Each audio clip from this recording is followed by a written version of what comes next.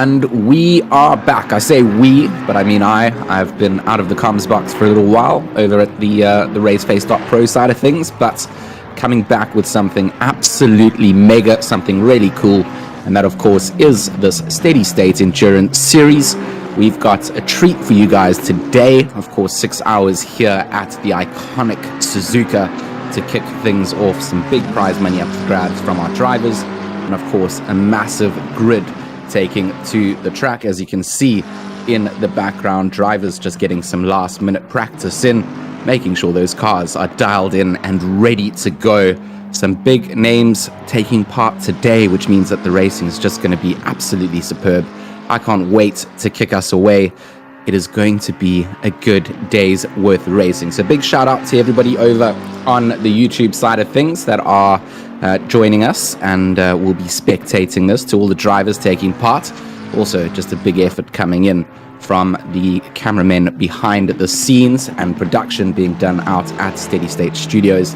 Big shout out to them for making this all possible. And if we could just ask you guys to do your very least and leave a like, leave a share, help us to grow the series. That would just be the bare minimum that we would ask out of you guys. And if you don't want to do that, you want to dislike the stream, that's also okay. We like hate, we like likes, we like whatever we can get out of it. So just want to know that everybody is out here. If you are in the chat, feel free to give us a little wave. I'll try and say what's up to everybody, and we will be able to have a bit of an interactive stream today. Hopefully I will be joined at some point in the race by a fellow commentator that has been doing a lot of the Raceface series in the past. That's Mr. Alan Patterson. At the moment, though, it is myself just holding down the fort. I will be with you for the next 6 hours, so it should be good. We're ready to have a little look, see at our grid very shortly. And of course, then we'll be taking things away. So our starting grid, of course, up at the top of the screens, Mercedes by Hatsamiku. That will be the piloted driver of Harry Spears. He went in with a mega hot lap, managed to get that pole position spot. The GTWR Academy team also going to be an interesting team to keep an eye out on. Tariq Adam, Jordan Sherritt and Luke Addison in that number 2 McLaren 720S. Arashi Racing starting in 3rd, and we'll just take a look down. You'll see there's plenty of drivers coming up here. That's the top 30 spots up on the screen at the moment. I've got my White Rabbit Gaming team also taking part in this, so good to see them getting involved in the Steady State Series 2. But as far as I understand, it's just going to be one of the bigger grids we've had at Suzuka, especially for Raceface. A mixture of skill groups as well. I mean, that's the thing with endurance racing. You got to have to deal with what gets thrown towards you, having slower drivers on the track. If you are at the top, you've got to navigate that. And of course, coming down into those first 2 curves with so many cars on the grid, we're hoping for no chaos, but that's better said than done in most circumstances. So hoping that everything goes smooth and we get a nice clean start, because that's all we need. But there we see the top 45. And all the way down to the 55 cars taking to the grid. We hope that all of them are able to make it through to the starting lineup. We know that in these kind of races, sometimes things out of our control mean that cars aren't able to get through. But I mean, if we can start the race with 55 cars and end it with about 40, that would be a good show day. So I mean, I hope that we'll see 55 finish. It doesn't always go that way, but see Amp in the chat. Mr. Amp ZA, good to hear the voice of G-Max. Good to see you here as well, Amp. I mean, we go way back when it comes to the sim racing side of things, getting involved over in the Dominus gaming world for a while. And we are ready to have a look at that pole lap set by Harry Spears. And I mean, this was an incredible lap. So I'm very keen to see just how he managed to get his Mercedes dialed in for a very tricky Suzuka. I mean, if you've driven the circuit, you know that it's a very technical affair. So we'll get a little look here at that pole lap set by Harry Spears. Makes his way down the start-finish straight into the braking zone for curve 1. Just wrestles it in, finds the inside apex, goes out wide, then comes in for the second inside apex. and just tries to carry as much speed as he can. Gets himself set up to go through the S's, and again, just wrestling that beast, holding onto those inside curbs as much as he can, and obviously just carrying as much speed. Then this right hander, a bit tricky, as you've got to set yourself up then for the Dunlop left hander.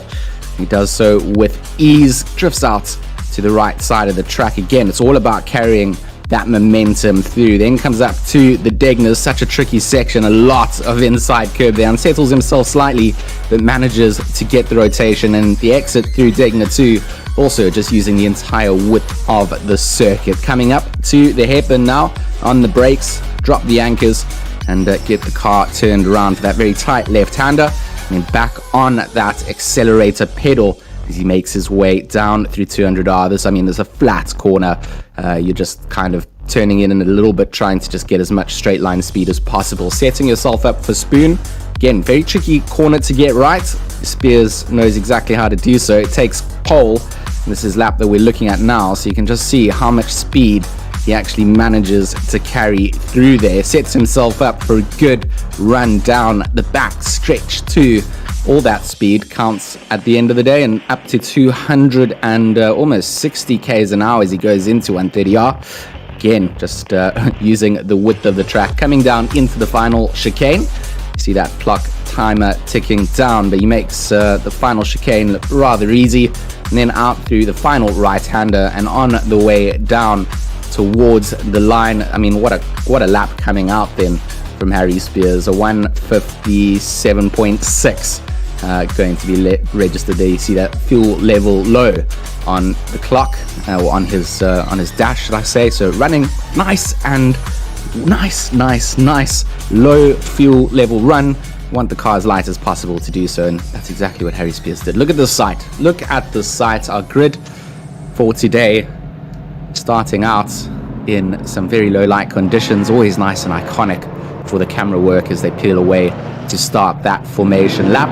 Lights going on, and you're going to be ready to go very shortly. So if you haven't got yourself a drink, maybe a little bit of a cheeky meal, it's time to get that done. You've only got about 2 minutes before they make it back around here and we drop the green flag to start the 6-hour race. There's a 5 mandatory pit stop strategy enforced here. You need to make those tire changes to 5 sets of tires that you've got to change. So 5 mandatory stops with tire changes there. If you need to take more stops, of course you can, but you are going to cost yourself quite badly. Harry Spears out in front in that 285.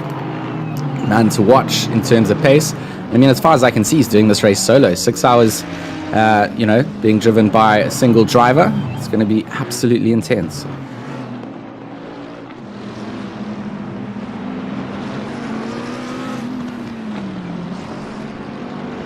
Just getting a nice look through at the grid too. Chris Heineke there from Slick Racing. He is driving one of the Porsches, which of course I'm a bit of a Porsche fan. Never going to show my bias.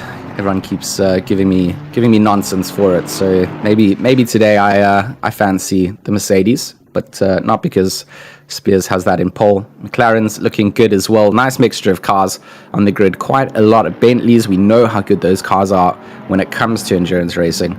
They're kind of built for that, and a lot of drivers still sticking out to picking those up. Some very difficult cars to drive indeed are the Porsches. The rear wheel or the rear engine nature of them makes them very difficult, especially here at Suzuka, but they can be quick when you put them down. Aston's a good balance of difficulty, but still being very competitive. It's a slightly easier car to drive, a lot would say. I know that the Aston drivers would probably disagree with that, but it's a nice all-rounder car, and it gives you good performance out here. So you'll see a lot of Astons coming down as well. But this grid is massive. Plenty of cars coming through, mixtures of skill level as well, all the way from the top level pros down to people that are probably doing one of their first endurance races out in Assetto Corsa Competizione. And me being out of the commentary loop for a little while, been setting myself up in the UK. It's so nice to come back and just see how far the sim has progressed. It still looks just as beautiful. I love the soundtrack of these cars. I love the way that they've got those engine notes done. Mr. Jordan Sherritt in that number 33 McLaren, also a driver that we're going to have to keep a lookout for. The GTWR team actually looking incredibly strong. Tariq Adam, Jordan Sherritt, and Luke Addison, the 3 drivers in there. I mean, you could not ask for a better lineup of drivers when it comes to the nature of sim racing at the moment. And I mean, it's going to be interesting. Jason Absmeyer in the 666, I believe, driving for to Play for today alongside Etienne Kleb. Very interesting pickup there. So keen to see what happens with those 2 drivers. Of course, the iconic 666 number coming out from Jason. I'm pretty sure he had the say when it came down to that. But here we go, approaching the final chicane now.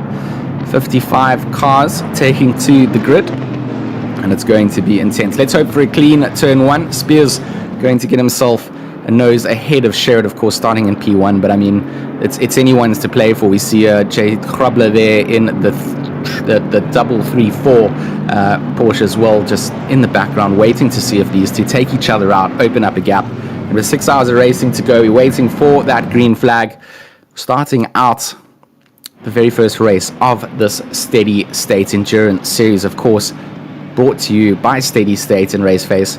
A nice little collab coming down, and we are just awaiting those green lights to go. And there we go, go, lights are green, and the racing is down. A nice start from Jordan Sherritt, actually getting himself ahead of Harry Spears as they come down. Is there going to be a little bit of rubbing coming through the first 2 curves? There are, but Harry Spears with the inside line out through the second curve. It's going to set himself up to be alongside Jordan Sherritt. They're going to stay alongside. Yes, it's not somewhere you can really pass, and Jordan getting forced a little bit out wide there. Flashing of the lights going down. Sherritt not too happy with Spears there. Feels that he may have been compromised, but that was good racing from the 2 drivers out front. Looked like the rest of the pack also got themselves through there. You can see on the small little track map at the top right that this is just a caterpillar of GT3 cars in tow. So very interesting to see how things have started out here. I'd like to see this battle continue. Spears versus Sherritt. In the background, Grubler is there too, and we're just going to wait for the timing sheet to update itself as we go through the first couple of sectors. We just need that first sector really to get things updated. But a great start coming out from the leaders in this race, and a superb start to the series. We couldn't have asked for more. I see there are a couple of drivers that may have been caught out through Degner 1 and 2. It's created a bit of a gap in the field, but don't you worry, that gap will, over 6 hours, it will find itself getting corrected. It's all about pit stop strategy. It's all about keeping the pace. It's not about being the fastest on the circuit for 1 or 2 laps. It's about having the best average speed throughout the entire 6-hour race. So there we go.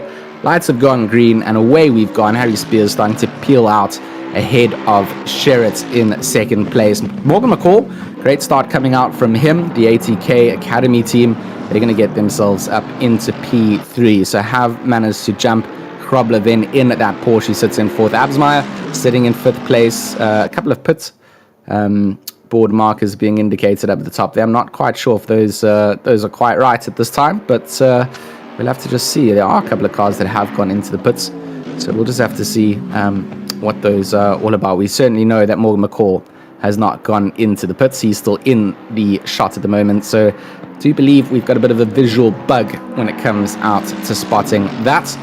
But very nice start coming out at the front of the order. You can see this is the time of the race where the drivers will be the closest together. There are a couple of incidents. I see some yellow flags being waved at the end of what looks like the exit of 130R. Somebody did not make it out of there entirely, but that will be cleaned up before our leaders come back through. I'd love to actually just get a rundown through the entire order for you guys as we see where things stand. So as you can see, Spears here in first place, and I do love that anime livery on that Mercedes, the GTWR Academy car piloted by Jordan Sherritt, then still chasing down. Lovely red and black livery coming down, and just showing us what the iconic racer liveries need to look like. To me, when I'm picking my favorite color combinations, that's it. Red, black, and a little bit of white to highlight it.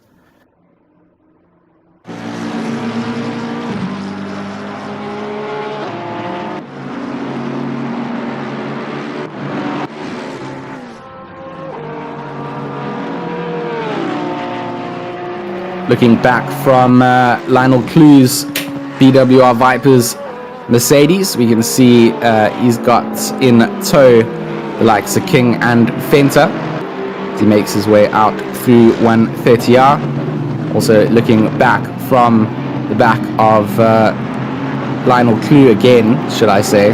Just going to get a camera update. We'll just see Fenta in tow. Behind him, we've got Janse van Rensburg in 12th, Byron Walker in that number 37, Bentley in 13th. So some close battles starting things away, to be honest. This is what we expected in the start of the race.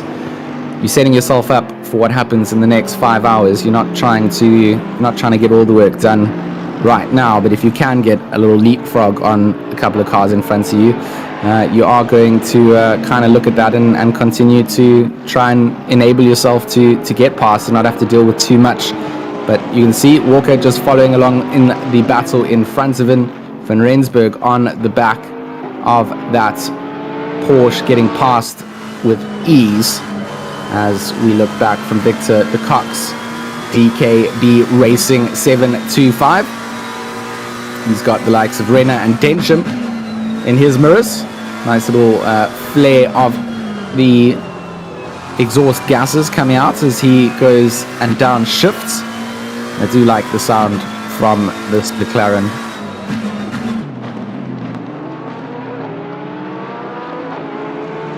So de Cock chasing down on Price. And then Renner and Densham chasing down on de Cock. So a couple of close battles here to start things off. It looks like the battle between 6th and 7th also going to get itself quite heated up. Daniel Rowe and of course Mr. Patterson, half a second between one another as we jump on board with Kieran Patterson, the Optimum Motorsport 101, trying to get past Rowe. Oh, very late on the brakes on the inside line, and Rowe giving him the space needed. Didn't come into the inside apex. Would have been complete chaos if the two had come together. Would have opened things up for Heineke.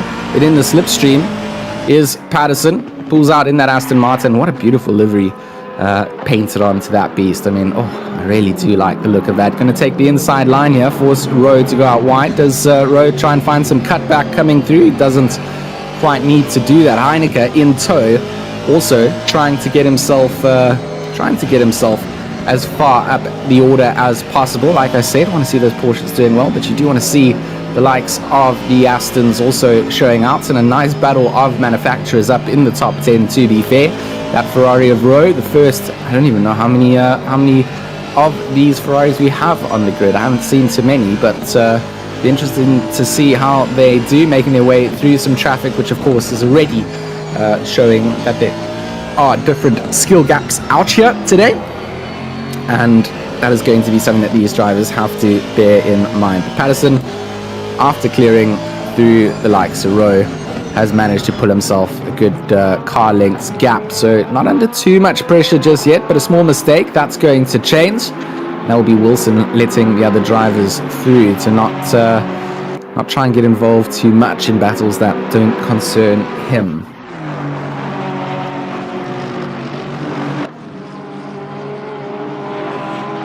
Incredible start there. I mean, we have to just go back and say well done to all the drivers for making it through unscathed. It's normally turn 1 and 2 at Suzuka. There might have been a couple of incidents that we didn't see in the background, but from what it looked like in the comms box, we can't see everything. It looked like it was pretty good. Big shout out to everybody in the chat as well.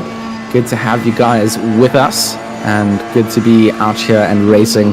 This series is going to be great. I can't wait to see who's going to take the crown at the very end of it all. And of course, it's all endurance based events, and that's kind of the nature of the racing that I quite enjoy, is these longer events. I don't really find myself getting as immersed in the Sprint Cup series anymore, but it's all down to these driver swap events. You share the car with somebody, or multiple people, should I say, and it's up to you guys to get it to the checkered flag in the best possible position that you can. And of course, prize money up for grabs for the top 3 teams, so everything to play for. up at the front of the order, and Spears doing this all solo and alone, currently leading us away in that 285. He's pulled a 2.5 second gap to Jordan Sherritt, so that's quite impressive to see. I mean, we know that Sherritt is a very talented driver, and to be honest, that's Spears and Sherritt, we wanted to see what happened out there. At the moment, I think Sherritt just going for the long game, like we said, not trying to push too hard, keep those tires, and try and extend as much as you can out of those tire sets. But we do know that we do have that visual issue in terms of the timing sheet, just giving us a little bit of grief. Those drivers are definitely not in the pits, and those are things that we have to try and sort out. So Tariq Adams in the chat as well. Old Merc 2OP. Well, there we go. I mean, that Mercedes has always been something of a bit of a concern, hasn't it? Always been a bit powerful. I still remember my days of racing. It was in the time where we had a very dominant Porsche era. I always drove it, but I never quite managed to get the most out of it. And here we go, Harry Spears making his way past a couple of back markers. Kirstein in front of him will just be easing off, lifting the accelerator as they go down the start-finish stretch. You see Sherritt in the background and then McCall.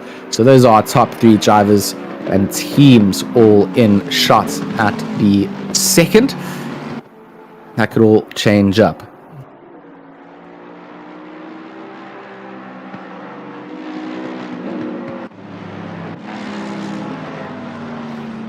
Jason Absmeyer, then in the ATP 666. We talked about this, sharing the car with Etienne Kleb, chasing down on the likes of Krobler.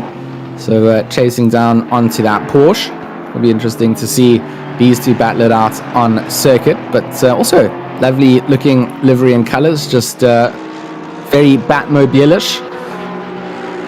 The 666 with a dabble of blue accents on the car. Janssen van Rensburg for BWR Eagles sitting in 11th place. He's being hunted down by Byron Walker for WRG. And number 37, Bentley, looking to try and put some pressure onto the McLaren.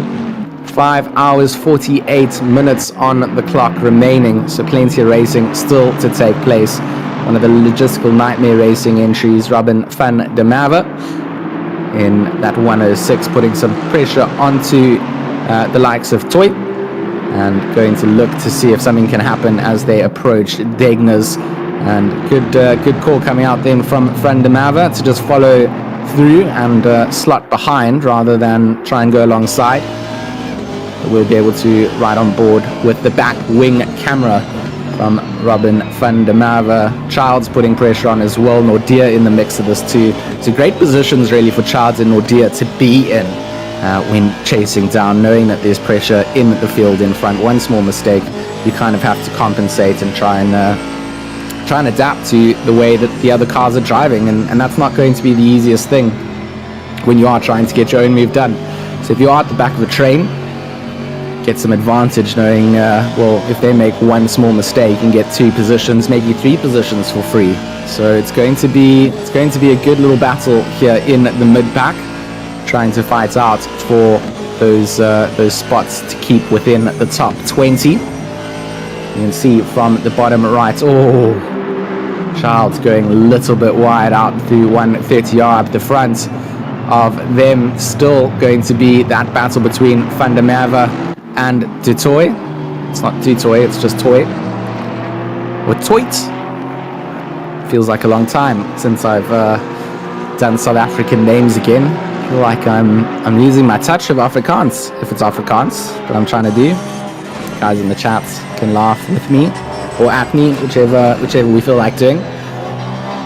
But this battle between Krobler and of course Absmeyer, 2 rivals that have found themselves on the circuit multiple times before. Nice little split coming down. We'll see the rear view from JC Krobler's Porsche, and of course from Absmeyer's front splitter we've just got a camera full of that Porsche too. So it's a nice little split coming down. Nice way to view the racing. Good way to see 2 different perspectives coming down.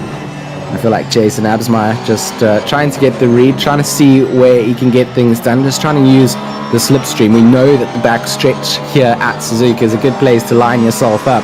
If you can be tucked out behind the back wing of the car in front, use a little bit of that slipstream effect and try and get yourself past and through before you get to the likes of 130R. Lots of top end speed required, so it's all down to those aero settings that drivers are running here.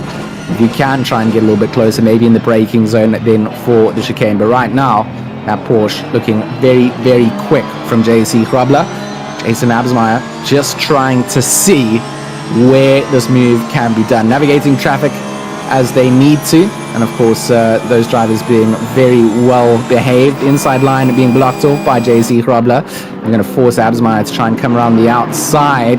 Absmeyer trying to have a little look, trying to see if there's a way to cut back in, has to back off just slightly and allow JC Grobler to then get the run back through the S's. But a tight battle between two good drivers here. This is the kind of racing you want to see.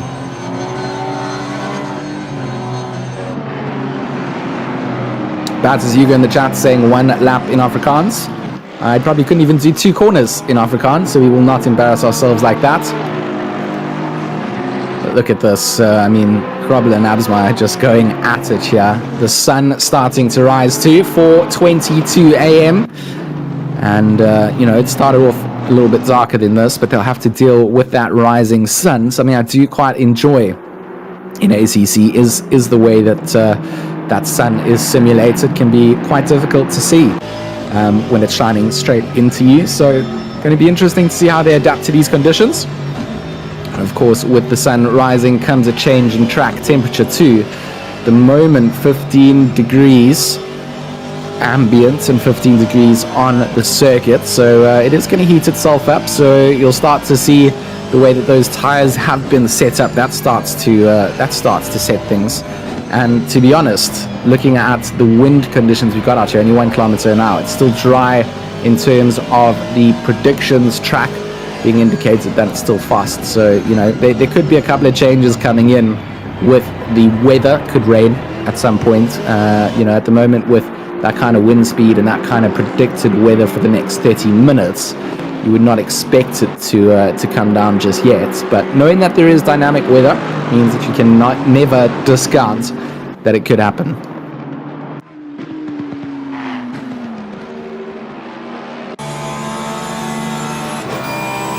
Back up towards the front of the order again, back to that battle between JC Grobler and Jason Absmeyer, still going at it, and Absmeyer just keeping that pressure on, trying to force the hand coming out, trying to make sure that he can try and bully Mr. JC Grobler into making a mistake. But like I said at the start of this, these are 2 top-class sim drivers, and the 2 of them have certainly seen each other out in the circuit a couple of times, and it's good to see the 2 of them having a nice knife fight out here. Still so much time on the clock. It's something that you would not expect to you know, be pushed too hard. There's a limit that you would expect both of them to be willing to go to, but you know, when it comes out to track position, that is everything. At the moment, Jason in a good position in terms of planning his pit stops.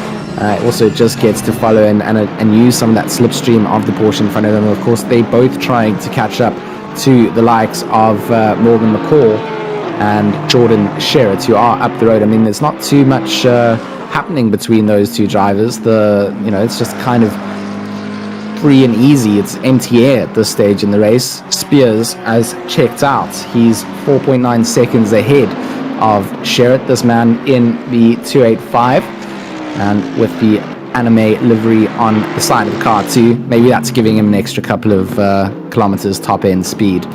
But Spears doing a good job. If you look down the order, King in 9th and 10th, King and Clue, the 2 of them getting within a second of one another.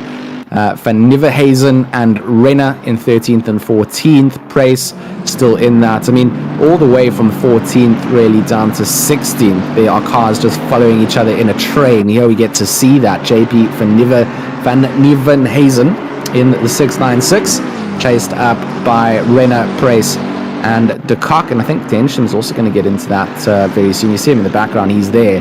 And 130R forcing each other to go very wide. Reina going to run very wide Prace, probably going to be able to capitalize on this coming into the braking zone. Is he? No, Reina's just missed the braking zone entirely for the Casio chicane and is going to lose those positions anyway. That's what we talked about, the pressure getting to drivers, making them have the mistakes, and those mistakes can be costly. So we see it there.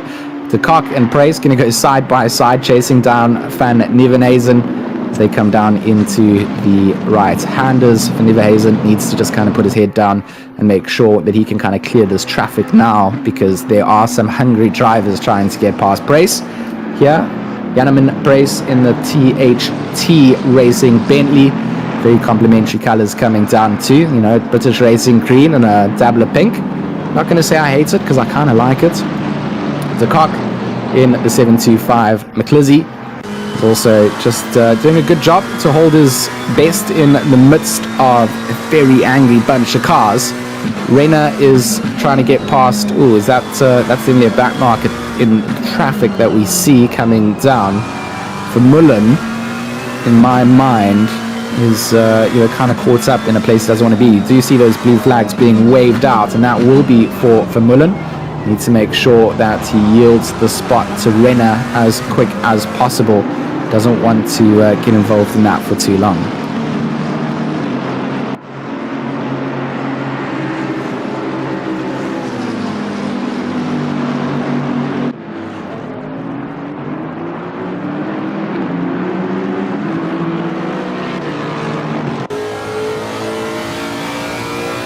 Shout outs again to you guys in chat. Thanks for joining us. The Raceface Steady State Endurance Series kicking off with this monster 6 hour at Suzuka. It's going to be a good race. It's already started to be a good race. And you know what, to be honest, it's something that gets exciting towards the end of the race more than anything. But it's all that story leading up to that kind of starts to set the narrative of how it's going to end. And it could end in a completely different way. On the back of the likes of Toy is Nordia, wants to have a lot of pressure coming into 130R. We see Toy running very well. Oh, Bentley out of good. Woohoo! Woo! I mean, if he doesn't need a pants change, I certainly do. Jaco Nordia slips through there by a cat's whisker as that Bentley came back across the circuit.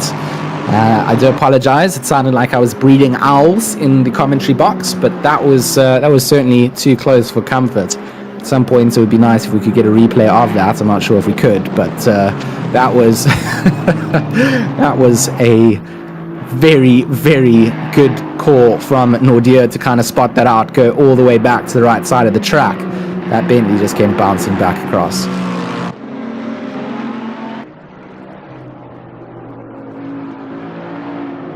Sean Skitter in the Black Racing or the Black Ribbon Sim EKZ Motorsports team. They also doing themselves okay at the moment, hanging on to the back of Erasmus, sitting in 24th place, putting some pressure onto a very lonely Audi on the grid too. We don't see too many of those out here today, do we? That 505 of Erasmus, a rare breed at this stage of the race. And Skitzer just doing a good job again. Bentleys, good choices for the endurance runs. Will all pay dividends at the end, I'm sure. Erasmus with a big mistake out of Degner 2, going to allow Skitter to get that move dialed in and done before they get down to the hairpin. Now it's all about just making sure he clears Erasmus and starts to move up towards catching the likes of Charles and Kivit? I don't know how to say that name either. So, you know, it's a learning curve when it comes out to doing sim racing. So many drivers, so many cars, so many teams. But as we go through the series, we get a little bit more used to the different drivers that we've got taking to the field. So we'll get there as a team. It's all about consistency. It's always the hardest part of starting a series, getting familiar with all the drivers that have gotten themselves in. But I mean, a lot of these drivers are drivers we've seen enter into the events before, so it's nice to see the support coming through. A lot of top talented drivers. It looks like Krobler has lost that position out to Absmeyer, something we did not see at the time, and now has Kieran Patterson putting some pressure on them from that number 101 Aston Martin. Easily the nicest looking car on the grid. I mean, we're not running custom liveries, so these are liveries that get run from selecting them in the actual sim itself. Unfortunately, then you lose your team name, which makes it quite hard to commentate on without knowing who's driving where. So as we go through the series, we'll get a little bit more used to that. But at the moment, those two custom, or not custom liveries, but official race team liveries on the cars of Grubler and Patterson just make me miss having custom liveries in events. Maybe it's something we can do going forward. We obviously had a big grid here. We didn't want to cause any issues. You know, those kind of things could be sorted out by now. Have not had too much experience with custom liveries in a long time. I just know that for a lot of people, it's better to just have something a little bit more safe. Make sure that you've got server stability rather than having, you know, something look super visually appealing when it comes down to allowing people to have all these big cool liveries on their cars. But it could be cool, you know, we could get our sponsors on them as well, have a little mandatory spot for it, and just maybe you know, try it out at some point in the series. Not going to discount it, certainly something that we could have done. 5 hours and 35 minutes remaining of this race, and you can see a lot of the teams just trying to monster through those stints. I'm sure come an hour, a little bit over an hour, we'll probably start to see some drivers coming in for their first pit stops, make those tire changes. Ruan Robson on the back of Eddie Francis then, the man from Monday Night Racing, the man who started it all, joined me on the journey, and I believe that Eddie Francis driving for Futsek Racing, that's the very Afrikaans / English / South African name that Eddie wanted me to obviously have to try and struggle with on the stream. But Robson now giving Eddie a good run for his money. Beautiful livery actually on the car, Francis. I must say, I do like those colors. Reminds me a bit of the old, what do you call it, Miami vibe, but not with the fact that it's not really completely old school Miami. I've got sort of, it's retro, almost like the retro esports liveries at one stage before good old Jason decided to go with the worst liveries ever, and I always give retro esports a little bit of grief when it comes down to that. But I am a fan of the Aston colours that Eddie Francis is running there, especially that metallic-y sort of seeing that pink with a bit of metallic on it. The blue looks good, and then of course Van der Veste is in here. Another Ferrari. We said there weren't too many of them. There's that 815. He's actually dialed in to maybe have a little look at what Robson and France made a big mistake. That's going to allow Robson through with ease, and Van der Veste is also going to get through there. So 2 spots, 1 corner. Robson runs wide, Van der Veste runs a little bit wide. Francis under pressure from Noah Hendricks as well in 29th place. So unfortunately, we can see that a couple of drivers struggling out here. I do believe we're going to be able to look at that accident of Childs. That was out of 130R with a very narrow miss from the Lexus. There we go. Here comes the Bentley, bounces and then rolls back across the line, parks it in the middle of the track, holds the brakes, has a little bit of a squiggly exit coming through, but that was certainly not the way that that was meant to go, was it? So interesting stuff out there. We thought that it was close, and it was close indeed.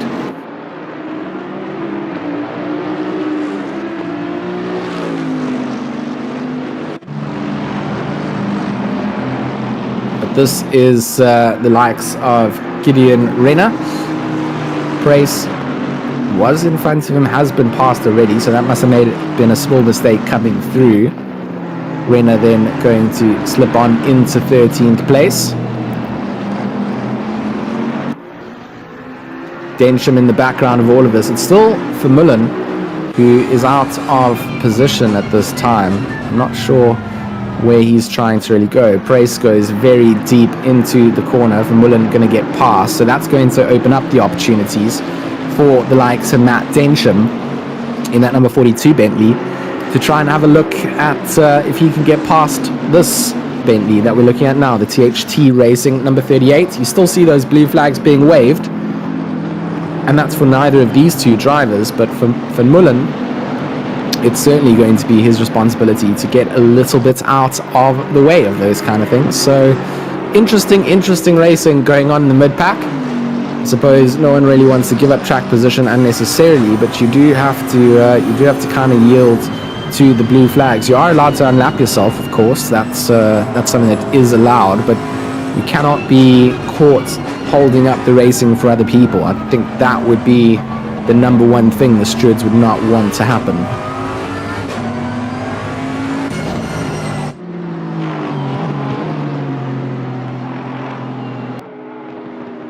Anthony Wilson in the LNR Vince Chatton entry. Wind Chatton, I believe, is the way that should be said. Number 22, sitting in 38th place. Just having a nice bit of an empty track at this point of the race. No cars around. Just caught in what would be feeling like a hot lap simulation. But if you look at the track around, I mean, there's a bunch of cars in front, a bunch of cars behind. It's not a bad place to be, not being caught up in traffic. You're allowed to just do your own thing and keep it moving. I see Sean Mumford in 41st place, also there, just struggling a little bit with some of the nuances of racing. That's a fellow White Rabbit Gaming car. We've got two entries entered in here today. The 508 sitting in 41st place at the moment, just trying to make their way through the field. They have served one of their pit stops, so a lot of the drivers here kind of doing a tire change quite early on.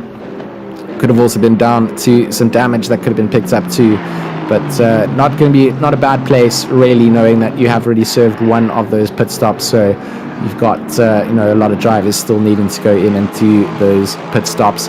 Krubler and Patterson, that's the next thing that's going to be happening for sure. We saw Absmeyer and Mr. Krubler going at it for a couple of laps, and then we weren't able to quite see what transpired from that. But at the moment, it's good racing between good drivers, and these are the kind of drivers I like to see up at the front of the order, giving us something to have a little bit of a look at. Spears checking out early on, and then leaving us to have to kind of find some of those battles within the field, and they'll be everywhere. I mean, if you look down at the timing sheet, there are 3 10th gaps, 4 10th gaps. Those are all close relative positions. One small mistake and you can find so much can change. So looking at the timing sheets, you'll see some big gaps as well. 7 seconds between this man Harry Spears and the likes of Jordan Sherritt. That's a big gap to have pulled on early, and we know how quick Sherritt can be. But it's enough time to start to build up, and if you keep doing that lap after lap after lap, eventually you are going to have a massive advantage come the end of the race. So it does become about managing those gaps, knowing where things are going to happen. Clue here, Lionel Clue for BWR Vipers. He's starting to reel in the likes of Heineke.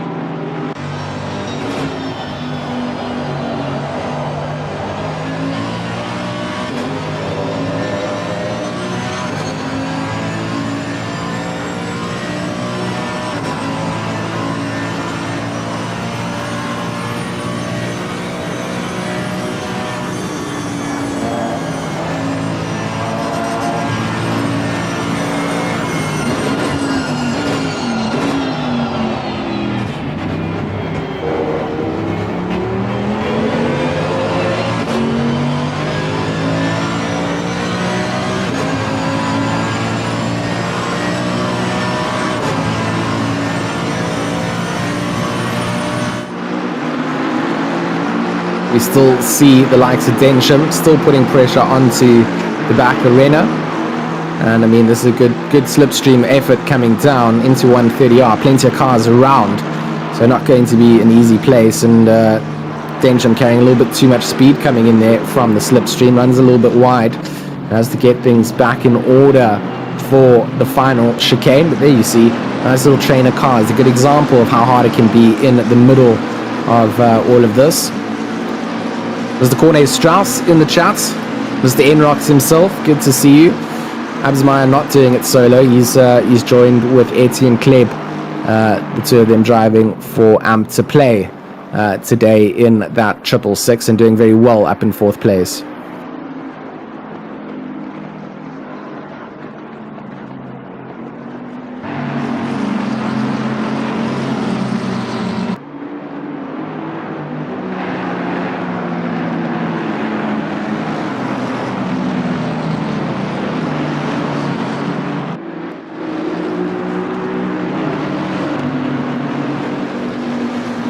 Matt Tensham, some syndicates on the social medias if you follow him there. He's doing a good job at getting himself through the order. I mean, 15th place, 14th place. Not quite sure why it keeps jumping around so much on the timing sheet. Couple of little spooks in the timing sheet we've had today. Saw that weird pit bug coming down. And that sort of disappeared, but I have seen a couple of strange things happening with the relative positions as well. Robin van der Merwe closing down on the likes of Victor de Kock. That's 725.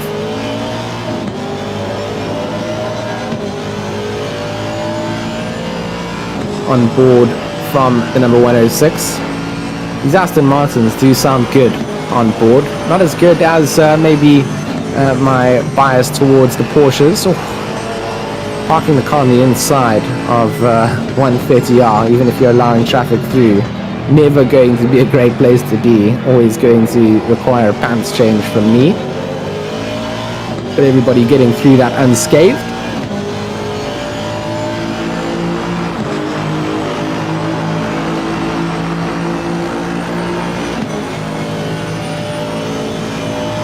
Looking at the YouTube chat, Camo here holding thumbs for Absmeyer and Kleb. Some good support for Amp to Play coming out. Strauss doing the same.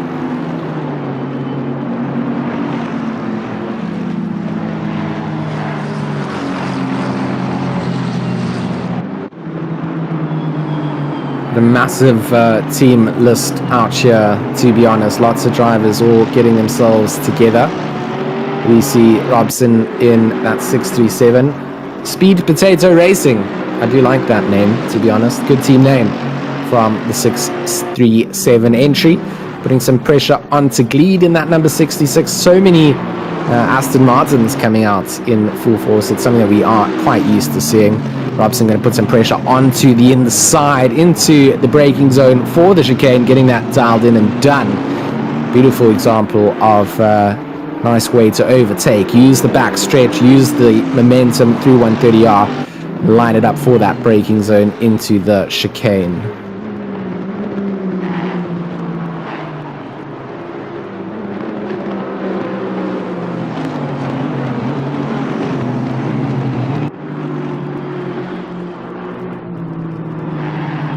Heater, he's on the flashes already. He wants Robson to move out of the way as quick as possible. Does not want to lose time that he's made up already in getting a nice couple of car lengths ahead of Patterson. But something like this could hold him up, could cause him to have, you know, those kind of struggles that he does not want to deal with. You know, you've found some pace, you managed to get yourself out from the pressure zone, and it's very difficult to always put yourself ahead and then get caught up in traffic. So you are trying to get through that as quick as possible. Densham on board with that front splitter, still trying to find a read on to Prius. Prius taking a big scoop of that inside at Degner 1, has lost some speed on the exit and allowed Densham to get a little bit closer. They are getting some blue flags waved in front of them. Oh, back marker Prius just parts like the sea for Moses at that point, and that's not what you want to see. That's a back marker getting involved with a race that's not really something you should be. So I saw the blue flags being waved. Could have easily just hung it out wide on the approach to the hairpin, stayed left, lifted off, allowed both drivers to come past, outbrake him, and get through the hairpin, and would have been okay. But it's not what the way that a lot of people see blue flags, unfortunately. They feel like, they need to race with people all the time. That's the mindset that needs to change in these kind of events, where we've got a lot of drivers and we've got a lot of different skill groups coming through. Your race is not with those type of people. You're racing with people much further behind you. So why not just look at it that way instead of causing something that ruins both your races? You've got a little bit of damage now. You need to go into the pits to sort that out. For anyone.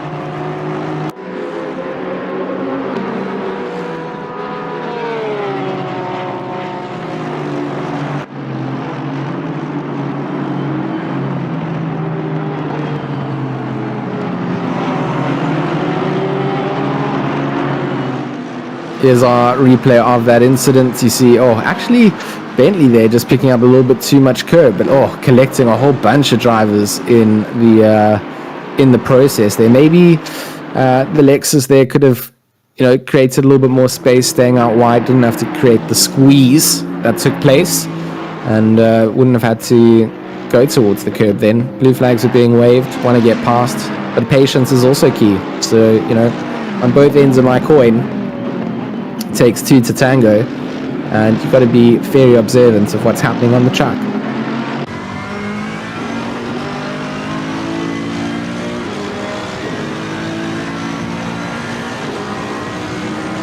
Good scrap between Rowe and Clue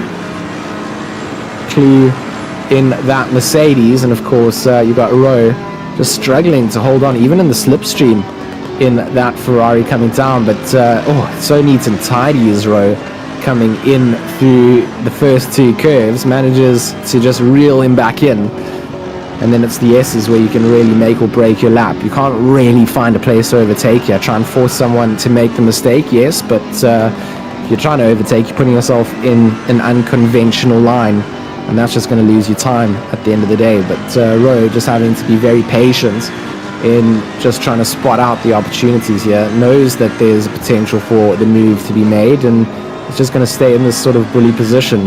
Big miss of the inside apex coming out then from Clue, doesn't impact him too much, manages to carry that speed out through both Degners, and Daniel Rowe just kind of watching this, trying to see late on the brakes, trying to maybe get the car turned around, look for a little bit of a cut back in, does manage to make up some good time doing so. And Clue got his hands very much full at this point and needs to manage the pressure coming out from one of the top sim drivers in the country, Daniel Rowe. Again, just an absolute talent. We know how good he is out on the real life racing circuit too, but transfers those skills over to the sim racing world, as we've seen. And now down the back stretch, not really sitting in the slipstream for as much time as possible. May have compromised his ability to have a look down into the braking zone, but there are cars all over the place, very wide. They go almost 3 cars abreast, down onto the brakes, slams down the anchors, and that Mercedes very deep, makes the mistake in the cutback, and the switcheroo is there. Daniel Rowe now putting the pressure on round the outside of the final corner. They are going to drag it down. Now it's going to be pure speed and power battles between the two of them. Daniel Rowe just can't hold on to that Mercedes on the exit through, needs that slipstream down towards the first 2 curves. But that was a nice bit of driving. Daniel Rowe on the inside sees the opportunity. Clue makes the mistake, and Daniel Rowe gets that done and does a beautiful bit of driving coming out.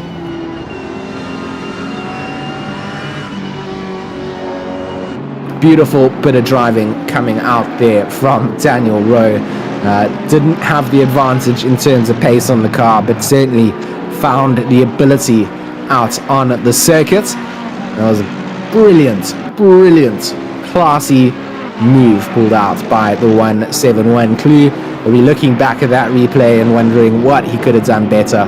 And unfortunately there, the best defense was not going to hold Rowe back. And you can just see in front a whole hive of cars swarming around, and that's all backmarking traffic really needs to make way for road to get through. Clue trying to use that to his advantage. Robson has yielded out almost immediately. Francis is going to be given a little bit of a helping hand in holding off the traffic from behind, but those blue flags are certainly going to be waved out. I think Francis is going to just, yeah, there we go, lifts it up out through Spoon, allows Road to go through. But look at that sort of distance and gap that Rose now managed to use between the back markers and the likes of Clue, who he was battling with a lap ago. He was 3 car lengths behind coming up into 130R, so it just goes to show managing that traffic on the circuit.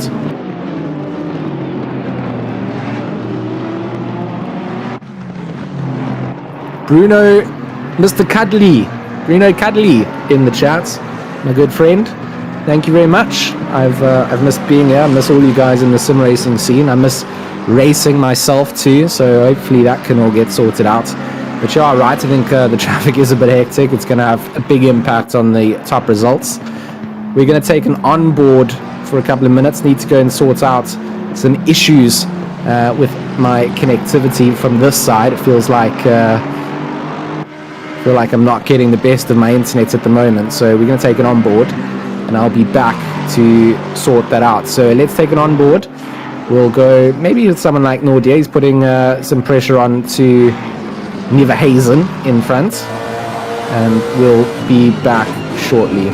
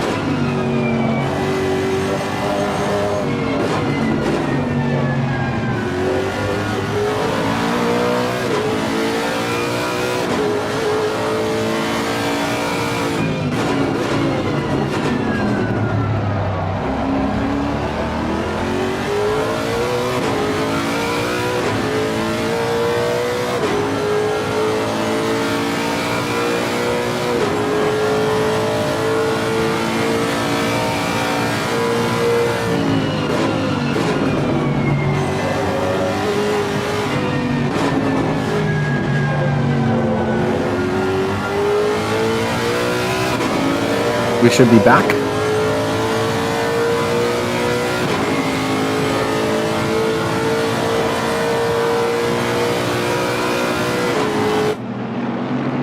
So hopefully not missing too much.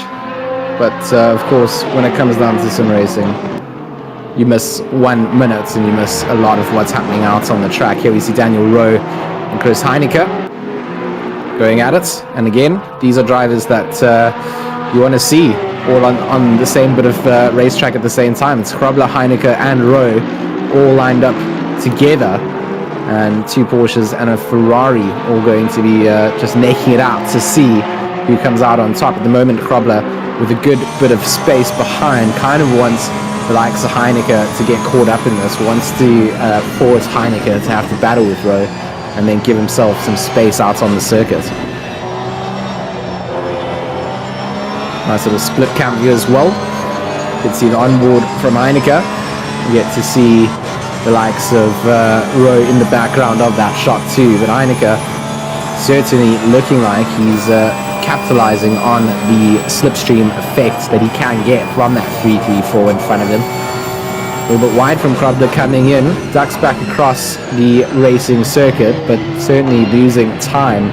Heineke very quick through the chicane, catches up to the back of Grobler, but has to just back off just slightly, and that's going to allow Rowe to then get back onto the back end. And Rowe really seems to need a lot of that slipstream down in terms of the top line speed in that Ferrari, and will certainly, very deep from Heineke. Inside line opens up for Rowe. Rowe going to put pressure on, going to stay on the inside. I think Heineke is going to lose out on that. Runs a little bit wide as well, but will set himself up for the S's. So he's got the line that he kind of needs to give some space to Rowe, though Rowe just holding that space down, and the two of them go side by side, but Rowe comes out on top once again, just showing how much talent he has behind that virtual wheel too. Heineke just going to have to yield out to that, and now Rowe going to be on the hunt for Grobler.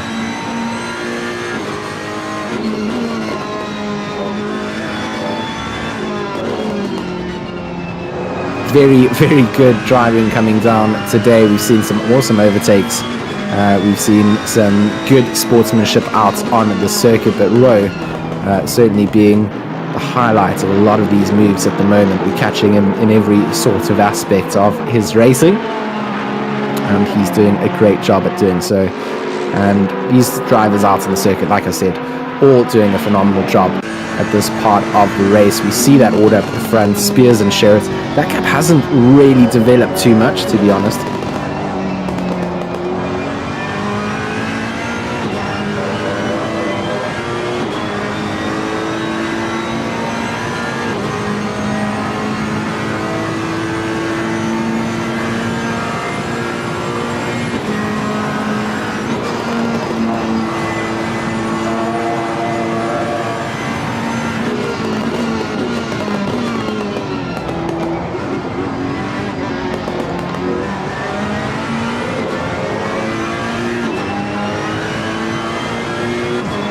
I'd just like to ask our cameraman to just run through the full field for us so we can see where everybody's standing. I know we've got some people in the chat that of course want to see where their drivers and teams are in the bigger scheme of things. So if we could have a little rundown from first to last from the outside, we'll jump back to some of this action on board, of course, throughout the entire race. But it would be so nice to just kind of see where everybody is poised out. So it's Harry Spears up in first place in that 285, and currently 7.2 seconds ahead of Jordan Sherritt in the number 33. So GTW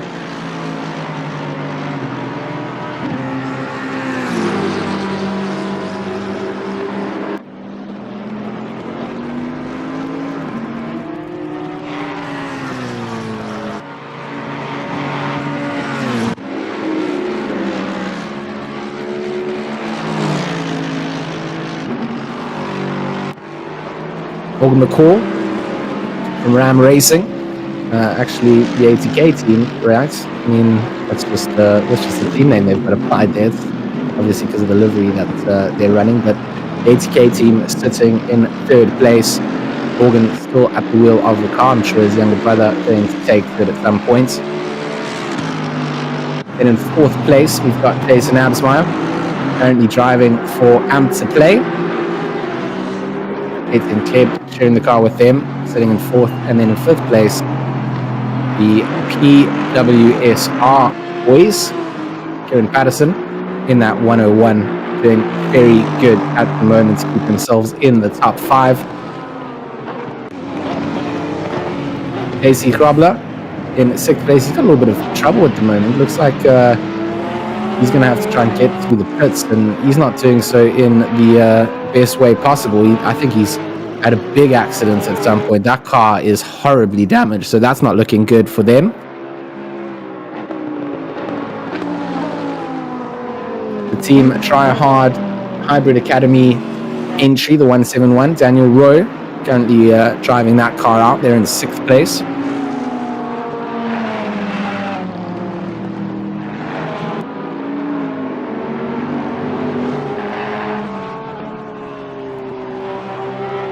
Slick Racing with Heineke behind the wheels. They're sitting currently in 7th. Some good battles going on for this number 5 Porsche entry.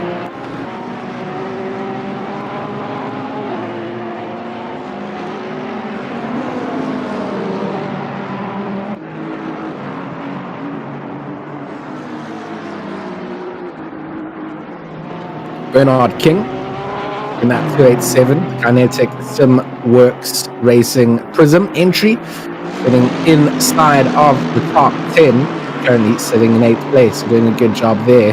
287.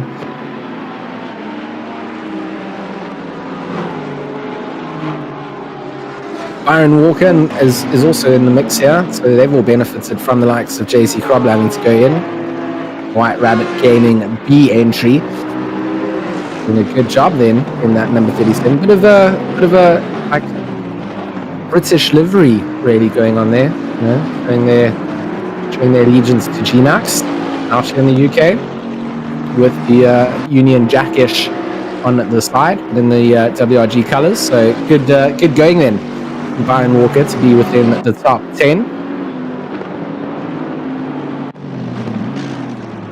Robin van der Mava, Logistical Nightmare Racing entry, currently sitting in 10th place in that 106. Interesting. So that incident with Grobler, we should be able to pull up for you guys as well. We'll carry on running through the order from 11th place, but here we go. This is what actually happened to JC Grobler. Oh no! He's hit a back marker.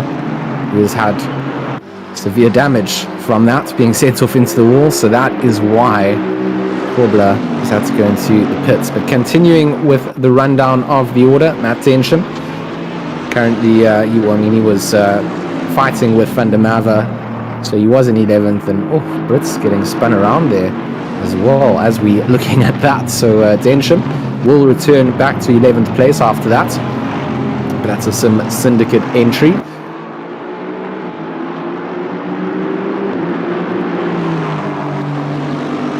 This was the person in 10th who then went to 11th and then went back to 10th. So Robin van der Mava from Logistical Nightmare Racing gets another shout out on the positional change as we run through the order.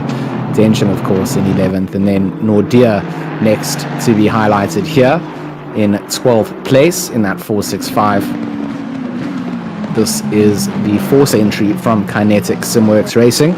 So quite a couple of entries coming out from the likes of Kinetic SimWorks. I guess a team to keep an eye out on, expanding the driver numbers within their ranks, and one of the very few Lexus cars that we have actually out on the circuit as well. So there are a couple of very popular cars in the series so far, and there's definitely some outliers as well. This is definitely no outlying car, the Aston Martin. Plenty of those on the field. The 969 entry for STR Esports, Kyle Kivit. Probably said it completely wrong. I've said it wrong probably multiple times in this stream already, but I do apologize. Sitting in 13th place overall.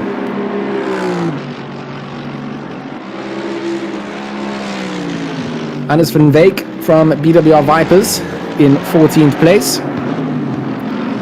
Also, a bit of a traditional white and blue livery going down, but then accented by that lime green on the wheels. And of course, the mirrors.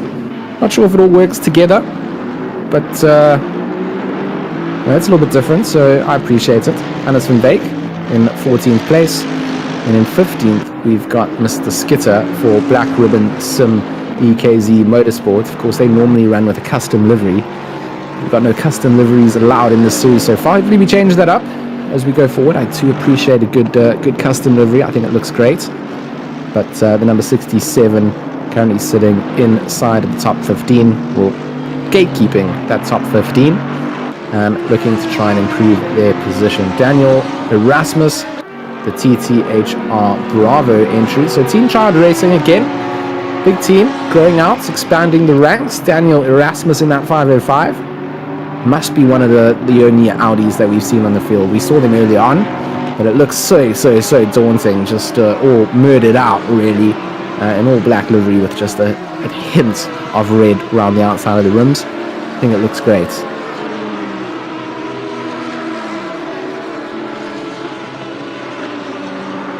Let's have a look at what happened then to Mike McGear. I think that was the Bentley that might have had the incident in through 130 on. No, it's not really. Looks like that's not ideal. Everybody was maybe missing the braking point, and unfortunately got caught out there a little bit. So back on board and looking through the order then. Erasmus in that 505. Audi, it will be interesting to see if there are more Audis. I'll try and keep a mental note, but I think this is the only one that we had on the field.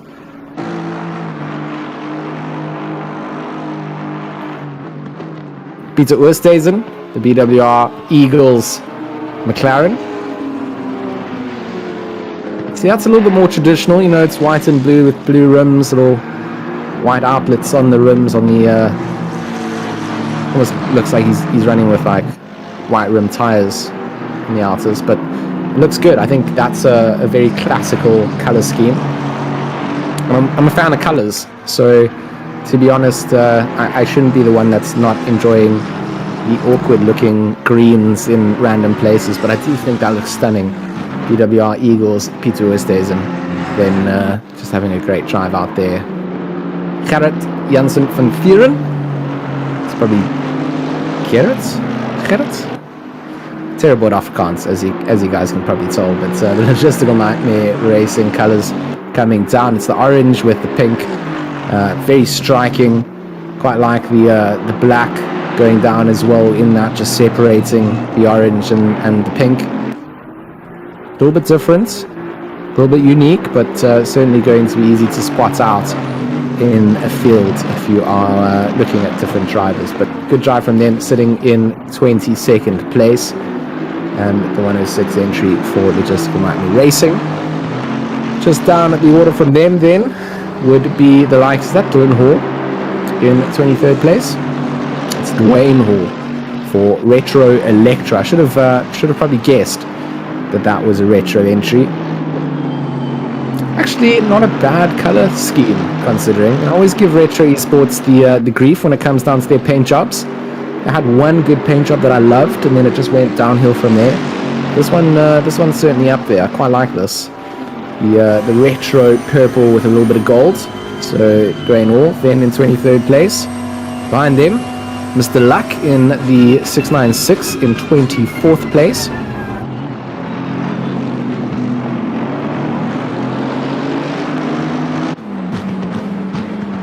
BWR Wolves. Lots of white McLarens coming down. This one with the dasher, I guess that's yellow, not really gold. Also looks quite good, to be fair. Quite like that.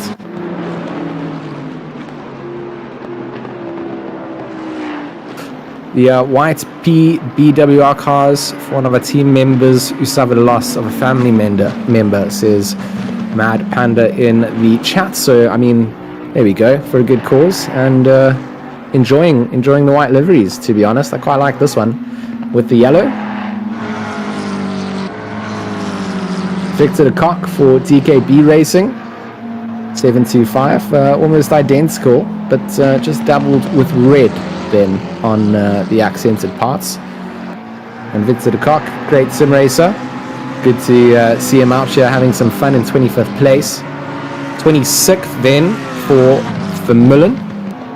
Another Bentley showing up here in the field of Bentleys and McLarens.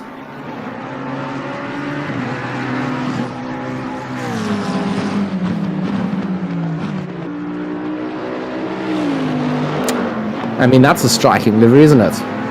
So Jacques Vermeulen in that DMR Express, number 39.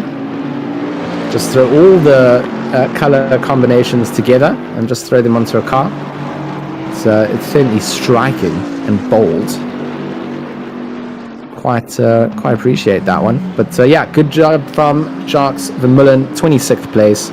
We're just having a run through of the order, kind of showing everybody where's where, who's who. If you do have an entry and a favorite car out here, welcome to have a little say-so in the chat. But we are just doing a full grid run through. You know, you don't always get to see everybody in these big grids and big races. So it's nice to just have a little run through of all the cars. We've got 4 hours and 54 minutes, you know, to do this. So hopefully we get everybody at least 2 minutes of screen time.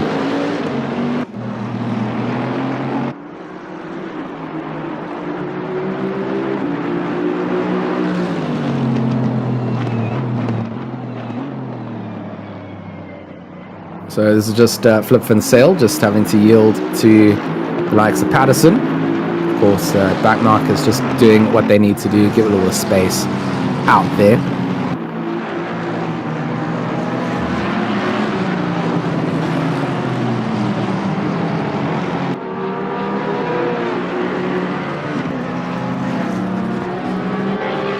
Plenty of cars in shot at the moment as well. Oh, a Lamborghini. Gareth Hawkins, we know Gareth Hawkins. There's a lot of the commentary as well at Raceface, and has helped out quite a lot when it comes to doing the series. So Gareth Hawkins in that 420 Hawks Racing Team Lamborghini. Very brave car to pick out at Suzuka for a 6-hour event. So looks absolutely mad in terms of the color scheme. I love the way that is painted out.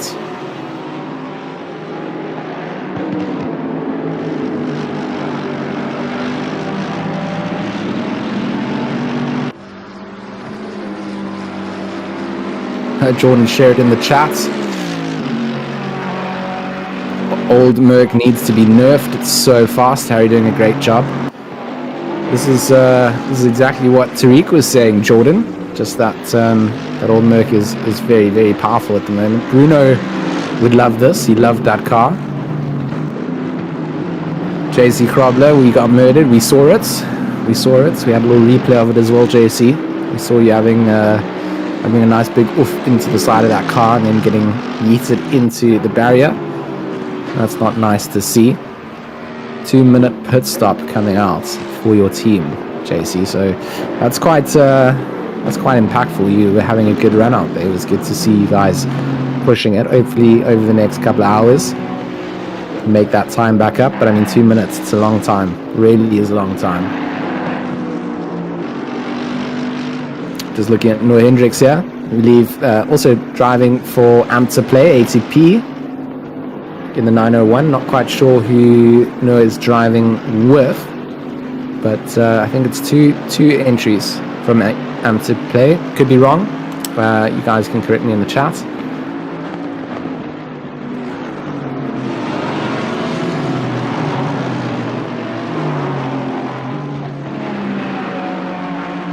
Having a little run through of the grid, like we said, just taking some time to highlight some of the hard work that has gone into painting these cars. Of course, no custom liveries. Said this time and time again. Hopefully, we do have a little look at that later on. But for now, no custom liveries coming down. But you can still use the custom paint jobs in ACC. They're not super. I'd have wanted a little bit more customization out of them, but unfortunately, that's not really the way it works. You get very limited kind of things that you can apply, but it's still cool that we can kind of customize them just a little bit. So in 19th place then, behind Noah Hendricks, we've got Janssen van Vuren in that 106, putting the pressure on. Of course, we'll watch from the rear view here as Van Vuren closes down. Through 130R now into the braking zone. Van Vuren on the inside then, going to maybe bully Hendricks to giving up that position. Hendricks very deep, having to come back across. Hall going to make up that position as well. So one big mistake for Hendricks, 2 positions given out in one corner. So Hendricks will not be very happy with himself in that, but knowing they've still got 4 hours and 49 minutes to race, it's not the end of the world. Is Hendricks going to have a look on the inside into curve 1 or 2? No, not quite close enough. That camera looking down the start-finish straight certainly makes it feel like drivers are a little bit closer than they really are. Always kind of wonder, like, are they going to make a move here? Unfortunately, it's not always going to be the case, but good old racing taking place at Suzuka. This, of course, is the Raceface.Pro Steady State Endurance Series, race 1 in the calendar out at Suzuka. 6 hours. It's a long time to be in the car, and these drivers doing so alone. Other drivers, of course, teaming up with other drivers and just sharing out the drive time.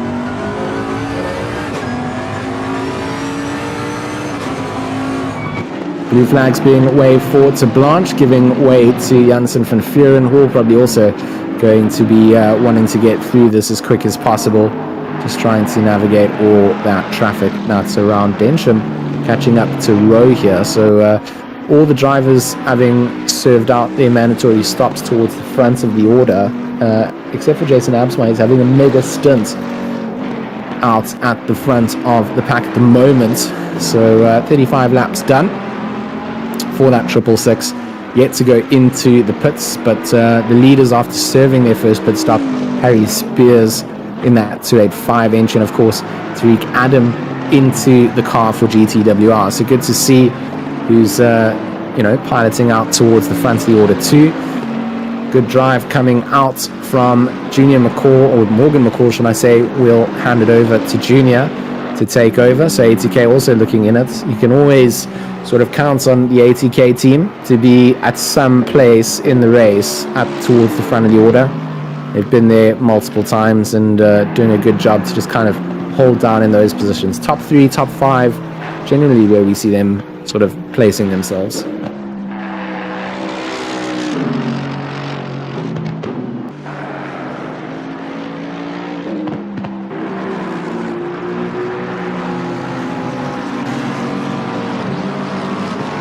Just take a moment to acknowledge the white liveries for BWR again. All down to the loss of a family member within their team. BWR, of course, very big on their community support, and it's good to just highlight that people are trying to share in times of loss in this period. It's awful. I hope that everybody's staying safe and keeping themselves out of trouble. I'm not quite sure when the world will return to normal, if it ever does return to what would be a normal, in inverted commas, but you've got to stay safe. You've got to give yourself the opportunity to just keep your mentality in a positive sort of mind space, and it's very difficult. That's why I appreciate sim racing. I think it allows us to have a bit of an escape from reality and just come back to something that we can all enjoy.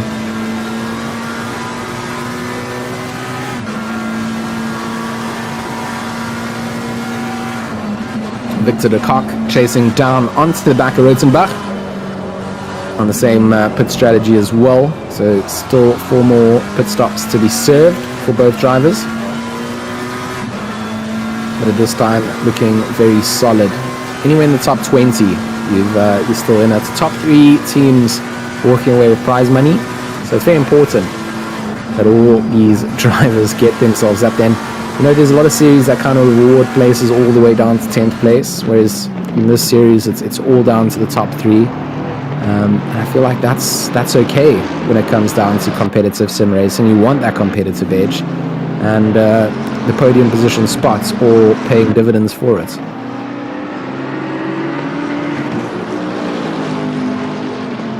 Lots of support coming in from the Amp to Play community. See it in the chat. Thanks to all you guys for joining us, and to everybody who's joining us in for the live stream.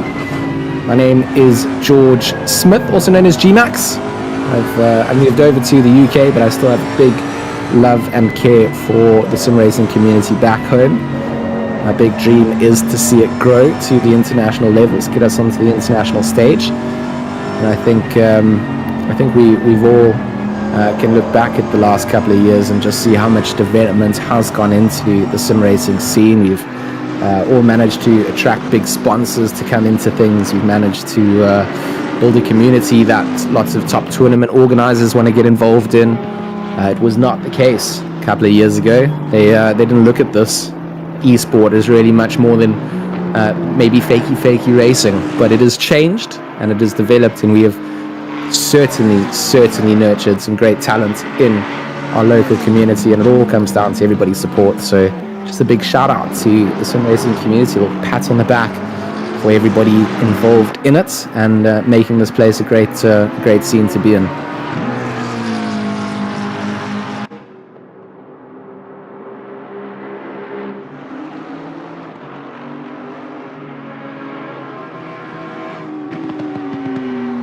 Tariq Adam, like we spoke about, going to be in the wheel or behind the wheel for GTWR. Massive talent, came over, was driving for the Hybrid Academy, originally got picked up there. Someone I've followed on the Twitter side of things for a while, been involved in a lot of the Call of Duty scene, but he's come in, and now we see him coming over to the sim racing world, which is just great. Linton Rydell in the number 37 WRG Bentley, running a little bit wide through the exit of Digna 2. Of course, this is my team. These are my boys. Also coming over from the first-person shooter world to come into sim racing. It's just great to have everybody on board, and seeing that this is sort of the space that you want to be in. It's so good.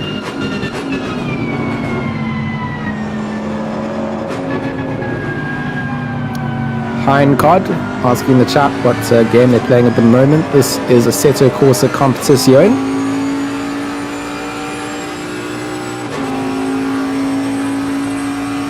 It's a GT3 and GT4 focused sim racing platform, but generally GT3 seems to be the way that people want to go these days. Haven't seen too much love for GT4s.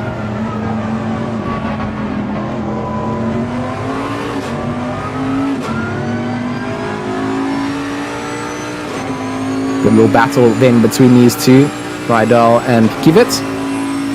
Get a little split cam action between the two of them.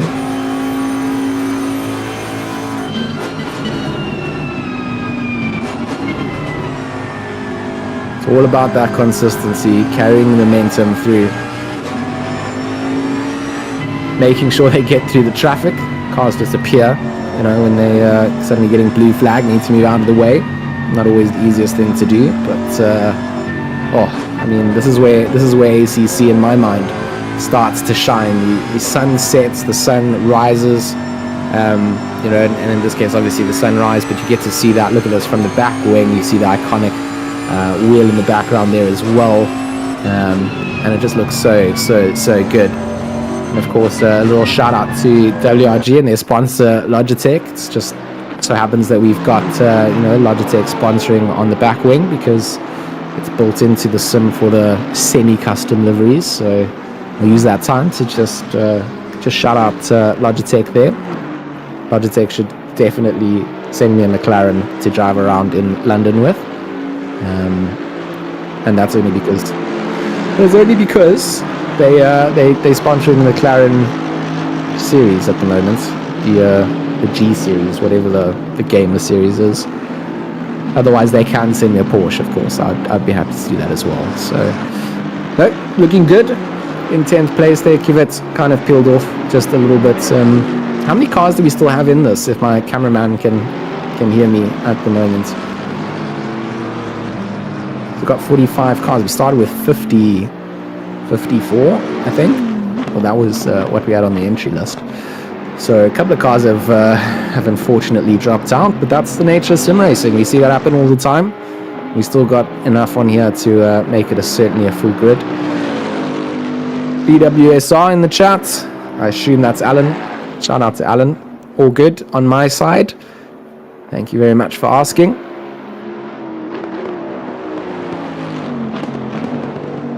Lots of support coming in from Antiplay at the moment. So that community sending over all the love and the good vibes in the chat. If there's anything you guys want to know, any questions you want to ask, feel free to answer. We're just jumping around, finding a couple of the on-track battles as they occur, of course, in this stage of the race. It's normally not something that you find too often.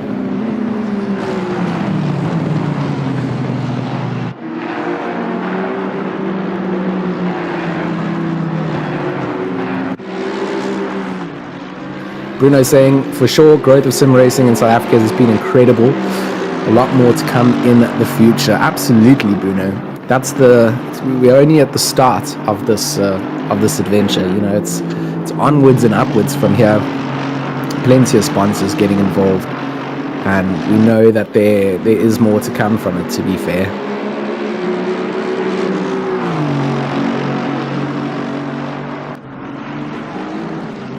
Alan, I thought you were joining me in the comms box, actually, at some point. So I came in here prepared to talk a little bit of smack with you, and then found out that you weren't actually joining me. So it's a long, lonely 6 hours in the comms box, but got you guys in chat for, you know, some moral support, and we got some good racing on the circuit too. So we're just keeping an eye out for that. We're going to take a little immersion break in 5 or so minutes. I need to go and refill the water bottle, and we'll be back with that. So why don't we have a little vote in the chat who we're going to follow with for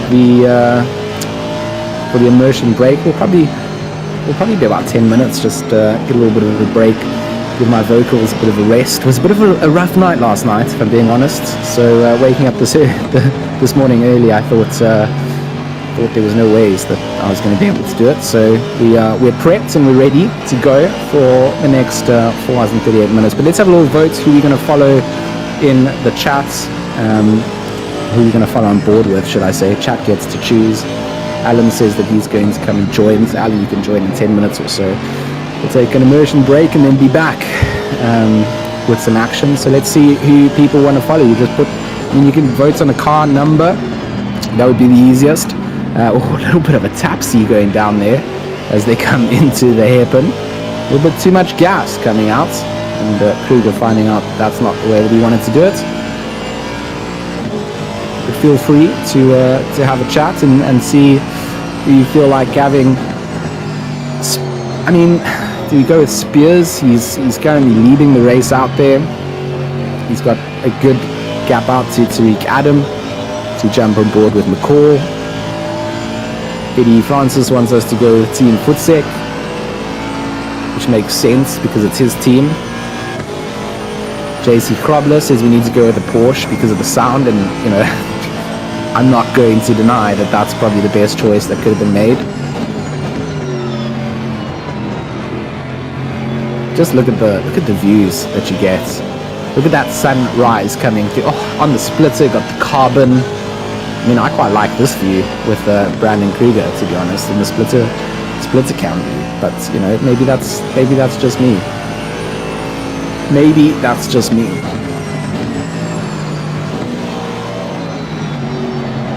Lex is coming out of the pits there. Gonna have to make some space for Brandon Kruger. Does so in the right form.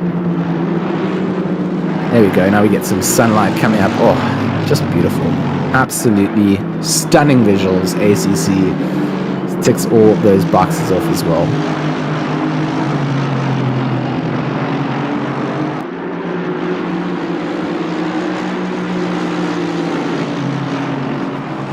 So we're going to jump on board with Mr. Stain in that number 5 Porsche. Marcus Stain going to be the chosen on board. I didn't choose this. My producer has chosen it. So if you guys think I'm being biased towards it, you're wrong. We're going to jump on board with Stain. We'll be back in 10 minutes or so.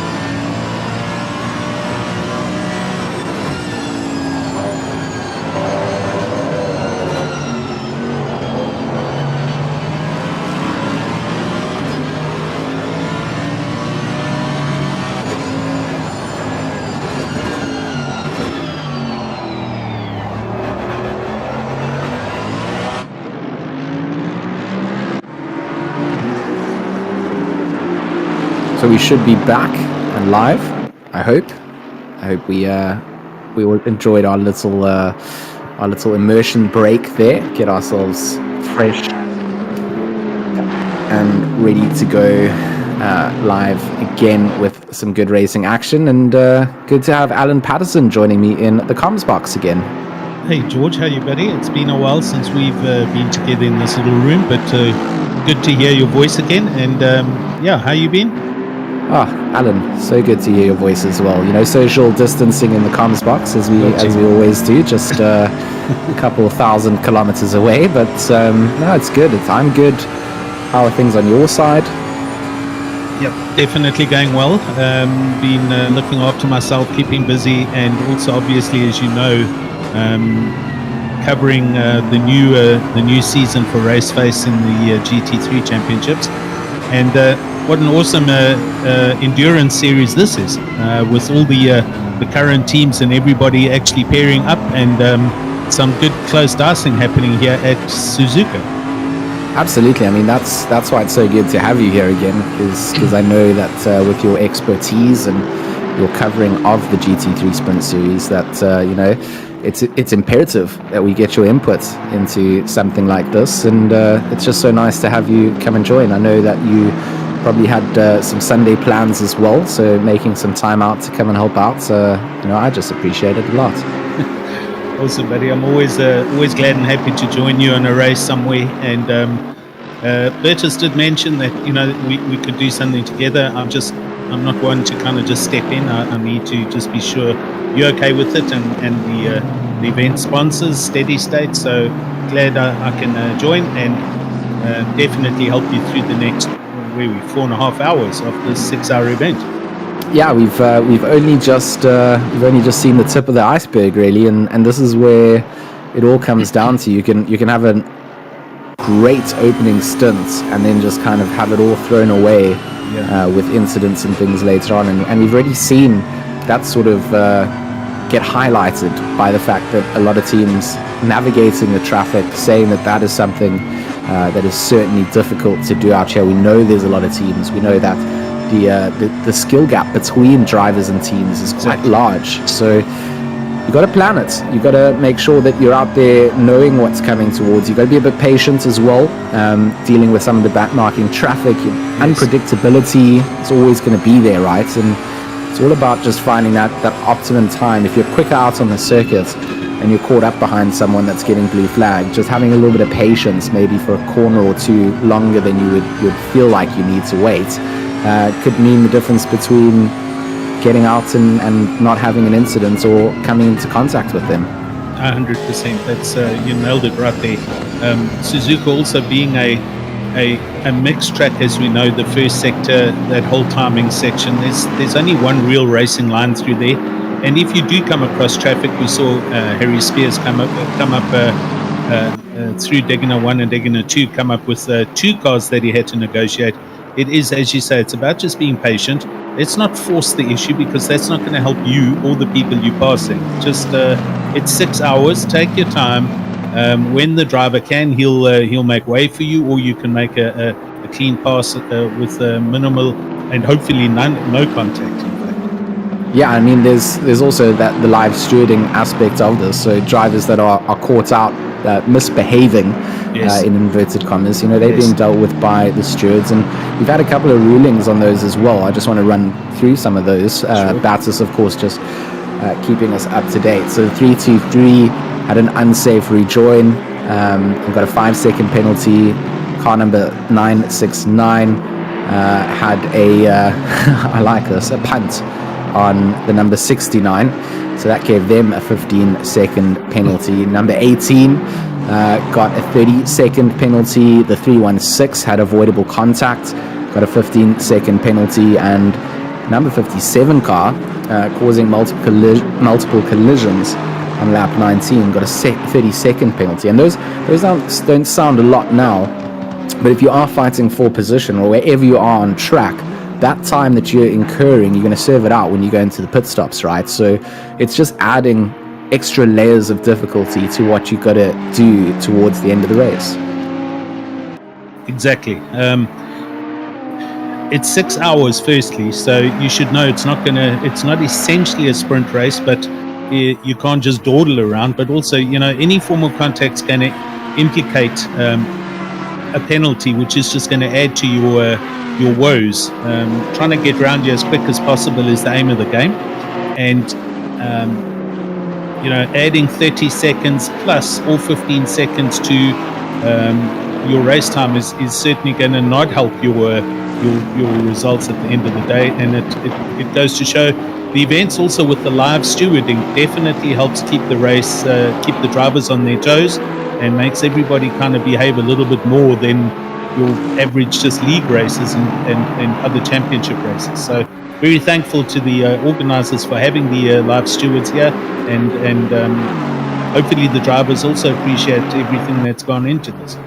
It's a bit of a thankless task. You're right on that. The stewards have what is the hardest job that I always feel coming in here, because you've got to take every single incident, you've got to review it multiple times, you've got to have input onto how that severity needs to scale up, and you need to be consistent on it. So you've got a very difficult task, and for a lot of the drivers, I mean, for them, they don't understand that layer 100% when you're on the bad side of a ruling where you feel like you shouldn't have been given a penalty. You absolutely hate the stewards for it, and it's not really fair. That projection and that anger goes out the wrong way most of the time, because those guys that are sitting doing that very thankless task, they're sitting there and they committing their Sunday the same as we are here doing commentary, but exactly. they don't really get the appreciation for it. So I think it's good for us to just shout them out and say that they're doing a brilliant job for us and enabling us to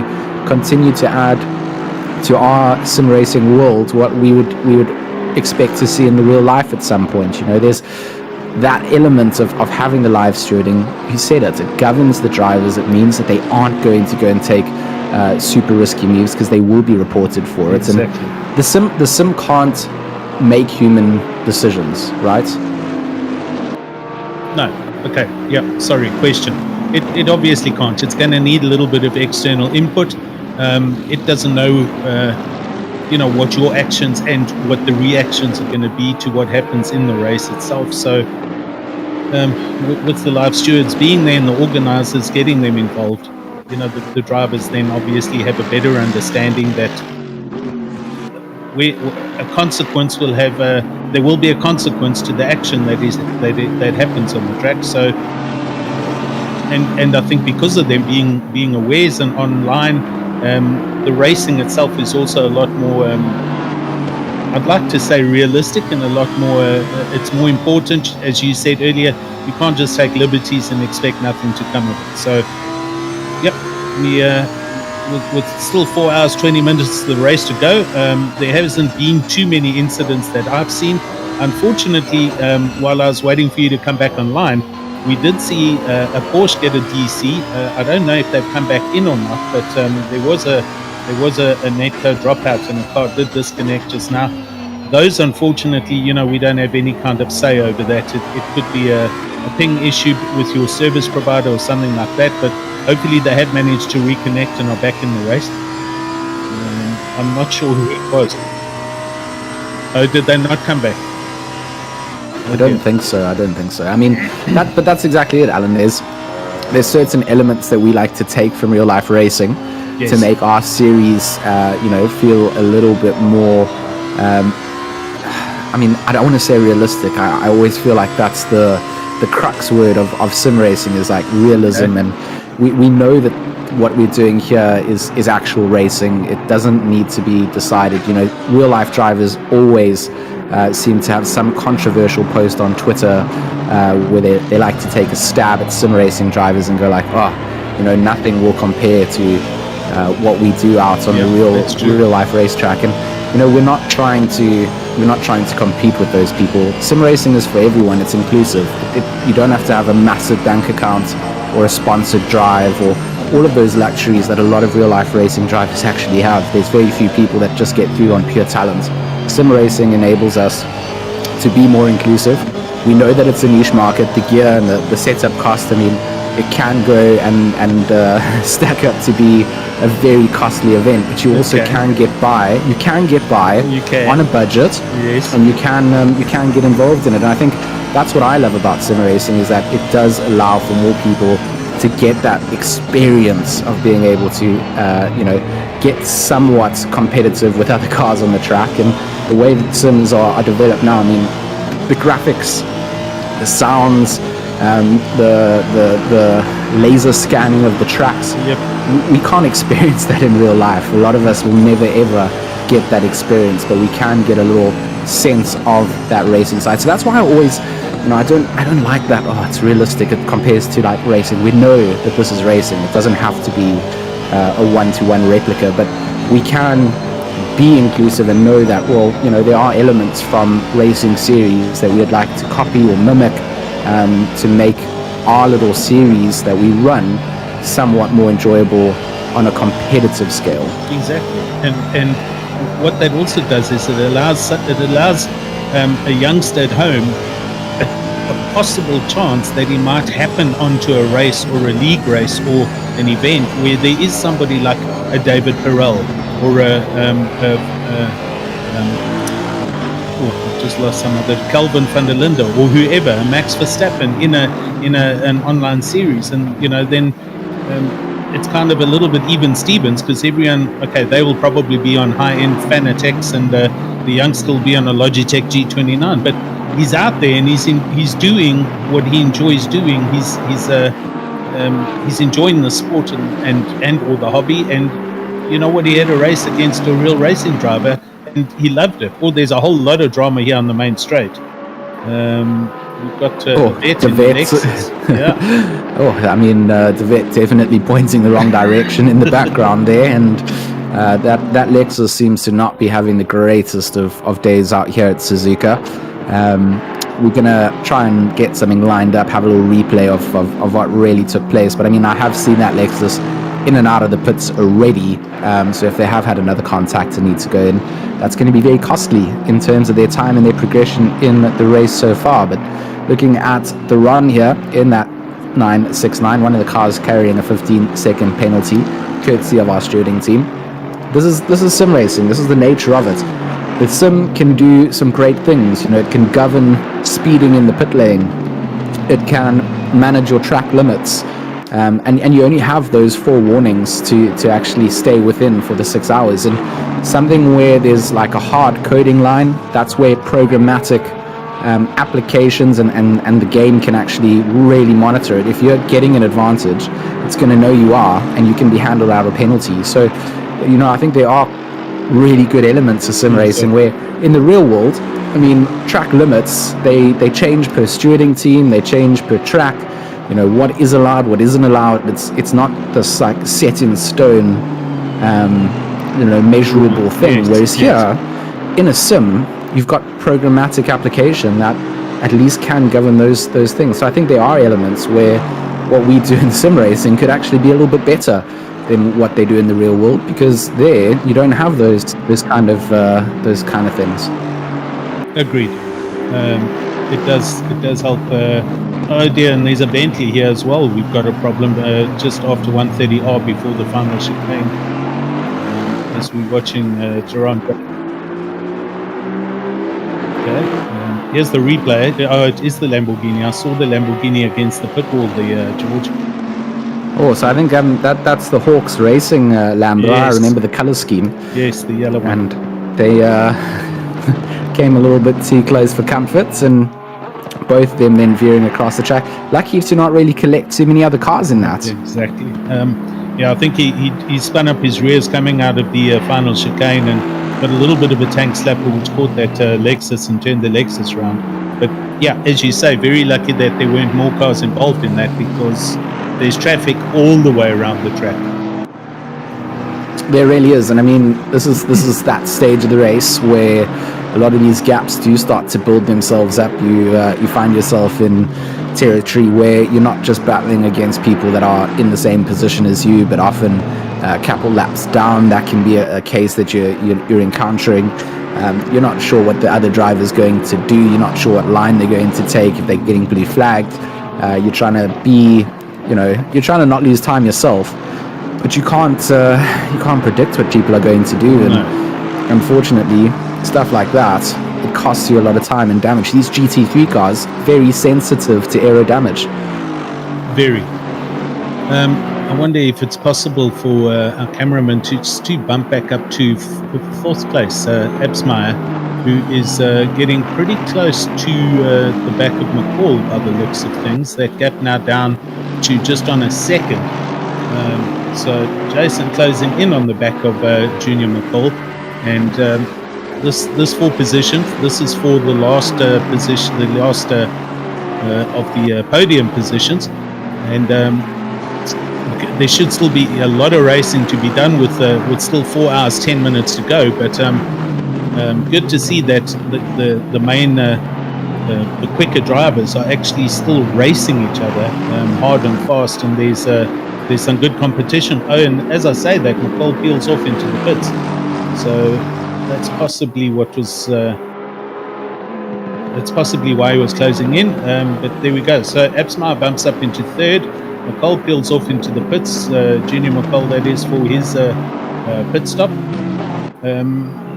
Jason doing quite a long stint really. Yes. Out in the car. I mean, he extended out when everybody went into their first pit stop. He kind of stayed out for an extra couple of laps, and I think he's really enjoying that Aston at the moment. I mean, he looks very comfortable in it. We know that he's a talented driver. We've seen him featured multiple times. Of course, he used to drive in my team, and has left there and done some sim racing with some other teams as well. But he's always an asset to have in the car, and he's done well to get himself to this position. And I'm quite keen to see when he hands over. We know that his teammate Kleb in this series. I mean, Kleb is one of the top defensive drivers that I've seen sort of consistently since I got into sim racing. He's not always the quickest out on circuit, but he manages to make every car that he drives at least 2 meters wider. Yeah, at least minimum. He is, he just sticks the car in the right place, and he makes you work hard for it. And of course, Jason, talented when it comes down to putting in those lap times. So I mean, that's a very interesting pairing between the two. You don't always need to have the top fast drivers in the world to get together to make an insane team. You need somebody that can do a little bit more, when it comes to the defensive side, getting those consistent laps in. Gotcha. So it'll be interesting to see. And you're right. I mean, he closed down onto McCall. McCall went into the pits there. Looks like they've served another one of their tire swaps. So maybe Junior burning through the rubber a little bit too quickly there, and just losing grip and scared that he's actually going to put it into a wall, gone and changed those tire sets. And they've also changed drivers as well. So Junior out of the car, Morgan back in. And Morgan really is a bit of a hard carry between the two of the brothers. He does a lot more of the longer stints. Junior, of course, a much younger driver, so maybe still learning a little bit more from his older brother. But Morgan does do a hard carry for the ATK team. Look, George, let me tell you, having watched them now for a good few races on the two other leagues, SISA and Raceface, Junior's been giving Morgan the right hiding, the younger, whoa, and here we go, the replay of the Bentley. So this is the Bentley that was stuck just after 130R. Thanks for finding that replay, production team. That's great stuff. But Junior's definitely been he's had the upper hand for the past 3 or 4 races that I've been covering. So he's picked up his game, and Morgan's either had a lot of luck or he's just had some problems. He's done 1 or 2 sillies where he's got a speeding in the pit lane problem, or got involved in someone else's collision, whereas Junior's just managed to get through all of that. So together, make no mistake, a very solid team. ATK Academy are main players, doesn't matter in what league or where you go and race. And they should, if they don't get involved in other people's problems, they should be in the top 5 at the end of this race, 100%. Yeah, that's what I was saying very early on in the stream was, ATK, they always in that top 3 in my mind. They like that consistent In Counter-Strike terms, in the days that I got involved in Counter-Strike, there was a team called Damage Control DC. They were made up by a bunch of much older players compared to the youngsters in the scene, but they were like the gatekeepers of the top 5.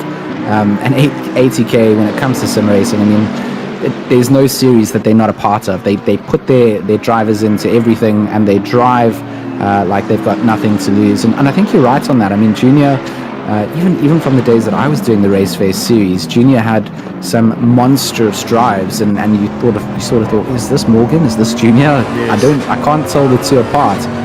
But it's great to hear that he's started to come into his own and really has some good luck out in the sprint series. Definitely. We did see an ailing Bentley taking a shortcut into the pit lane now through the final chicane there. The other thing I wanted to just query with you, when we were talking about AppSmire earlier in the pit strategies, I missed the first hour due to morning things I was doing this morning.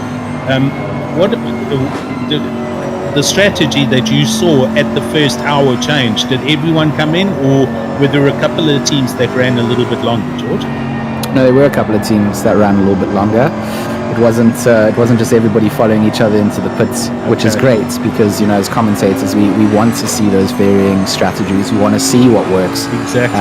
And you've got to try and get some advantage out there. You know, if everybody does the same thing, you're never going to be able to push those limits and see what comes up. A little bit close up in front there, as we follow from inside Johan van Rensburg. I mean, I love this camera angle that we get from production. This is actually the new contact lens camera, so it's within the camera inside the helmet. Yes, the helmet here. Yep. Yeah, so we've got the inside camera angle, and production on our ears, Alan. The stream can't hear it, but I mean, they're telling us they've borrowed this from Formula E. Oh, okay. Well, there you go.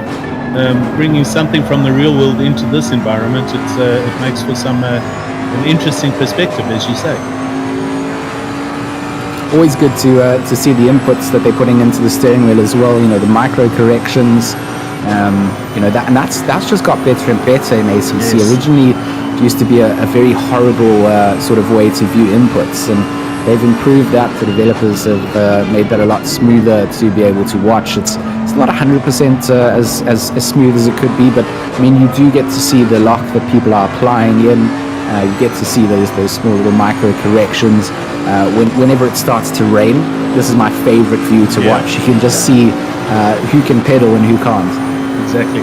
The other thing it also shows is who's in the cockpit and who's not, because windscreen wipers are working or they're not working. Exactly. This is very true. If you're running from a bonnet cam, and you don't really need to have your windscreen wipers on. You don't turn them on.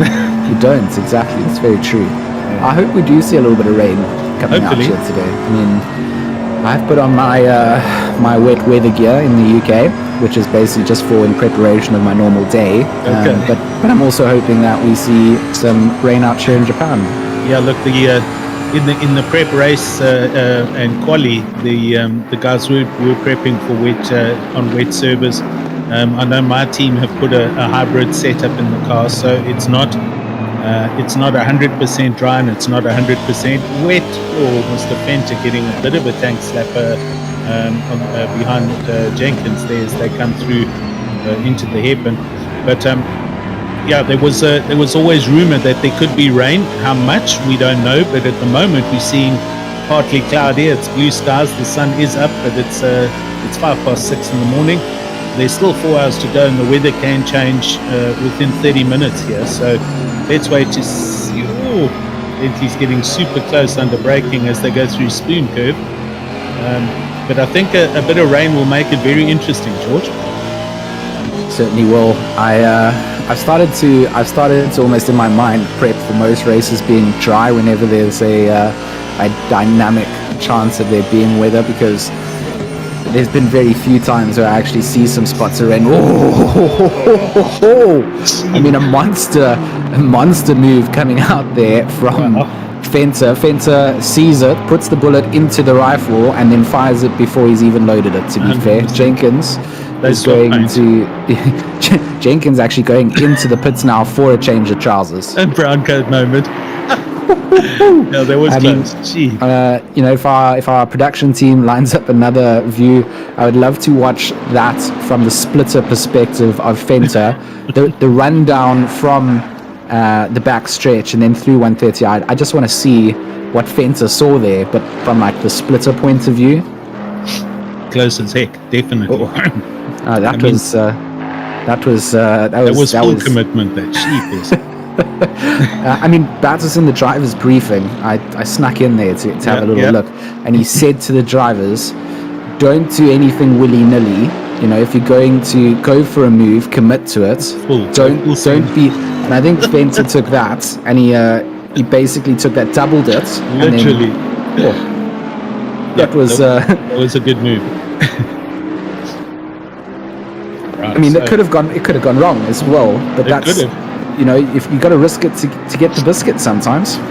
Well, he was hoping and praying that that McLaren saw him coming. He was out on the outside of 130R on the exit, and Fenter got a huge drive through there, so all good to go. As you can see, there's a number of cars coming into the pits again, so we're on the hour, those that are pitting. And hopefully, we're going to pick up the replay now of that pass Fenter did coming through 130R. Here it is, George. Here we go. he just full on. I mean, that is on the limits of grip. And if you didn't get that car turned in, I mean, that was going to be a big collision. But I mean, that was a rear end of note for sure. Oh, that was good. Thanks to production for lining that as well. I mean, it's so nice to have a team of people in the back end to you know, dig these out for us and still have the live racing and have the replay system going as well. I believe they're trying to line up another angle. Here we go. I mean, I don't know. Did the car? It did slow down hugely, and he sent it. He sees that he sees the Aston, little bit hesitant coming through that quick left-hander, and goes, "Well, if you're going to be scared of it, I'm going to take advantage." So I mean, that's a brilliant bit of driving and good corner to do it on if you're going to make an effective pass. I mean, 130R is not for sissies. Oh, and to do it up on the inside like that, and know that you then have to be on the limits. I mean, just incredible bit of driving. Also, just want to say hello to everyone on the YouTubes. Thanks for joining us, and hope you're enjoying the live stream. Myself, Alan, and George here in the booth. And as you said a while earlier, we've got a lot of support for the various teams out there. Absolutely. I mean, I don't know if you saw Bruno's message as well. Enjoys having you on the streams. And great to have him here as well. So, well, you here. I'm trying to read in like third person, but not third person. But Bruno, thanks for the comments. I also wanted to add, as I was asking you about the strategies, I know the rule book for this race says 5 pit stops. So we're at a 6-hour event. Here's a little bit of a topic of discussion, George. Anybody who has passed standard 2 maths knows that you know, in 6 hours, we can fit 5 pit stops in on the hour. But if we've got some drivers running longer and some running shorter, where do you feel will the benefit come in the last stint, so to speak? Is that the point that they are either running longer to minimize how much fuel they carry in the last stint, etc., etc.? What's your take on the strategies?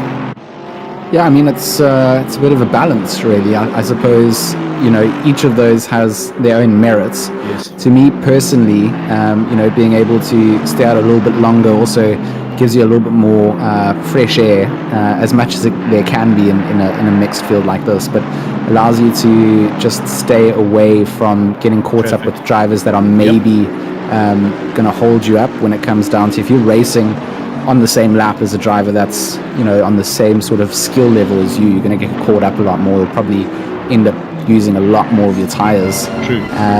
You know, if you're kind of out there with back markers, you do have blue flags that in a lap's time, you know, within a lap, they should give you the space to come through. You shouldn't hold you up too much, but it doesn't always work out that way. No, it doesn't. We're currently on board with our other fellow commentator, Mr. Koenig, in the Bentley. Stephen racing for try hard, I think. THT Racing. Well, I mean, normally it's TTH, so I don't know who THT is now. Okay, so possibly I've got that wrong then, but No, I don't know. I just Stephen, but I mean, I know that Stephen Koenig and good old Eddie Francis, the main manner behind Monday Night Racing, the two of them, they always challenge each other into these endurance races.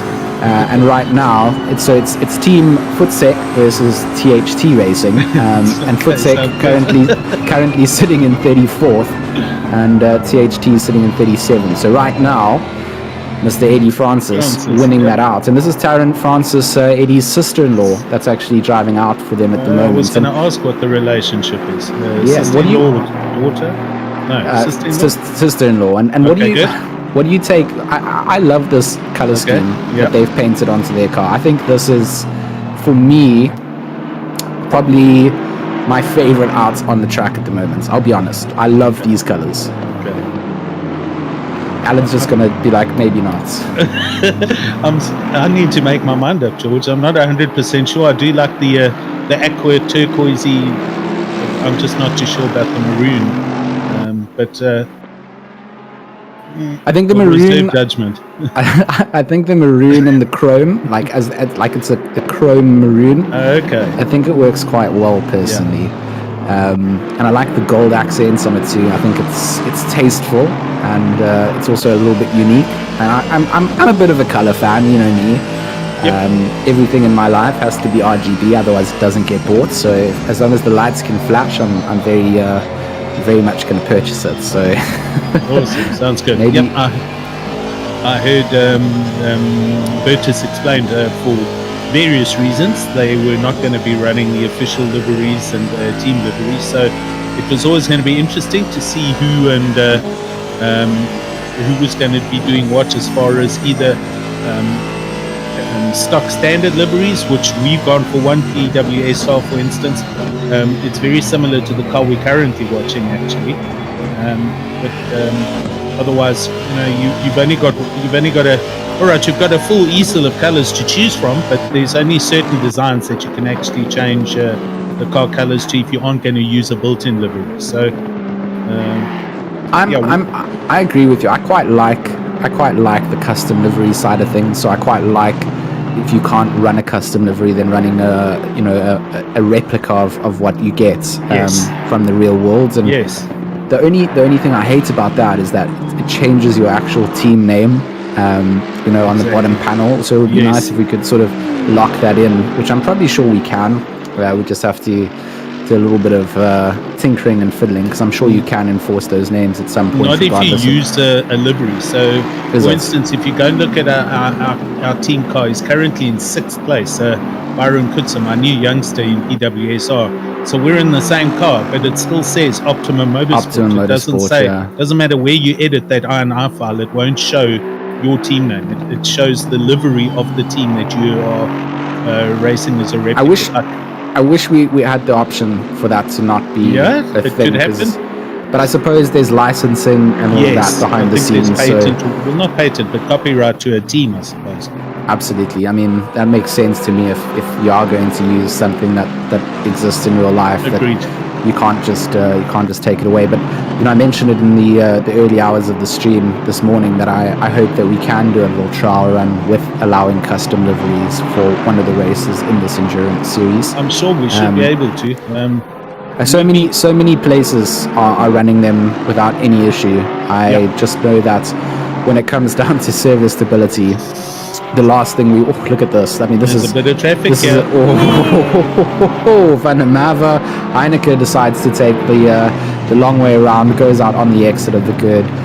De Fro is also just feeling that there are just too many cars coming into the wing mirrors, on board with Van der Merwe here, currently sitting in 12th place and trying to. I mean, there's not a lot of cars that are actually fighting for position in this bunch of cars. It's all people that just need to kind of keep to their own on the inside. Ascend from Van der Merwe, sees that there's going to be space given, and I mean that's it. You just gotta be patient, wait for the drivers that are not racing against you to give you space, Otherwise, you are just going to be impacting your own race later on. So it's all about patience and consistency and being predictable in these kind of situations. Look, just up ahead, we've got Isherwood. So the three of these guys are within half a second of each other. So it is for position. We just had one back marker that was in amongst them. So we can understand the guys trying to move along and get going as quick as possible.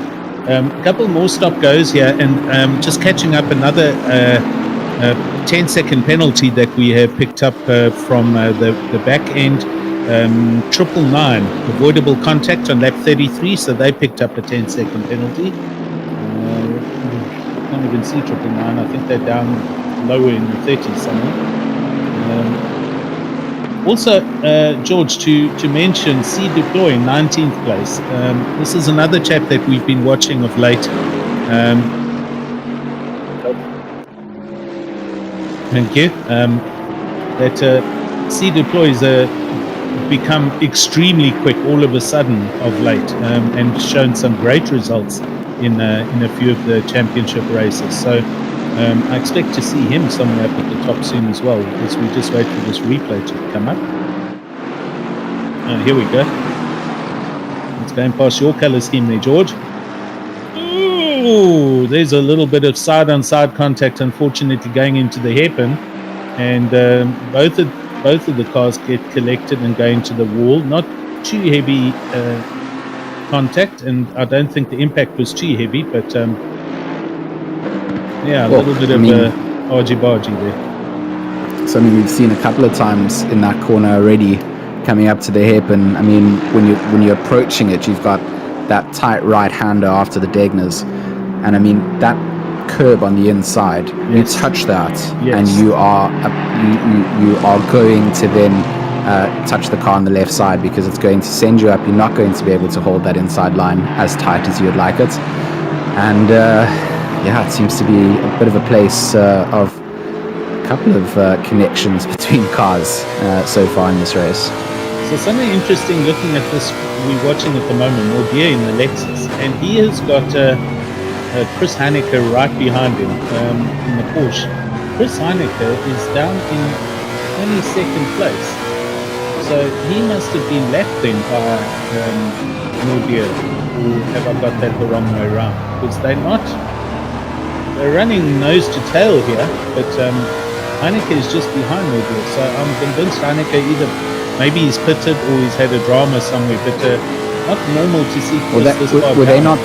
Was that not the Porsche that got disconnected? Oh, good point. That could be good one. Nice find, George. I think it was them. I remember we chose them to ride on board with, and that's that's kind of the nuance of sim racing at times. It's like you mentioned, the ISP side, the connectivity to servers, and there we can compare it to in real life having something physically go wrong with the car, which we don't seem to have the best of simulation when it comes down to in sim racing. I mean, there are times where people have reported on complete brake failures and things like that, but you don't really get those huge technical difficulties, and that's kind of like in sim racing now. What we have is, if someone gets disconnected, they come back in. It's almost like that, to do like a massive engine repair or something like that. In your mind, that's the best way to look at it, because it does put you quite far down the field. I've got you. I had a little bit of an open public debate yesterday or last night on the big international event that took place. It was the 12 Hours of Kyalami. And the VCO Cross X Simgrid. And we had Jordan Sherritt 10 or 15 seconds up the road in first place, and they just DC'd right in the middle of the race, out of the lead. And I've got a feel for people. I started commenting about it not long after them. Then the famous Dalking fraternity, they had a DC disconnect, which was live on stream, and one or two other cars, and the leftovers of the cars were kind of like lying in the half buried in the back straight on the Kyalami track, and there were a lot of comments being thrown around about this, that, and the next thing. And I, for one, was wondering, Kunos and the developers actually take note of these things? Are they aware of them, or is it purely it's your fault, it's your internet connection, we hold no responsibility to the crash happening? Where does that fine line get drawn? Well, I think it's so difficult. Like you said, it's a bit of an open debate. Something that I wish happened, which a lot of other sort of arcadey sim racey type games also do. Like in F1, if you get disconnected, you kind of get autopiloted around, right? You just have almost like a bot control your car until you can get back into the race. Yeah. There's that option of maybe something like that, but that obviously has its pros and cons too. I'm 100% sure that Kunos is aware that these things happen. I think there is probably more in-depth delving that needs to take place to figure out which side it often is on.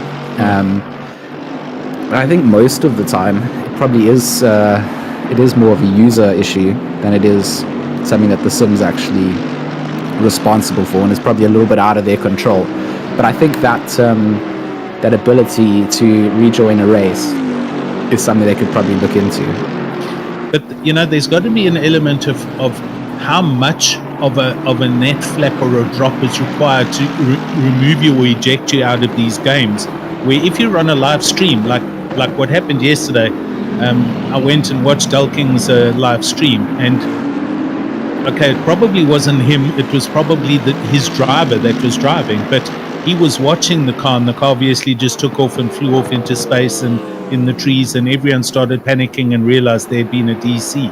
But it was happening live on stream, so the internet connection was in fact there, yet the car got ejected out of the game. But people are talking about having permanent IP addresses versus what our service providers offer. That could be a problem. It would be nice if they could build in a little bit more robust kind of structure towards how this game works, and maybe add a little bit of meat into buffering of how the coding works. That it might be a flap on the internet service provider that's a couple of milliseconds, but doesn't drop you.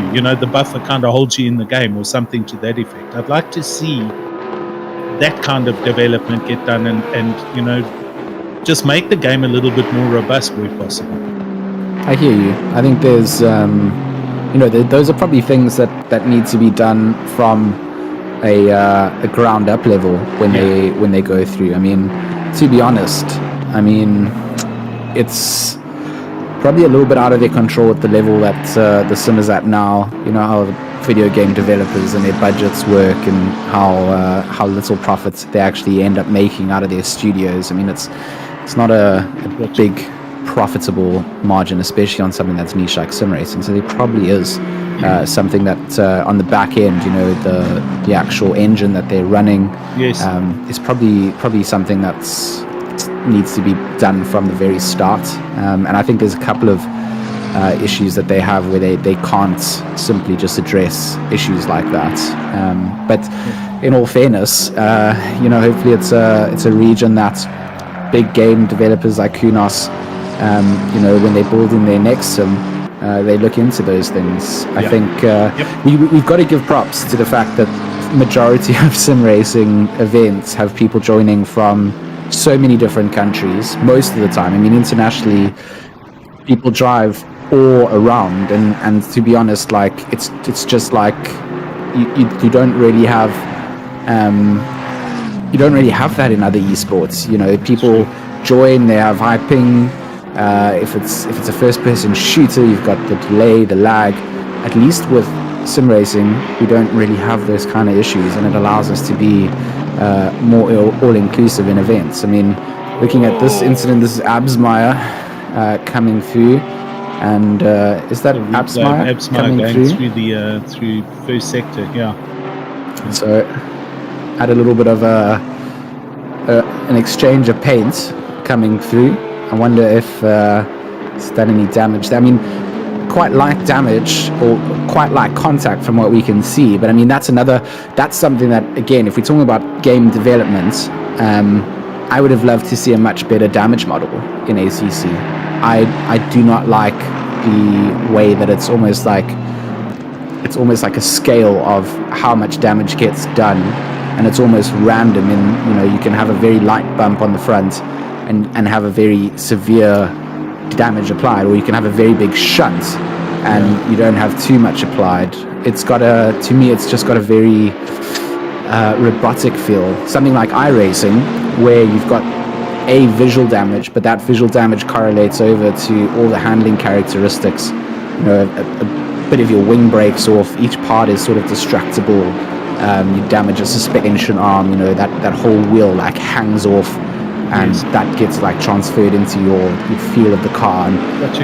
I think that kind of these cars having a big prang, some visual damage onto the car, how that affects the aero, all of that kind of stuff could go a long way.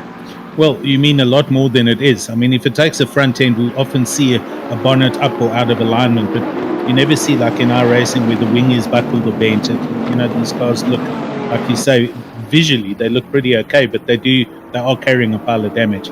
We're just watching Fenta again now as he comes through the first sector, and here now Deployed. This is the chap I was telling you about, Christian Deployed, who has shown immense pace in his Bentleys in the past two or three races in the local leagues. And he's been kind of popping up in amongst the Rose and the Tariqs and the Luke Addison. So he's found a whole lot of pace of late, and I think he's going to go somewhere very far. On that subject, I just saw Ken's obviously on the YouTube channel shouting for Luke, young Luke Addison, who has just made this big jump to this new international team, and he's currently running in third place on the track. But I think they've got a little bit of a staggered pit stop strategy going. So we'll have to see. Right now, it's very difficult to pinpoint. I mean, I thought it was a little bit heavy-handed that Jason had to go past those cars in such a quick rush through the first sector, because he wasn't really under pressure by somebody there, but he's obviously trying to just keep up the momentum that he's lapping at the moment, which makes me think that there is possibly, the gaps are closing up somewhere in the top five, and the guys are trying to hold on to their positions as best as they can, coming into halfway into this race. Certainly a little bit aggressive coming into those S's. I mean, those things need to be sort of looked at. Oh, you're right. It's down for LaRue in 29th place. Is that something that's been handed out by the stewards, or is that exceeding track limits? Because if it is track limits, it is very much early in this race to have used up all of those warnings. All four of them. Yeah, I think that's game issued. I think we've only seen time penalties issued from stewards, but they probably had a really hard time through through 130R, and probably also through the first sector, which is pure timing. And if you get that all wrong, it's very easy to put four wheels out of the white lines, and you gain an advantage, and you then gain a penalty. And as you said earlier, you only allowed 3 of those in 6 hours, so you have to use them sparingly, especially trying to run here as we watch Van der Merwe go through 130R. You can't run out onto the right hand, the track excursion there, because that's going to generate an off track, and you only have 3 of them, and then you're going to get a penalty when the next 4th one pitches. And over 6 hours, as you say, they've already, if that was because of off track excursions, that's very early in a 6-hour race to have already generated 4 off track excursions with your wheels. So got to slow it down a little bit more, and try and keep it on the black stuff. Well, I mean, now it's too late for them, right? I mean, exactly. every time that they do gain advantage going off track, they will be given another drive-through penalty. And I mean, we talked about little 15-second penalties, and we say little because in a 6-hour race it doesn't feel like it's massive, but a drive-through is. It's time-consuming. and you're not getting any benefit of actually going into the pit box. You can't change your tires, you can't change drivers. You're purely serving out something that is never going to benefit you. At least with a time penalty, yes, you have to serve it out when you go through. Or there's actually two. Myberg and Leroux both have drive-through penalties to serve out. So I mean, if both of them have used those up, it's going to be a long 3 hours and 35 minutes for them. Exactly. But Just a reminder, sorry, George, everyone on the YouTube and everyone you watching the first of 6 rounds of the steady state endurance series that has been established here with Raceface, and a great track to start the season off on. Suzuka being part of the Intercontinental Series, and a very, very good driver's track as far as endurance racing goes. And we're seeing that because we're seeing teams mixed. Okay, we're seeing the usual suspects, let's put it that way, up at the top sharp end of the stick. But there's a lot of racing going on all the way through the from 6 to 10, from 10 to 15, and so on and so forth. So everybody's hopefully enjoying the team affair. And I think there's also a handful of drivers that are actually doing this solo, George. Yeah, that is pure brutality. Just trying to do these things solo. Not something I would ever be able to do. So my hat goes off to them. And to be honest, it's absolutely mind blowing. But I mean, talking about that endurance series, Contreras in the pool. Oh my word! He arrived very quick through that little chicane, and there was somebody going through that chicane. Very expensive lawnmower. That's a Porsche, definitely, from Contreras, and he kind of took the highlights away from our endurance series there. But I mean, this series is cool. It's got some great tracks lined up. Round 2, we head out to Mount Panorama. So if you're looking for scary racing, then you got to realize that out at Bathurst, things are going to get incredibly tight.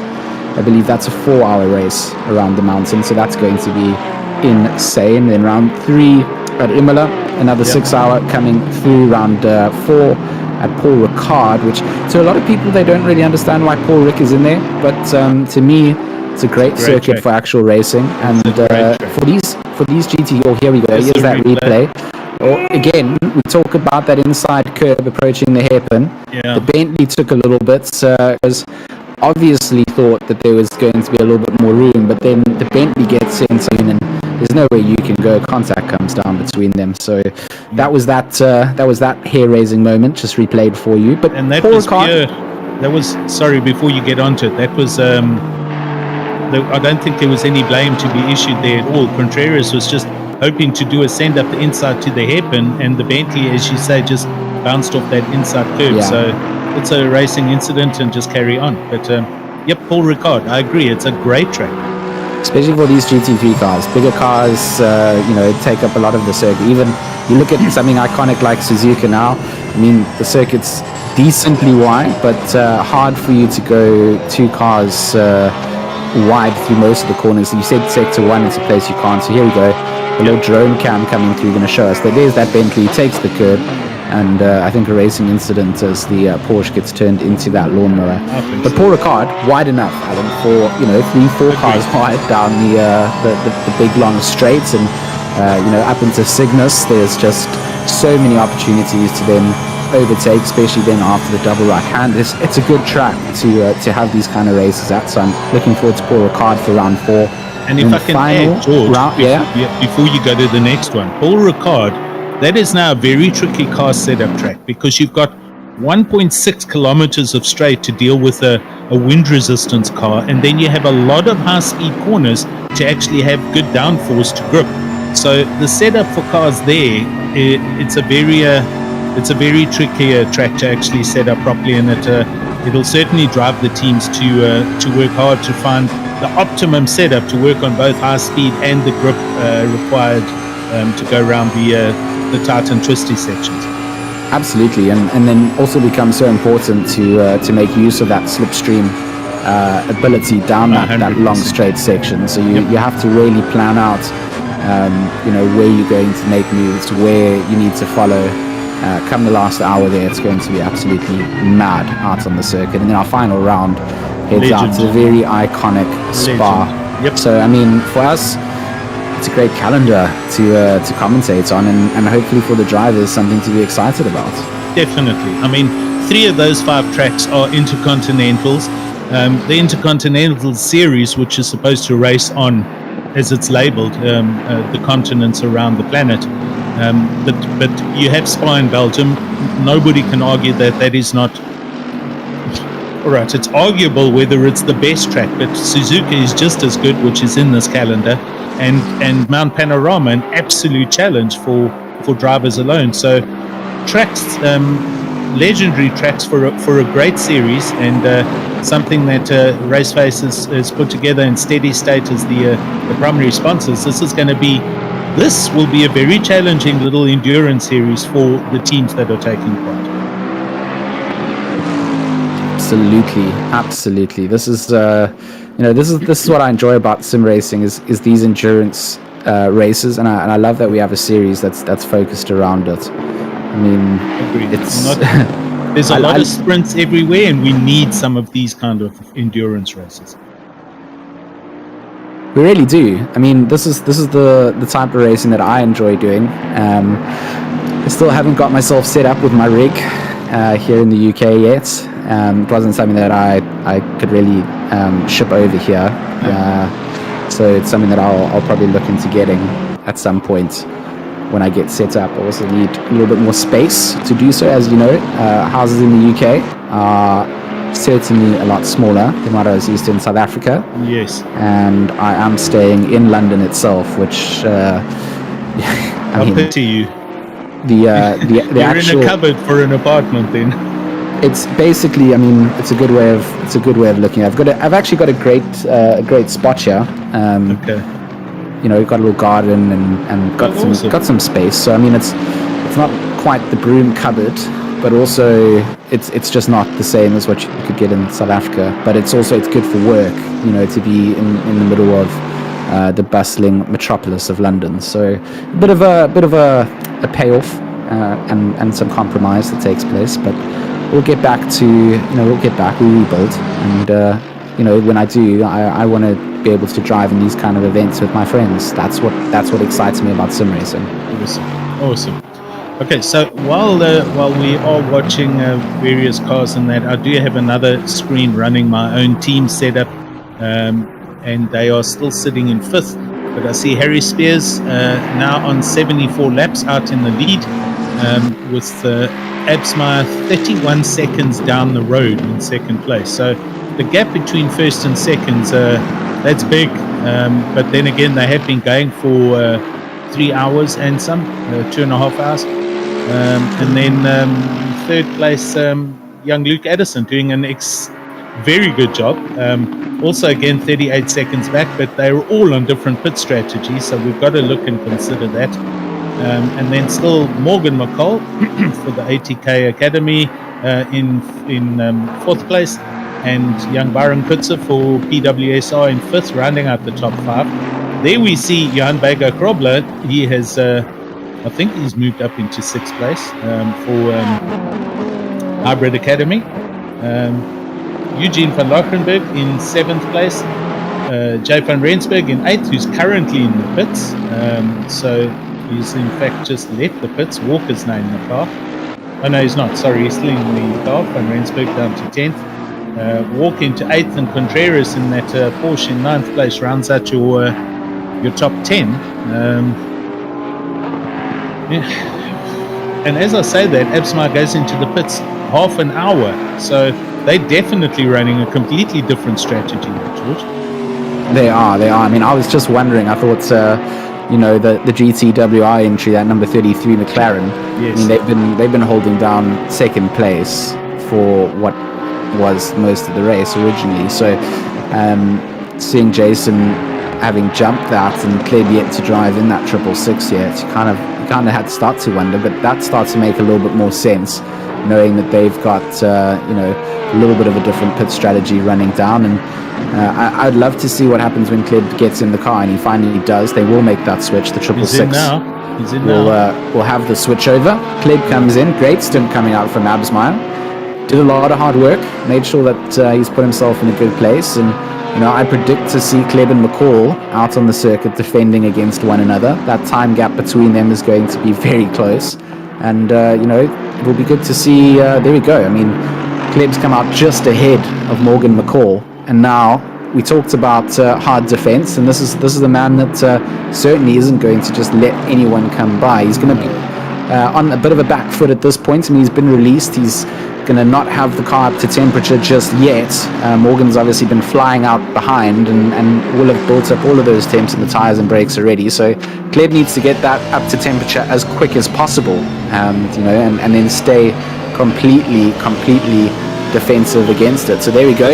On the side, Kleb is not going to be in the ideal place. Oh, he's going to give that position away almost, but he's going to cut back here. He's going to have the inside line. The drive out of the hairpin, not quite there just yet. And very, very bold move coming out from Morgan.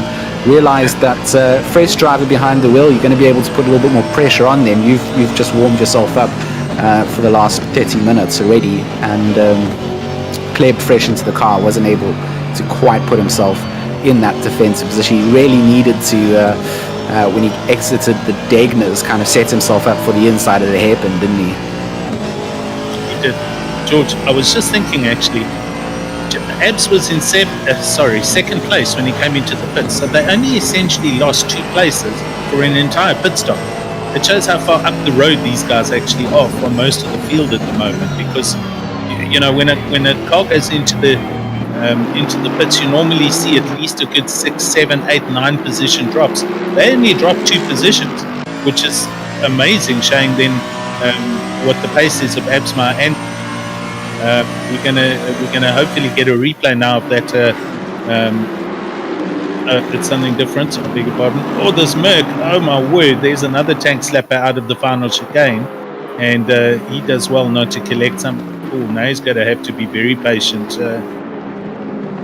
You don't want to be facing that way. That is a difficult donut to swing around there.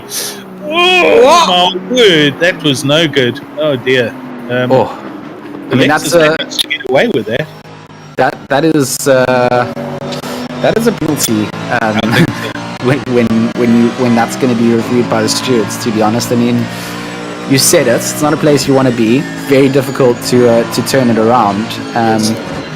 You're almost better trying to do the donut the other direction next to the pit ball, and not turning into the incoming traffic. But I mean, that corner is so blind. You're not going to see what's coming around there. Your mini map is showing you very little detail. And in this stage and phase of the race, there's not going to be too many gaps that you are going to be able to turn it around. So it's a difficult situation to be in, but that was a good demonstration of what not to do into oncoming traffic, really. And he's in the pits, so he must have gone. Did he go around for a lap, or did he just eject to pits? That would have been a bail to pits in my mind. I mean, there's no ways he would have. Yep. He would have been able to go around a full lap after that quickly. It would have been. He would have cut out half the circuit. Yeah. So he's going to sit here for 2.5 minutes, give or take, waiting for the controls to unlock themselves as we watch Morgan McCall still managing this third place and looking back at Etienne Kleb, who's just got into that car, and he's obviously getting up to speed and will, if he can, close down, although I can't see that happening. He's going to just maintain that gap. Mr. Densham in his big Bentley down in 11th place, and he is looking ahead at Van der Merwe in Aston Martin. This gap under a second, so this is one of the closer positional drives on the track at the moment, and a healthy 11th place for them as the clock keeps on counting down. 2 hours 40 minutes done in this steady state, 6 hours of Suzuka. Lots of racing still to be done. Contreras here also was the other close race on on the timing screen, and you can see by the delta they're actually next to each other as they go through the final chicane. Weather's still looking good. Blue skies I can see up there. I don't see enough coverage to induce any rain in the near future, but we're going to cross our fingers and hold our breath and see what happens if it does come down a little bit later. I mean, what a nice drive coming out from both these drivers. I mean, we saw Contreras had that incident coming into the hairpin, but has caught up. Here we're going to have a little replay look at King having just tapped the front panel there and ended up getting spun around a little bit. Nothing too hectic, but I mean, this is an on-track battle. Contreras versus Walker. Contreras putting so much pressure onto Byron here, and I mean, that's my team in front of them for White Rabbit Gaming. Very new drivers coming through, and great to see them having such a solid run, currently sitting in 8th place. I mean, for us, that's this is a team that isn't made up of drivers that have come from the big names. They literally have just gotten into the sim racing side. Phenomenal performance coming out from them, and I'll give them a little bit of a shout out just because I'm very proud of what they're managing to do at the moment. And so you should be. The pressure that they're being put under here. I mean, it's in also talented driver from the GT Sport world. Again, one of those Call of Duty players that's made his way over onto the platform for competitive sim racing on PC. So these guys, the talent that has come through, I mean, that's where Tariq Adams comes from. That's where Luke Addison comes from. I mean, I met them online in their COD days, and under braking here, going to miss the braking zone is Ayrton going to go and have to make use of that escape road, and he does give that position back that he gained. So I mean, that's sportsmanlike driving. It is. That's kind of what we do like to see. It's a standard that we kind of expect in the leagues. If you take a position unfairly, it's only right that you should hand it back. If you cause a turnaround, wait offline and let the driver take his position back. That's great stuff and good to see. Looking also backwards from the Bentley at the Porsche, so this is looking both directions for each car. And I see another DT there. I do. Oh, and it's for Deployer. It's Christian Deployer, who I was making a whole lot of noise about earlier. He's just got a drive-through down in 14th place. And a drive-through at Suzuka is not something just to bat an eyelid at. There's a lot of time going to be lost for the time through this pit lane. So that's going to hurt them and knock them down a good couple of positions, I think. You know what I call it, Alan? What's that? It's the commentator's curse. If you big up anyone, there's going to be, and I'm scared now about what I've done to my WRG team in this 37 Bentley, because commentator's curse comes, and commentator's curse does not care for who it punishes, and hopefully it's not going to swing back and punish me on that. But what a nice battle here. Contreras just all over the back of Walker. This is where his moment is going to be. Walker going to try and put it onto the inside line as they drive down the back stretch. Doesn't want to give up 130-yard drifts across to obviously just get the run through. Does not want to allow that braking zone to be the place that Contreras gets through. And good driving from Contreras. Gets that Porsche turned through. Will he get the cut back through here? Gonna tap back. And the commentator's curse, I told you, Alan, does not punish anybody unfairly. But he is just hanging around to sort that out, and no, he's not. He's footing it. So, I think the Bentley's gone into the pits actually. So no, he's still there. He's in the background there. Oh, right, he's back and facing the right direction. The color was a different color, but okay, there we go. So I'm sure that'll get sorted out. We were watching a split screen with another dice going on. I think it was with Fenter, but right now we're just watching Contreras go through first sector, the rhythm section, and this is purely timing, right gearing, not too much speed, otherwise you actually ruin your entire lap. And here's a replay of that. Through the final sector, the Porsche just getting on a little bit too quickly than the Bentley did onto the loud pedal, and that the ensuing turnaround for the Bentley. But Walker got it turned around a lot quicker and didn't lose any positions. Well, he did actually. He lost that position, but not too much drama happened. No, and I mean it's unfortunate. I mean, it's one of those things. Stewards look into those kind of things, and they go, well, you know, was he scrubbing excess speed going through that section? Was there responsibility on the following car to make sure that they didn't come into contact? Because that's generally the way that we look at things. It's sort of the onus on you to make sure you don't collect the car in front. But there are certain circumstances where maybe you are carrying unfair speed drops coming through, catching other drivers off guard. So all of those things have to be considered. And to me, you know, he did give a little bit of a wait as well. Didn't just drive off immediately. You also, I mean, that's a very sim racing thing, is waiting for other drivers to come through. Like you said, it's something that we kind of instill in the leagues and we try and make a thing. Yeah. But in real life racing, if you have a contact like that, you kind of just drive off, right? You wait for the stewards to come back and handle it. There's very little driver sportsmanship in saying, okay, I'm going to wait for that person to give the position back. If you gain the advantage off track, you're often told immediately by your team, you have to give that back because the stewards have told you have to, because it's not something that people just do out of the goodness of their hearts. I feel it's okay, you've been caught overtaking off track or whatever it is, and teams can then sort of protest and say, oh, they did this, and then goes through a whole spiel, and then it gets given back. We kind of want the drivers to have that on them to know when to give the space. So there's always a bit of an argument around waiting after an incident. I always feel that it's sportsmanship that comes first. If you did it, results. You should be waiting. Yeah. That's how I feel about it. Exactly. But I mean, that's a completely sim racing thing that doesn't exist in the real world.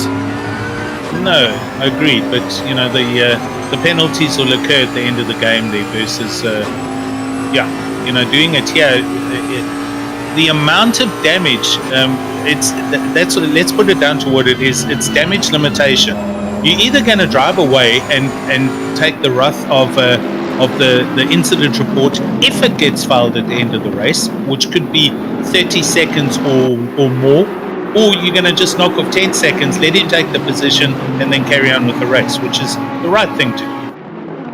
Yeah, I think that's a good sort of topic for debate as well. Is those post-race penalties for people, they don't really, in my mind, often really encapsulate the severity of the incident that took place in that moment of the race. So for a lot of drivers, it's more worthwhile to almost just drive off and not wait, and rather take the applied 15 seconds. Most of the time you never exceed a 15-second time penalty when these things are reported. So there needs to be a stricter post-race stewarding protocol, in my opinion, for events where it's something that you've impacted it. Because just from personal opinion, I feel that there's no real loss in having an incident and then letting it go to the stewards post-race if it's reported, because you know that you probably get away with a much lighter penalty and you'll lose less time than actually waiting. I hear you. I think needs it's to be dependent. Yeah, for sure. Yeah. But I mean, most leagues don't get post-race the post-race stewarding done correctly. I hate to say it, but if it was done more correctly, you would see more people backing off in situations as well, because they know that there's going to be a much bigger impact for what could happen. It's like a little rap on the wrist. I've got you. On our league, and when I was admin there for a year, turnarounds and that carried with them a 30-second or higher penalty, and they were issued without debate. And it helps to streamline and make that racing a lot more cleaner. Guys then think about the process, and the whole thing about it was my mistake and lifting and letting him come back. That is very much supported, and the drivers most of the time, it calms the driver down who got turned around, and the incident report doesn't get filed. So both drivers actually at the end of the day end up with a better result, you know? And it needs to be like that. It legitimately needs to be something where there is actual impact coming through. And there's also times where those post-race stewarding decisions are they can be very much I don't want to sound like a complainer ever, but I'm saying that I think that sometimes incidents which should just be racing incidents end up being viewed too strictly, forcing people not to race how they should be. And that consistency is something that I think is very key. You need a team of stewards that are only stewards. They steward as like how we do commentary. They don't get involved from a racing perspective. They don't have vested interests, and they have experience in purely stewarding, and that gets applied as they see it coming through. And I think that's where a lot of people wanted the whole MSA involvement coming into sim racing, and it's for that consistency of decisions, which again, having them come through didn't really do that. And that's where the frustrations lie in this, is that there's no independent party that can be impartial and apply the same thing across all boards, and it needs to be that way. Yep. And I think that there's some series do get it right. Absolutely they do. I think, for example, like the Sim Grid, I think that they are a good measure of how to run things. I mean, I'm part of RCI. I know that we don't have a perfect process there. Here at Raceface, we don't have a perfect process. There's still things that we can improve, and that's always going to be the goal. There's never just going to be a pat on the back because I feel like, look at Deploy here and Fenter dragging it down the straight while we talk.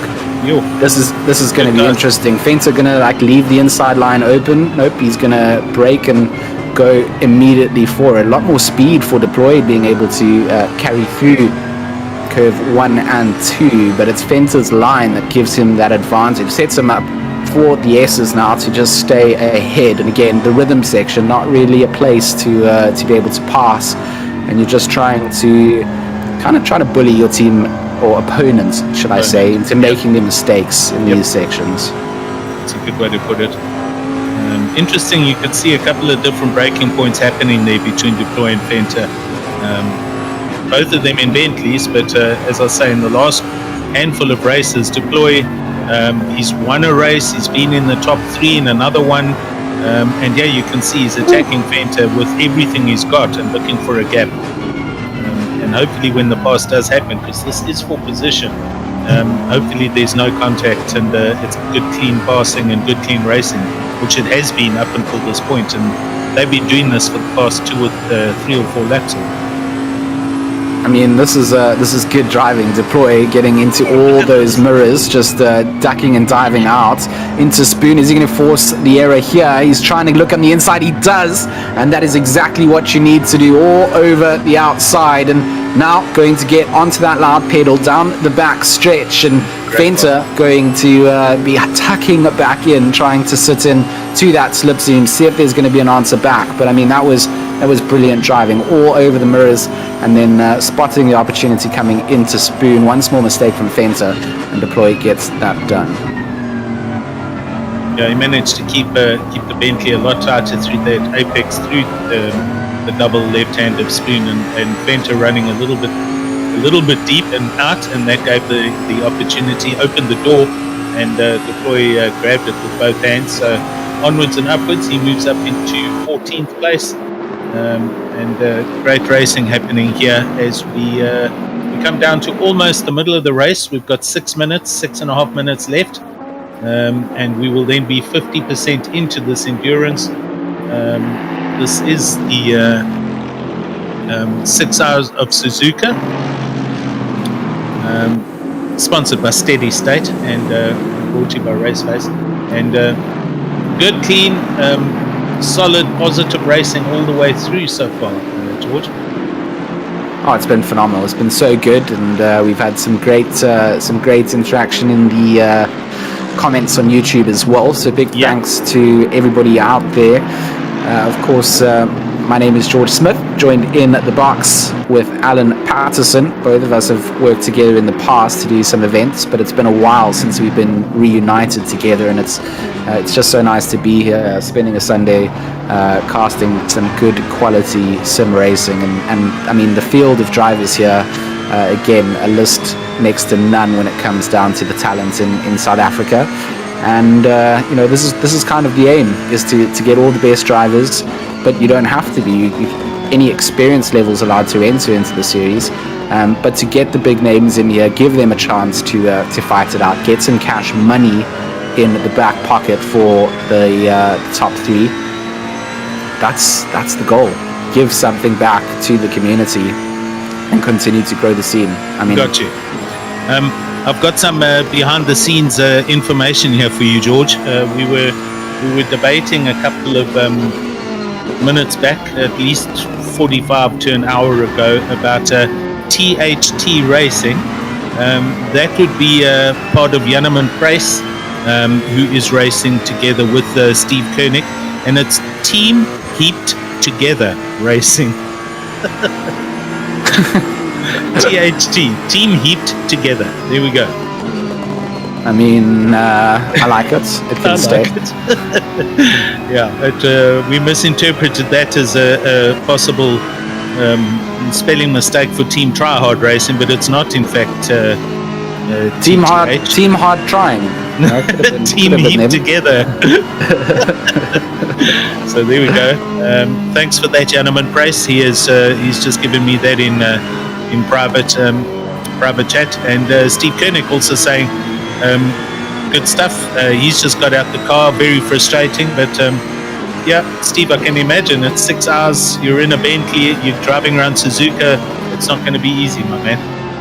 Nobody said it's easy. You don't sign up to this kind of thing. Oh, little mistake, as we see you run a little bit too wide out of Degner, and just ruins that entire run back down. So Van Vuren then going to come through. Van der Westhuizen actually it's not even on track for position, right? That's just two cars getting close, and unfortunately just having to make some space regardless. And you know what, that's the thing, we talked about it, it's all about navigating traffic, it's all about trying to make some space for others.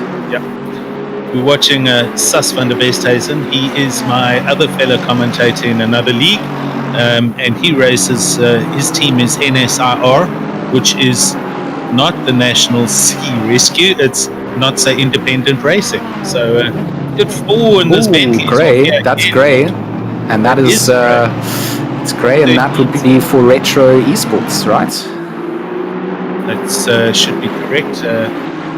130R taking another life. Get the National Sea Rescue. Yeah, we've lost a Boatley. Very clever.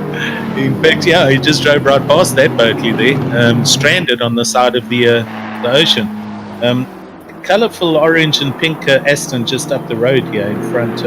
SS is chasing him off on Rensburg or from here. It's over, I think. But good colourful field of cars, and everyone seemingly enjoying the freedom of expression as far as the custom paint jobs goes. I mean, that's why we've got the pallets, right? Is the ability to have all of that. Exactly. Good point. Oh dear. Okay, so another little message from Mr. Koenig.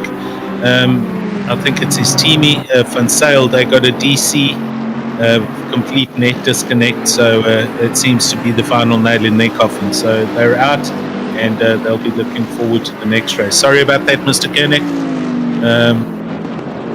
Tough racing, and Oh yeah, I just saw Sas van der Besthuis and that car we're watching just now under the bridge here, just hammer into the bridge.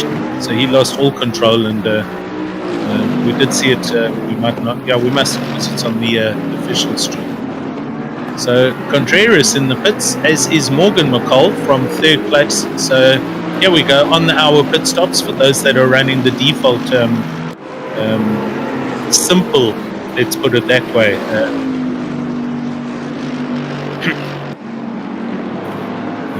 Pit strategies, and I think I'm going to, if possible, just go and grab something to buy quickly and grab a cold drink. George, are you gonna? Absolutely. I mean, we can go for another immersion break here. I mean, that's the name of the game. Our production team, they need to get fed and watered, and of course, you guys in chat, you need a chance to go out and get something to eat. Stay hydrated. It's very important. So we'll stay with this battle between Clue and Densham. We'll ride on board with Clue, and we'll be back with you guys very, very shortly. So enjoy the immersion break. Enjoy the Steady State Endurance series, and we will see you in about 10 minutes. Yep.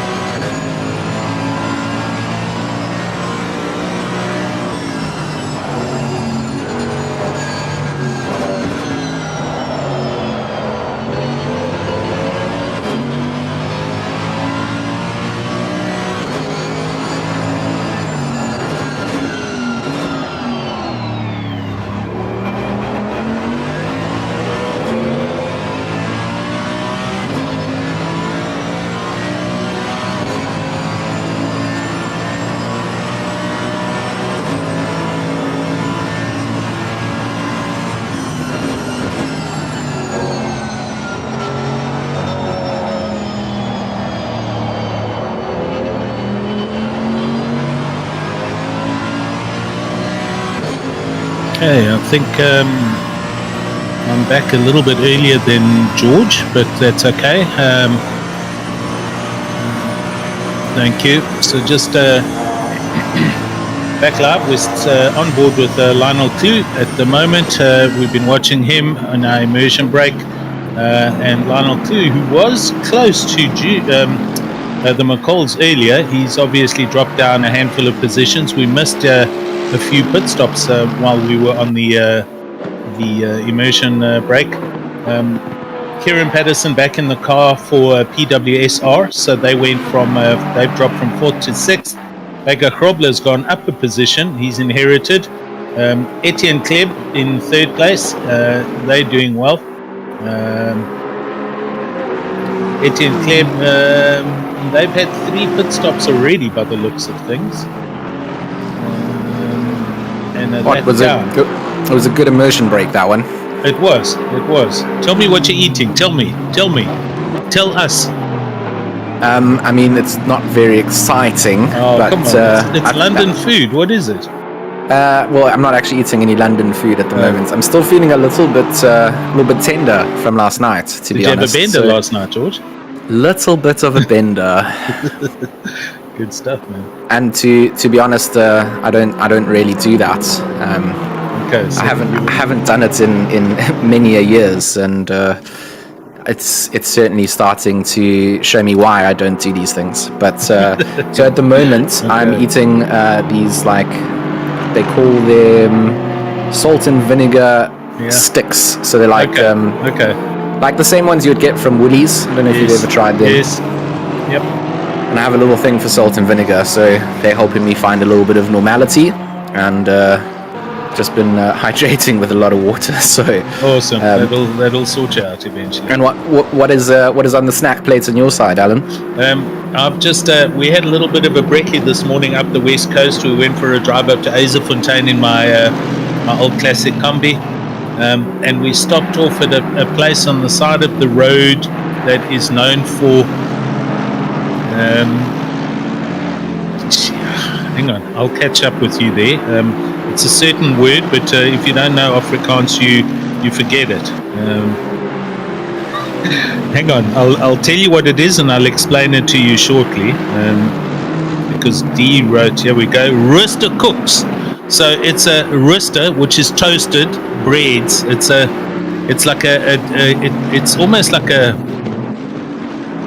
bun. I could put it to you in simple terms, which is then toasted on an open flame or on the braai, on a barbecue, to go all brown, and then you put various toppings inside them. It could be something like mince or cheese or whatever, and it's called in Afrikaans a roosterkoek. And not a word you want to mispronounce on YouTube. To be fair, exactly. So we had or even put into Google searches, to be fair as well. Anyway, so that's what we had with a very firm coffee called a Moer coffee, a very strong coffee, and then we drove back from there. I also went and got some jams and confeits and stuff like that, which we have on toast, and I just had a slice of bread with some of that, with some jam on it now, and a glass of Coke. But that's fine for me. A quiet day. I made some sweet and sour pork last night, which was grand, and we've got leftovers for today, so tonight. Oh, I mean, it sounds like a little feast going down. It makes me feel inferior with my salt and vinegar sticks. To be honest, Van Sale is just having a right old time. He's catching up to Richards. And I mean, at the moment, that was Spears that just drove past in front of him. That's our race leader getting caught up in some traffic here. So, I mean, Spears probably also wishing that he could get involved with some of those confectionery delights that Alan has. But he's still got 2 hours and 45 minutes before he's going to be allowed to snack away on anything. You see Richards come hauling past there in the Aston Martin. But I did see another drive-through, as we also now see Walker from 25th going to the pits, just up on the timing screen. So a lot of drivers and teams still doing their pit stop strats. It's a forced 5 pit stop race. In other words, it's compulsory to take 5 pit stops. You can't run a 120 litre tank and get away with 4 pit stops. So, but in saying that, we have seen a handful of different strategies going on. One of the ones up at the sharp end of the stick with Jason Absmeyer pitting on the half hour, not on the hour. So they're running complete opposite strats and possibly trying to get them into clear air and not into traffic on the track. It's all happening right here for Van Zyl. There is a car just coming up on his left as we're in car cockpit with him here. And they're now, they go through it's B King, and they get through 130R safe and sound. And now it's a pink Mercedes. That is Junior McCall. So the Junior McCall puts a lap on Van Zyl, and they carry on and march on.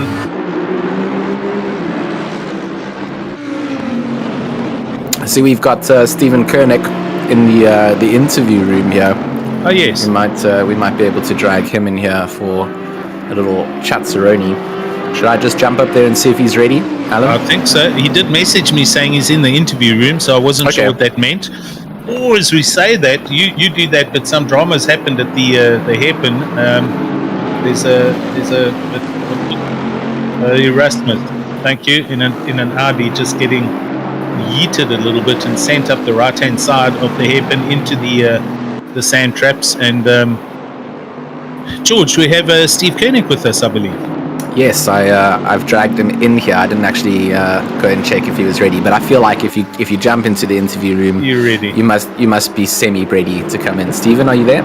I am here. Thank you very much for having me. And I've learned from being with you, Alan and George, that you've got to be ready at all times, especially in sim racing. It doesn't matter whether you're putting your pants on or whether you're having something to drink. You have to be ready at all times. I mean, I'm glad that you've come in here with pants on. It's more than I can say for my side of the world. Definitely, I haven't quite got the legs for it, but I've been out there on the circuit with the drivers, and I can say... Oh, there's the replay. Sorry, Steve. Just picking up the replay of that Audi smashing. But yeah, you've had a rough time this morning, sir. It's been a challenging time, but it's been a endurance. And I can say is everyone out there is giving it their absolute all. You can't tell, whether guys are doing a sprint race or an endurance race because they're just giving it everything right to the end.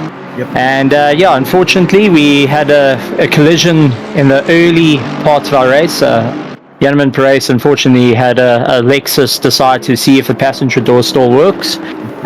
Good news, passenger door does work. Second was unfortunate disconnect with Philip Van Zyl, who was behind the wheel. We managed to get back in, but it's put us right at the back, bit of no man's land. But all we can do is keep fighting our way up in the big old bend. Well, it's been named Sweet Caroline, after a certain song that gets played. There we go. Okay. So it's Neil Diamond's on the stereo, and it's you're listening to that while you're driving around Suzuka, Japan. Absolutely, and also we've got our team who's been monitoring not only a pit wall for times, she's been monitoring the live stream as well to get an indication of where people are. So what this series has done is another chap. We'd never driven before, we'd never seen each other before, hardly spoke, well, if not, didn't even chat to each other. And eventually that team fell apart, so it was, okay, how can we get the team ready to go for the 24-hour? So it landed up with Matt Dencham, Yanniman Perez, myself, Carl Piazza was part of it, and Philip Van Zyl. And it just became as everyone got heaped together. And come this endurance race, who wants to do the endurance series? Once again, all heaped together in a bunch. Matt Dencham was going to be with us, but he was studying at the time, so he couldn't be with us. And that's how it all came to be. It's that's good. All heaped together of a bunch of different skill level sim races. I mean, racing with pros is, I think I would be the last choice for any of the pro drivers at this point, considering my times are about 6 seconds off their times. Well, it's all for the experience and the enjoyment of the sport, man. That is it. But yeah, it's been an enjoyable time. 6000 Suzuka is definitely nothing to scoff at, and with the solo drivers also being in there, hats off to them. Definitely something that would strike fear into the hearts of many, but guys are being able to do it, and then also having unusual combinations come up of Etienne Kleb and Jason Abschmeyer teaming up together. I found that out last night, and well, it's worked for them. So absolutely incredible stuff, and nice to see a great mix of drivers, cars, and different skill levels all getting thrown into one big honeypot. And all I can say, it's absolute sweet racing from our side. Awesome, man. Well, yep, we've been watching various cars for the past 2 hours already, and various positions. There's been a lot of clean racing. We've had a lot of open discussions amongst George and myself about various things. And thanks to you guys on the YouTube channel, Steve, yourself, and Yanaman, etc., for the PMs explaining this and that. Very helpful.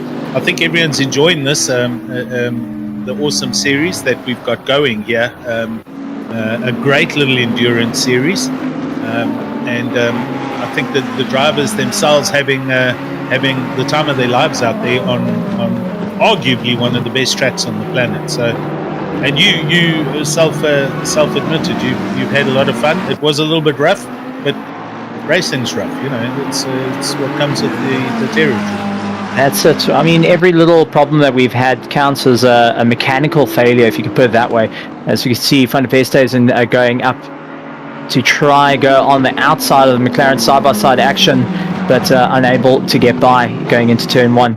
No, it's call it mechanical failures, but we're able to get going, and you know what? That's the whole thing of it. We have to, put your head down, keep going. It's a whole series. We've got the 4 hour coming up, and the fat lady hasn't sang yet. There's still 2 hours and 37 minutes yet, so we may get that podium, and we may see changes up at the front. So it is still to play for everyone out there, and well, all I can say is very, very big thank you to Raceface and Steady State for making this all possible, and definitely we're going to be fighting it out right to the end. And also big thank you to everyone here in the comm box. Big thank you to you, Alan, and to George, well, the returning George. Welcome back. Yeah. glad to hear you back on the comms for Raceface. But yeah, it's going to be something interesting. I do think this is going to be the premier series going forward. Bertus and I are kind of an argument with that. He still thinks Thursdays are going to be it, but I'm starting to lean on the endurance racing is definitely where it is. Awesome, Steve. Well, thanks for the chat. Thanks for popping in, and possibly we'll chat a little bit later. But keep plugging at it. I mean, the whole point of this is, you've got to get it to the end. That's what it's about. These early disconnects and putting that's just not on. The whole point of this race, even if you're not at the sharp end of the stick, the point is to partake in the event and get the car to the finish, and that's what it's about. So wishing you and Team Heaped together all the best, and hopefully we'll see you guys at the end of the race, man. That's absolutely. We've got big cards on the play here, as our race boss has turned around and said that if we can push and get back into the 20s, we're all getting a chocolate milkshake. So you can sure as bet every single one of us are going to go and break land speed records to make sure we get that chocolate milkshake. Excellent, man. Good one. Okay, well, there we go. We'll probably catch up with you a little bit later, buddy. Thank you. Cheers, everyone. Cheers, man. Cool. Just watching Vega Krobler here for Hybrid Academy, and it was a very interesting little session going past one of the Porsches now, a Porsche Ferrari in the background under the bridge. But Vega Krobler with Junior McCall arriving behind him, so McCall busy essentially lapping everyone up to 6th place at this point, I think. But Vega Krobler doing well, running a different car here. He's in the Ferrari today, but we normally see them in McLarens or Bentleys, but doing well, currently sitting in 6th place. And also on our immersion break, we managed to get handed a document which gives us the teams and the drivers for the entry today. Not the car numbers, but that's not too important. But at least we can see who's driving where. And according to me in this document, Harry Spears is doing a solo here today. So the car in first place is that man's been in that car for 3.5 hours, and he's still going to be in that car for another 2.5 hours on his own. And he's at the sharp end of the stick. Harry Spears, one of the international drivers, racing in the Team Good Smile livery. Awesome looking liveries that campaign in the Japanese GT series. No, I mean, that solo drive, I mean, that's just monstrous. And the fact that, I mean, he is driving the older Mercedes, of course, not the Evo edition that's come out, which everyone else in the Mercedes seems to be driving. I haven't seen too many of those out here. There's a replay, And George. here we go. Let's, someone left a little bit of oily on the track. And Oh dear. oh no, not the place. I mean, you are a passenger. You get onto the grass and the sand You are. there, you're a passenger. And unfortunately, when it grips up, you are now parked on the ideal line coming through the hairpin. So that's not going to be a great place to be. No one's going to actually see that as they're approaching the hairpin. That's just like a little rocket ship coming up from the side that you just suddenly have in front of you. So that's not, again, a bit of a racing incident that comes out. You know, it's you just saw that snap oversteer come through, and in that Porsche, when it loops around, I mean, that nature of the weight towards the end of the rear of the car just rotates you around. It's very hard to catch in the background. Off 130R there. I mean, McLaren. I feel like maybe one of the BWR cars, or perhaps Victor de Cox entry. I mean, I know that he was also driving a white liveried McLaren, but the BWR guys, or I don't know if you heard it earlier, but they were all running a Solidarity white livery Yes, for that's one true. of their fellow racers in their families. They had a bit of a loss, so all in solidarity of that. And I think that's something quite special that people come and rally together for those kind of things. It's I have inside information on that. It was I think Peter Oosthuizen's mother-in-law that passed away last weekend. So in solidarity for her passing, they all chose to run white livery cars, which I thought is actually a nice touch for the teams. I mean, it's splendid. Those kind of things are just they're awful. You know, the suffering of loss in a family. It takes a while to recover from that sort of thing, and it's small little gestures and people sort of rallying around each other to give support in those times that it always touches me. It really does. I couldn't be happier for a community to do things like that. Got you. On a lighter note, Bertus Hugo on the YouTube announcing that, you know, Stephen Koenig and his team, anything that they'll do for a Stumpy, a chocolate Stumpy milkshake. So that's what they're drinking. That's what they're driving for. Everyone gets a free Stumpy.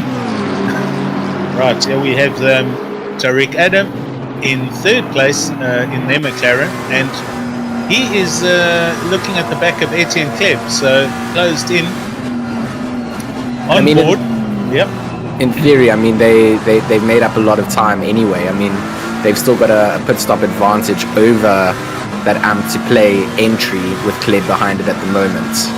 So Kleb still needs to make another stop at this, but Tariq Adam already putting pressure on to try and get past before that even needs to take place. So, I mean, that's a big drive, GTWR. You mentioned it before, big international org as well. Jordan Sherritt, obviously one of the first of our South Africans to get, to drive for them, and now recruiting the top talent out of the Hybrid Academy team.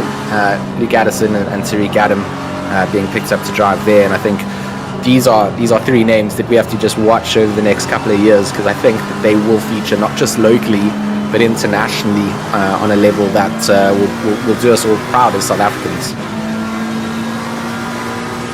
Definitely. The team itself is a very large international, I think predominantly Italian-based team with a substantial driver listing. I think there's at least 8 or 10 normal drivers already in that team from what I kind of saw on. Yeah, no, they are. I mean, they are like premier coming through. They rival up against the likes of Sidemax, and really when it comes down to talented individuals, that list you would be happy with any single one of them in your team, and they just have almost feels like all the trump cards when you're playing car trumps. They just go boom, boom, boom, boom, boom. This is our driver listing, and you can just pair them up and have them race individually if need be, but it's all about forming that sort of solid foundation to grow a team, and GTWR is just one of those teams that will be able to rival the very best, if not take that spot eventually. With you. I'm gonna just put this out there. I'm not too sure on how true it is. Ooh, and there's that move made. Sorry, Alan. And that's fine. Overtake done. Tariq Adam done and dusted. They know that Gleb still has to go in for a pit stop, so I'll be interested to see how this works out where McCall comes out in this when they do decide to serve that stop out in that 666, because they're not too far down the road from these guys either. Is it 2 laps that McCall's behind here? So actually could still be good for Gleb to just hold on to 30 there's a gap. and make that There's stop. a gap. 16 seconds. 16. They're not 2 laps back, but what is interesting, George, have a look at the pit stops. So Kleb and they're one up on everybody else. Tariq Adam, Spears, McCall, Patterson, they all have had 2 pit stops the way I count that, or is it 2 left? No, it's left. Okay, so it's the other way around. They won behind, yeah. Okay, so Etienne and right, then you're right. So Kleb, they've got one more still to make in comparison. So correct. That's going to then come down to probably in the final hour 2 kind of splash and goes, like quick in and out. But it's a little bit weird to do that. But it's a strategy. You have to make a tire change. You have to do tires, exactly. Absolutely, yeah. So it's like you're going to go in. You've got that sort of mandatory 30-second time period of doing your tires. Whether or not they do a driver swap in that as well, how they hand it over. I mean, Jason did a monstrous first stint that we saw, and then Kleb's just been doing a really good, consistent job at the moment. But it will come down. I mean, Junior's back in the car for 80k. Does that go back to Morgan to finish things off, or does Junior step up the reins? You mentioned it in the sprint series. He's been a contributing factor in terms of his individual performance. So it's going to be interesting to see, and that's sort of the advantage that you have having drivers in a team that can share it out. The likes of Spears, he doesn't need anyone. No. He had a monstrous pole qualification, has led from the front since then, and continues to really dominate in this race so far. So I'm quite keen to see how it all pans out. But I mean, Spears Agreed. I mean, I don't know if Spears still drives for Sidemax at the moment, but I think he has changed teams. But that's kind of where I remember sort of seeing him come up, and you associate anyone with that kind of a team, you just know that there's raw talent out there. So it's still it's nice to see that we've got an international entry coming through. So back to that subject that you've just mentioned again, Sidemax. There was chat yesterday in the Kyle Army 12 hours that Sidemax is no more. Oh, is it? Is it done? I don't know. I'm just going to put it out there, and it might be something we need to look into. I don't know the big world kind of teams out there. I'm still in the learning phases of the international teams, but I kind of heard that by the commentators for that World Cup race yesterday. So we'll have to see what happens in the future. But we're looking at Van Rensburg here. He's having it's a forward and backwards, so same shots of this dice at the moment. Van Rensburg in the Bentley, and super close proximity driving through there as they hammered through Degeners, and now they've come up to the hairpin, heading now down towards Spoon on Suzuka, into the start in the 3rd sector, the high-speed sector of this track layout. This one of the only used motor racing tracks on the planet that is essentially a figure of 8, albeit a little bit distorted, but it has an over and under component to it. There's not a lot of them, but there are. It's not only Suzuka. Basically what I'm saying is, if you go back to old scale electric sets, for instance, there would always be a default layout of a figure of 8, so that one lane had an outer corner, one lane had an inner corner, and vice versa. If you took away all the squiggly sections on Suzuka and straightened it out, you would have an even lane on either side of the track. It's essentially a figure of 8 because the track passes underneath it. So. I mean, I've always loved this track. I think from the first times I got involved in racing out on Forza, it was just a circuit I always enjoyed.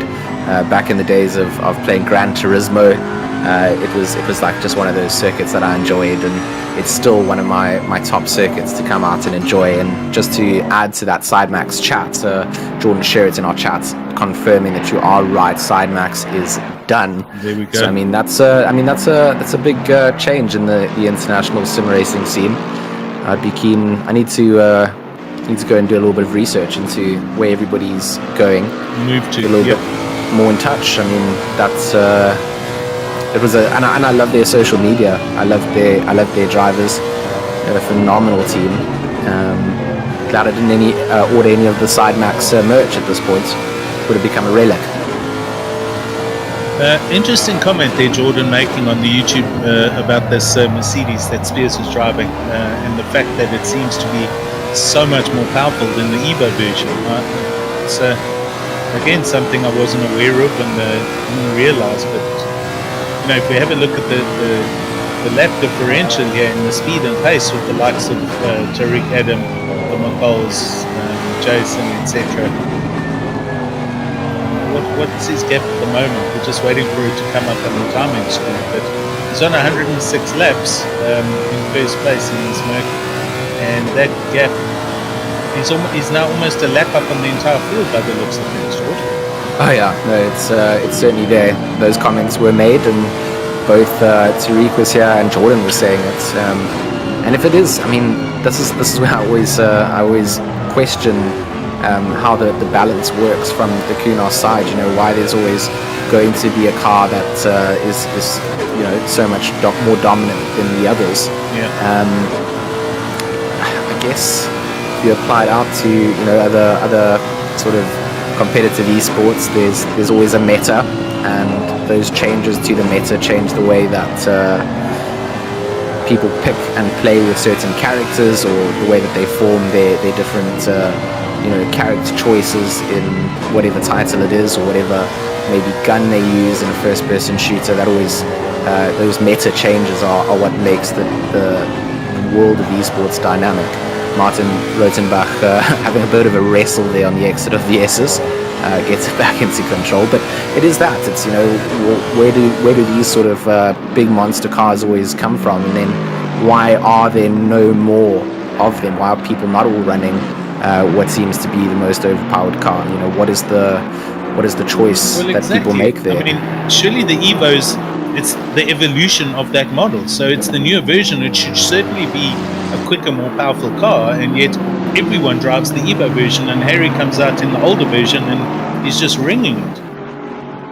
It's almost like Kunos have forgotten to put to leave the bop on the car, or it's unbopped. I don't know. I don't know enough about it on the back end, but it's just weird that it's happening. But I mean, those are kind of things that you can take, away from the way that we kind of rely on the developers using their bop. You can look at how other series run a custom balance of performance, and sometimes that is something that needs to be done. Some of the cars that need to be nerfed can get nerfed by us as race organizers, and it's something that we need to put into the consideration, because it goes to show it doesn't always go the right way. Just using it's definitely. And I mean, there's no taking away from Spears' talent. I mean, he's an incredible driver, but he's certainly got something up his sleeve with the way he's driving at the moment. Yeah.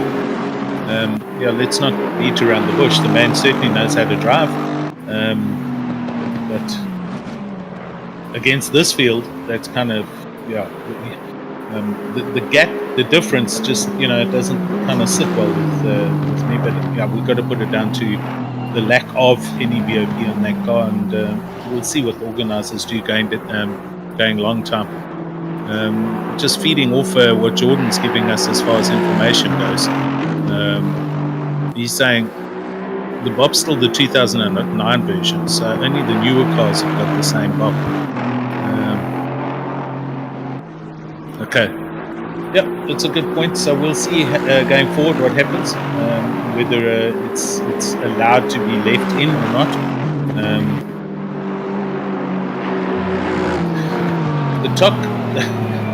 The clock keeps ticking. 2 hours, 18 minutes left here. We are watching Janssen van Vieren. He is going around in 12th position here for Team LNR. Logistical Nightmare Racing. There's a good couple of them.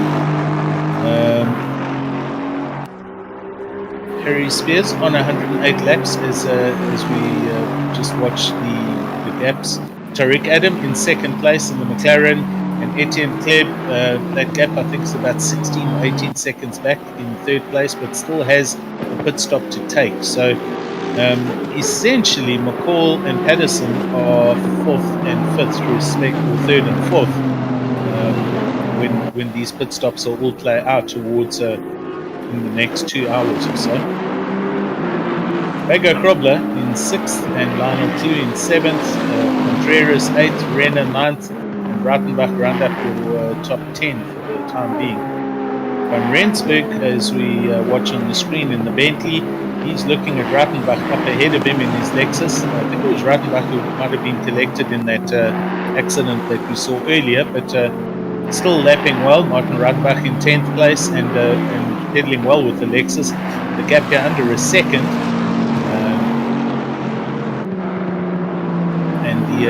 The unfortunately named Boatley, it just seems to handle so well.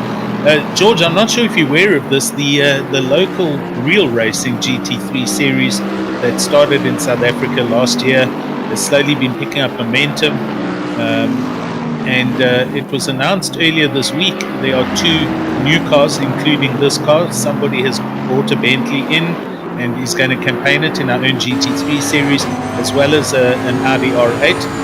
I don't know if it's an older version of the Evo or not, but we've got half a dozen Lamborghini Huracans here and a McLaren or 2 and a couple of Ferraris already running. So this bodes well for our real on-track GT3 series running in South Africa. And a lot of these cars will also probably or hopefully be seen in the there's a car off here at Spoon. There's a Ferrari off there on the outside of Spoon. But hopefully we'll see them at the Intercontinental, the final round at Kyalami in November, which will also hopefully be open to members of the public. So let's hope that still happens, and all the teams do come from Europe with these awesome GT3 cars. I didn't know that. I mean, it's always awesome to hear some updates from what's happening, and I know that you've got your eye and nose close to the ground on that side. It's always nice to have some updates, and I really enjoyed going through the Kyalami events. Being able to see these big beastly GT3s in real life. Yes. I mean, you don't hear them, you feel them, and that is just something incredible to be able to witness. So I was filling out the pits there. Laura Hendricks in 21st into the pits. So a couple of pit windows opening for a couple of teams now. 2 hours, 120 minutes to go. We're almost getting into a little extended version of our usual sprint series races as far as times go. Somebody should find out if Harry Spears is on two-way comms somewhere and run a tap or something in the background for a while. See if that'll upset his timings and possibly force him to take a pit stop, an extended pit stop. Okay, so there's the gap. It's 15.5 seconds between Kleb and Tariq Adam, and McCall only 4.3 seconds of Kleb. So the gap, the bus between third and fourth, that did stretch out just now, because we saw them come out the pits when Junior eventually went past Kleb, and then that changed again actually. So that gap now 3.8 seconds. So it seems to be closing between third and fourth place. Kieran Patterson for PWSR still in fifth place and holding station, and then a good few laps further back, I think that's a gap though from the leader, Baker Crawford, sixth.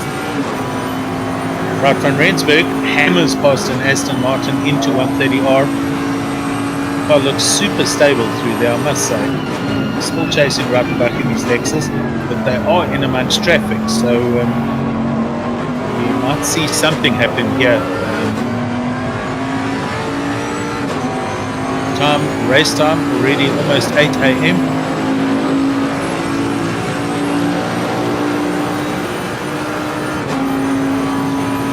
Last lap 2016, best lap at 2016. That was Johan van Rensburg's best lap actually, and that after almost 4 hours of racing. So they're clearly getting more comfortable in the car. Going through the first sector here, he closes right up on the back of Reichenbach.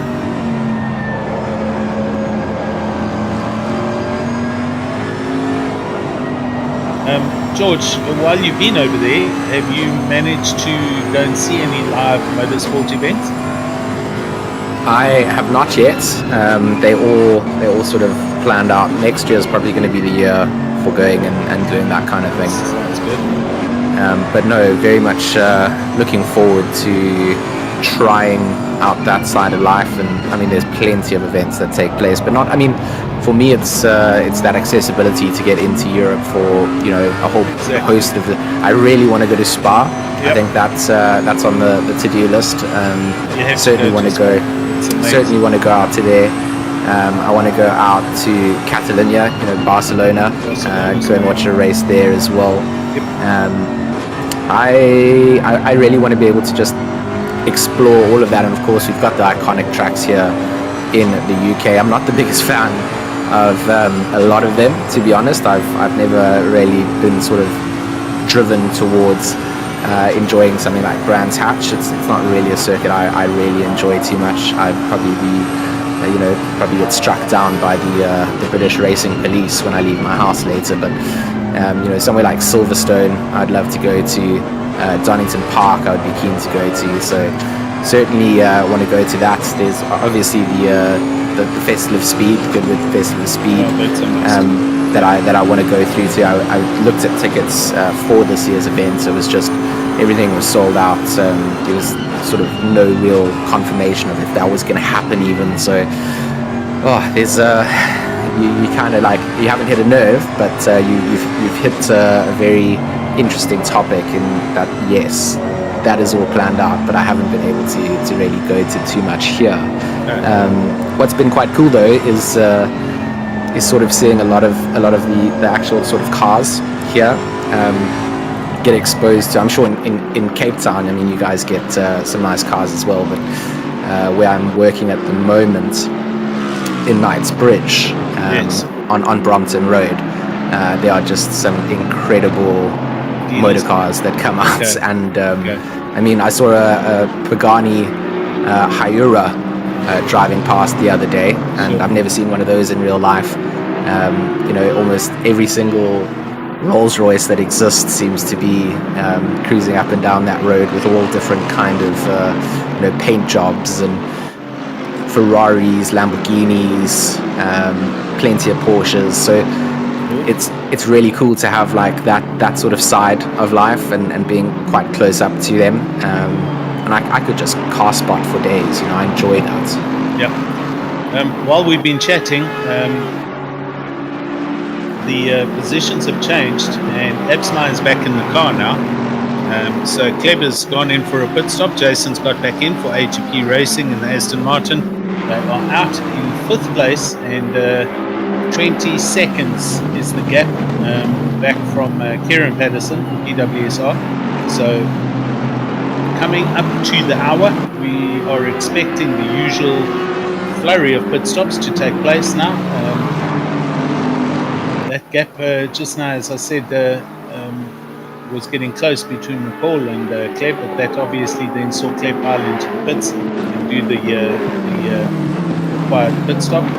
That now puts them on the same sequence of pit stops, albeit a little bit beforehand. So, yeah, I think they possibly did them on the half hour, and they've done 2 or 3 short stints, and they've now come up to the hour or thereabouts for which would mean possibly running a good couple of litres less in the car for the opening stints.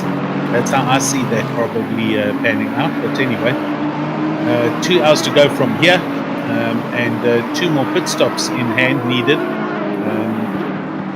They'll probably divide. Yeah, it'll probably be in a 45 and 45 minute or something to that effect. So let's see what the strategies spin out. We are watching Martin Rautenbach in 10th place in his Lexus as they arrive on the back of some other cars that are having a good dice. This is still van Rensburg chasing him in the Bentley as we watch from the helicopter view heading towards Spoon Curve. Super difficult, high-speed, double left-handed trickery of a corner. Negative camber, which tightens up on you, which throws you out, and you get an off-track penalty, etc., etc. So huge corner to master, and absolutely needed to get the drive up this straight into 130R and through the final chicane into the start-finish line. There's also, I mean, you're going to be monitoring your track limit warnings, how many you've got left, 2 hours to go. Most drivers probably have incurred at least one of those, and it sits on your car. It's not per driver allocated. You got to balance that all out. You got to make sure that in the chase you're not exceeding those track limits and getting closer to those unfortunate drive-through penalties. So it's an interesting stage of this race. The last 2 hours, it's all about planning. You've got pit stops to plan.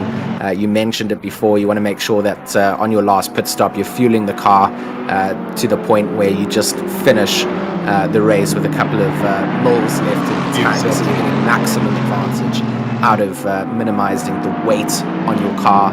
You want to be in full attack mode by then. You're also going to be adapting those tire pressures that you need to make for the final stints. The track temperature hasn't heated up as much as I thought it might have from the start of the race, but that's what happens when a race... This is for position, by the way. That little tap coming into there, much better to have that before Degnal 1 or 2, but they are elbows out racing, aren't they? René Rautenbach and of course van Rensburg in the background. He's kind of just I suppose at that he just kind of wants these two to scrap it out so that he can just pick up the pieces. But exactly. Martin Rautenbach, he's absolutely flying out there. He's managed to get himself into a position now where he can begin his own race and hope that Renner and van Rensburg get caught up in their own battle and don't put too much pressure onto him later on. He's already putting a bit of daylight between himself and Renner. And Renner obviously feeling the need to possibly run defensively against van Rensburg in the Bentley. But look at this gap already. It's almost a second already. It's exactly that. Renner has had to go defensive against van Rensburg. Van Rensburg has the slipstream to work with. Renner has to make sure that he minimizes damage at this point in terms of what he's already lost. He doesn't want to lose 2 positions in 1 lap. So he's going to be, making sure that he's planting this car on every apex he can. And that's just going to cost him. There we go. He's actually going to go into the pits. So take everything we just said. It doesn't matter. He's decided it's time to go into the pits. Van Rensburg, he's now been released. He can continue with what he's been fighting for with Rautenbach and trying to get past him. Talking about those temperatures, we said the track isn't getting too much warmer, but we did start. We started in the early hours of the morning. We're running a standard timing session. So as it hits 8 o'clock now, we've got up to 19 degrees. Will that get up to 20 or 23 to 25 at some point? We'll have to wait and see. The cloud cover is kind of eased itself off, but it looks like a bright and shining day out here in Japan. The temperature might increase if those clouds disappear even further. But in terms of rain, it's not feeling very wet, and the chances of that happening are starting to feel slimmer and slimmer. We do still have some wind out there, so that could blow in some weather. But I'm starting to feel like we're going to see a dry race. Speed and Mumford. Oh, and there's a drive-through for Jabir. Mumford here. These guys are very close. I am chuckling all the time. Oh, there's somebody in the middle of Spoon there. I also saw it. Oh, a little bit of a lockup as well. And there's that car we saw just making his way through the escape road. But Mumford looking a little bit unsettled. A bit of a smash into the side of Gleed coming through there. And a White Rabbit Gaming team just trying to make their way back through the field. Our car that was running much higher up the order, of course, that Bentley, they had a disconnect, as has happened to a couple of drivers in this race. That put them all the way back. They'll be in 27th at the moment, but I mean, they were sitting within the top 10. It's a little bit disappointing from a team ownership perspective, but at least one of our teams, Alan, is having a good stint up at the front. Your PWSR team just having an absolute glorious day so far. They are. Kieran doing well, and our new member driver. A couple of things just to discuss quickly. I was just chuckling with you just now about the weather. The steady state as far as admins and organisers commenting on Bertus Hugo that his rain game is very weak. There's no sign of rain here. We were talking about 20-30%. I don't see it. But okay, on the track, Kieran Patterson doing very well here. Has managed to now get very settled and stable in his driving. He is running in the Div A in the Sim Grid series, and we signed up. So interesting. Leslie Willifant left PWSR and joined Jason Absmeyer to go and race in Div A in the Sprint series, and we haven't seen Leslie since then. So.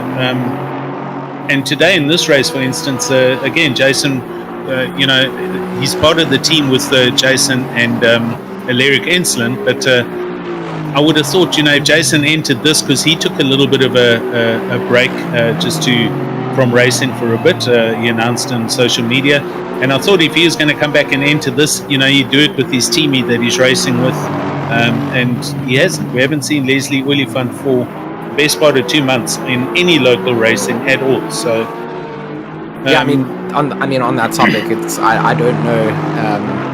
Even from Jason's departure from WRG, I thought he was gonna sort of just run solo in things, not really join any other teams. Because that was kind of what we had discussed with it. He wasn't in. It's not for me to really discuss it, but it just didn't seem like he was enjoying the sim racing side of things. But yeah, he's been a part of Toro. Now he's driving for to play. It's a bit weird. It is weird. It is weird. Agree. So not 100% sure. What's gone down there. PWSR, we had to do what we had to do, and I had this youngster, Byron. This is the man that. Designs very glorious liveries. Am I right? I don't know about that yet. Is it Byron? Byron, he does do. I mean, he has got ideas on liveries and stuff, but PWSR, I do most, if not all of the liveries for that. But he came knocking and said, what's involved and how can he get involved? And I kind of thought, well, that's different, not having to go and ask other people or other drivers. And it literally happened a few days afterwards because he had seen and heard on social media about Leslie joining up with Mr. Absmeyer, who we're watching on track.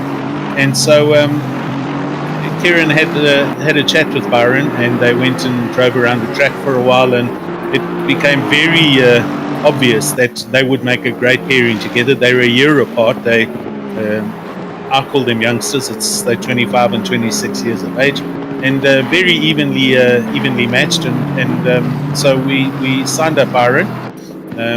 And he is part of our team as far as our A team, and then myself and Chris DeSantis run as the B team. But very pleased, and I think this is one of, if not his first big kind of endurance, and to be in fifth place or fourth place, but racing for top 5.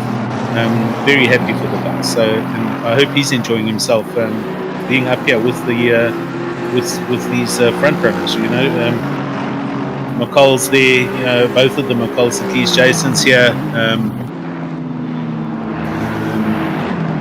A lot of good drivers. Jordan Sherritt's here, and it's always good for maybe. I don't want this to sound weird, but not only for your ego, but also to have the experience to be driving on the same track in a race with arguably some of the finest and quickest drivers in the country.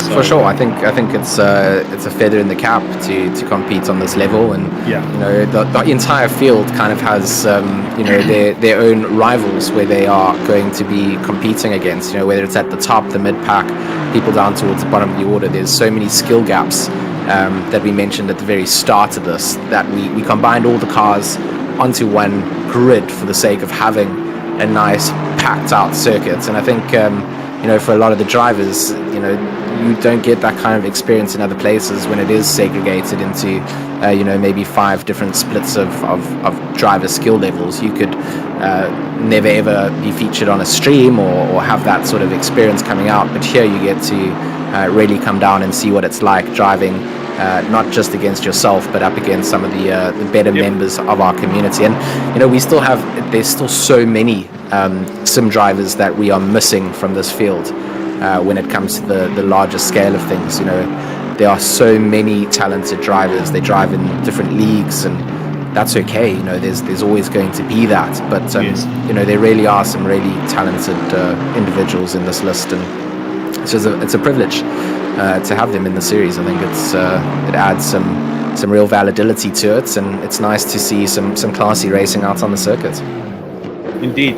And while you were chatting, Kieran in fact did go into the pits. I think he's doing a double stint here, so he's come back out. They're in 5th place, so they got one more pit stop to go. So they're doing the default on the hour pit stops just to keep the process simple. Tariq, Adam, McCall, etc. and Harry will need to pit soon. Just looking at Van der Merwe here in this LNR car, and he's got it's not for position, I'm sorry. He was just in close proximity with PSA in that Bentley going through the first sector through Degener 2 under the bridge. And he's not far off Vermeulen and Janssen van Rensburg. Those two drivers are getting themselves pretty close together as well. So he's in a good position to be that third driver in the train, to be able to leapfrog it if they get involved in needing to become a little bit more defensive. You can kind of read those lines and spot an overtaking opportunity. A couple better exits out of any of the corners here, especially out of Spoon, for example, down the back stretch. You can just suddenly feel like you've hit the NOS button on your car, because the other drivers have had to be defensive coming into the entry. Yeah, that's true. But these guys they're all involved in having their own races, but in the background you can see Kieran Patterson coming along, so he's coming up to actually lap these guys, and hopefully everything goes like a knife through butter. Pardon me saying that, but that's my team. But they Vermeulen, etc., as you say, still having their races and trying to keep everything clean and orderly. And there's traffic, as we can see on that track map, all the way around the track. But they do kind of end up in little clumps as the racing progresses, and that's where we kind of see some close proximity driving, and where the guys need to be aware of their surroundings and who is around them and who's lapping and who's not lapping. It's this final push that everybody's starting to look into. You're starting to up the ante a little bit. You're probably starting to dial it up a little bit more. If you are close to somebody, it's time to start thinking about where this is going to end. Very different to the first 2 hours into the race, where you're just kind of like, well, I can just follow along behind this, maybe capitalize off being able to just have a bit of a slipstream, maybe use less fuel. You're going to crank those engine maps up and start to really see what you're going to need for the final stint, and it's important in this part of the race to start to measure what's happening to those tires and your fuel levels as you start to increase the pace. Yeah, it is. Indeed. I was just looking back at our live stream at some of the replays of that portion, the problems through the hairpin there. Back to live racing here, and Vermeulen, again, still very close. These guys all going hammer and tongs. Van Rensburg just up ahead. Vermeulen's only 6 tenths back, with Van der Merwe 8 tenths back. This is 11th, 12th and 13th place as we see them on the track. And it's a place that you probably don't want to also be at the same time. You kind of want to get this done and dusted, or a little tank slapper as well. Van Rensburg just catching that quite nicely, a little bit of a drifty boy coming out through there. But I think Vermeulen just had to lift off just slightly, seeing that go down. I mean, if a car rotates around, you don't want to T-bone them, you'll get front-end damage. So you just have to be cautious. You know that you're racing for position. You know that if they make the mistakes first, it could impact you. So you've got to be a little bit careful. Everybody's running on different tire pressures. The temperature continues to increase. All parked up right behind the rear splitter now, and keeping that pressure on. And right now, Vermeulen is not letting Van Rensburg nap easily, letting him know that one small mistake and this position is going to be taken. They need to navigate the traffic here with Francis in front, going to be getting those blue flags. Which way do they go? Can he get around the outside? They're almost going to try and go 3 wide as they go through Dunlop, approaching Degner 1 now. A little look on the inside perhaps. You couldn't get closer than that. Yep, and right behind them is Kieran Patterson. In fact, there he is now. He's going up the inside. Makes that pass stick, and Vermeulen hangs on to his position. Oh, and we got a Ferrari round here. I didn't see that. It looked like the NSR. I think it's Johan, the 815, sitting in 20th place. Okay.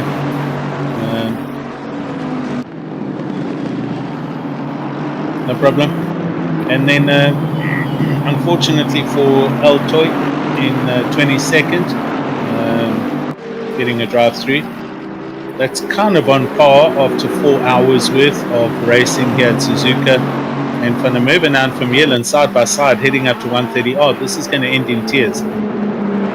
Vermeulen. Oh, here we go. Here's the replay. Oh dear. At McLaren, and that's not the Ferrari though. This is another car. Yeah, that's a very different incident, and oh my word, what is going on here? What is happening here? I mean, that's the situation where waiting is not okay, because you've now just parked the car entirely. You need to find a place that you can if you're going to wait, you've got to wait safely somewhere. Out the way. Get the drive, move on, find a place to pull over and let them come past later. But no, that is that was a big accident about to happen. Yeah. We'll see what happens there. Anyway, excuse me. Move the microphone a second there. And so onwards with these Vermeulen and Van der Merwe. El Toit now in the pits, taking the drive-through and getting it out the way. Kieran has managed to get past Van Rensburg, just ahead of them, and and there's a bit of a tank slapper there. But he manages to catch it, does Van der Merwe. Guys are having a good race. Let's make no mistake about that, and enjoying the close proximity flying of the other drivers as well. Oh, I mean, it's all there to play for. I mean, we saw that previous sort of replay event, which we have no idea what happened. There's that McLaren actually. As far as I'm aware, that was involved in that incident.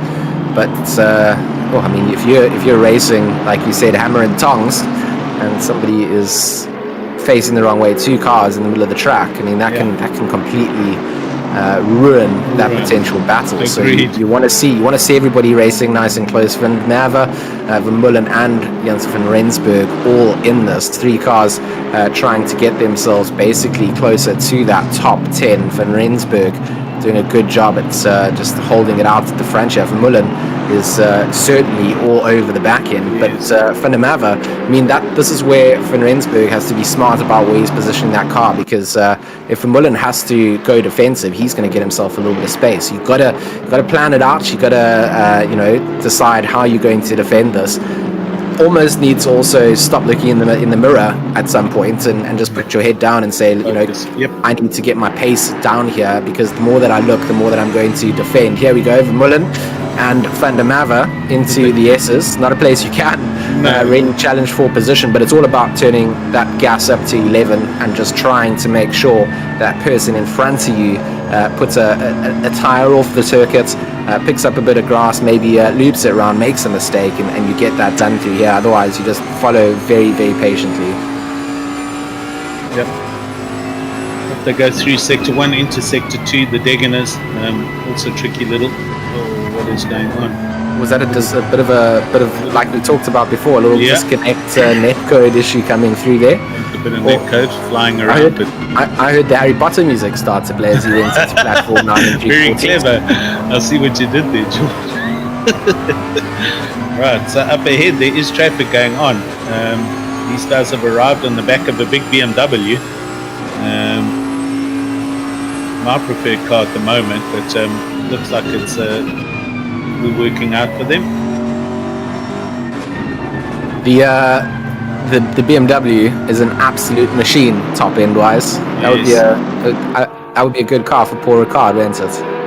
It definitely chugs up there, and it's not too bad down Bathurst with that long straight. I see north of 285, 286 at the end of that straight, so it goes like the clappers, but there's a whole lot of car to get set up to handle the tight twisty bits. And Van Rensburg's slow and bad through that apex. That's helped Vermeulen in the Bentley get real close, and these 3 they bomb down the main straight over the line, and it looks like the Bentley's going to have the inside line into T1 for sure. I mean, it's that inside line, but you almost want to carry that sweeping momentum coming through there. You've got to be careful to get it rotated around, and he does. Is this going to open up the opportunities? That's 2 positions. There we go, 2 for 1 special coming out. It's where you want to be, 3rd place in the train. You just wait for that opening to come through, and you just follow through like someone's left the door jar, and you just put a foot in there and sneak through as well. It's bad luck for Van Rensburg, losing two positions in literally 2 corners. But daylight robbery is what we just witnessed. Yeah, he got his pocket picked completely. Vermeulen and Van der Merwe, off they go, and Vermeulen's Van der Merwe at least is chasing hard. This isn't over. You see, one of the other changes, I mean, we talked about some developmental changes. Yes. I'd love for Kunos to be able to, these name tags that they have above the car, not just be this like static one-directional sort of viewpoint on the side of the car, almost like locked in from wherever you are. So, I mean, I just find them to be very counterintuitive. I think it's great to have them on there in sim racing, because it's for a lot of people, they like to see where their drivers are relative to others. It's an option to have it. Door getting left open a little bit as well, and a little tap coming through, a rotation and a big crash coming down. Both of them go out, and it's Van der Merwe that is going to be smiling all the way home at this point. Not Van der Merwe, sorry. What was it? Van Rensburg gets to drive away from all of that. So he goes past them both. He was robbed just short of half a lap to go, and then he was handed all back on a silver platter. Exactly. Well, listen, these guys having a good dice. It was going to be expected that there might be contact, but hopefully it wasn't too bad. It hasn't hurt the cars too heavily. We'll see if they come into the pits now. But Van Rensburg's gone up the road and into 11th by a long ways. And yes, I'm right. Here comes Van der Merwe. He's going to go in. He isn't, so he runs through, and the Bentley has gone in. So Vermeulen's in the Bentley. So he's going to use this time to maybe do some bodywork repairs. And I want to see a bit of a helicam view of that. It just Yeah. looked like a closing pathway that was never going to. I'm sure we'll get a make replay space for shortly. two. Yeah. Anyway, so onwards, Van der Merwe goes. Thank you. And into Van der Merwe in 12th. Oh, and he's battling here. Gets a tank slapper, catches it, but he loses some momentum there, and he does it again. So it's a wrong decision to stay out and try and drive the damaged car. Yeah, there we go. So into Spoon they go, and the Aston was literally at the back wheel, a little bit of contact, and then it was the man who was pickpocketed that actually turned the Aston round at the end there. Bentley helps the Aston to turn round, and off they go. A little bit of rubbing shoulders and giving a foot massage at the end of it all, but it has not done too much benefit to the likes of Van der Merwe. Look at this car; it's just an absolute atrocity trying to rein it in. It's a very unhappy horse that needs to go back into the stables. He needs those tires are cooked, and if it hasn't happened already, Dwayne Hall in 14th place. He's in another Bentley. He was 12 seconds back down the road, and I don't know if he's already caught him yet, or he can't even drive this car anymore. It's so hammered. I think there's been some. It can't just all be down to the tires, though. There's probably some damage being done to the diffuser. And the rear spoiler downforce seems to have been impacted by all of that. The back just wants to keep overtaking the front. Exactly. And it's high speed, low speed, medium speed. None of its workout needs to go into the pits, and probably will be a bit of a long repair coming in there. But that's where I get upset with the ACC damage model, because you look at that car now, you have no idea that it's going through this, but you know that by watching him try and drive it around, it's not a happy camper. But it should have behind him. Yeah, there we go. There he goes. So that position changes as Van der Merwe comes into the pits. Dwayne Hall goes up into 13th in his Bentley. And look at that, George. Marcus Steyn into 15th place in the Porsche. So Chris Haneke and Marcus, we are of the opinion they were the ones who got the disconnect, and they are busy driving back. So all the way back up into 14th place already.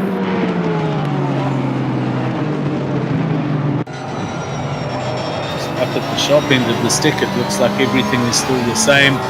Tariq Adam in second place, Junior McCall in third, pretty much a lap down. Absmeyer is 12 seconds off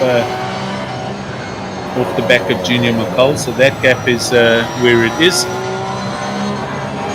Kieran Patterson back up into 5th place after doing his last pit stop, and Vega Krobler 6th. So on board with Marcus Steyn, and I'm convinced these are the guys that did have the issue earlier on where we let the camera on them and then they actually had a disconnect. Marcus Steyn racing for Slick Racing, and him and Chris have partnered up together. They raced one season with us. There was a good bit of avoiding driving there going past that Bentley, and Van der Merwe's picked up a stop-go penalty, a SG30. I think that is possibly for that contact. I think.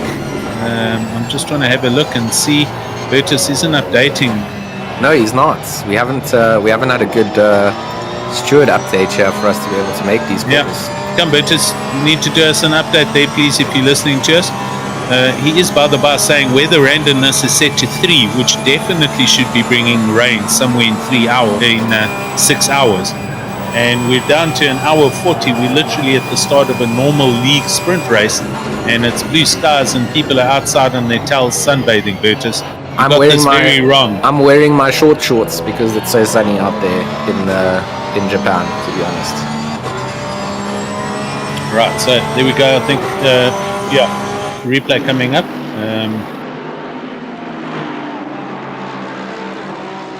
As we watch the Bentley come round. Right. Oh, that's all just running out of talent at the hairpin in his Bentley. No real contact anywhere. Oh, that's the close proximity. There we go. Marcus Steyn came around the hairpin, and that was the Bentley that he almost ran into. I mean, Yeah, that don't you stop just go hate course those is- spins all on their own, George? They they drive me mad. And stop go could also, I mean, be just the speeding in the pit lane side if Battles hasn't updated us. So Oh, right, okay. we'll cover ourselves and say if you haven't updated us because it's that, then we're sorry, and we know that you're listening to us. Yeah. I mean, I talk about running out of talent. I do this, 3 or 4 times in a race often, where I'll turn that BMW around all out of my own accord.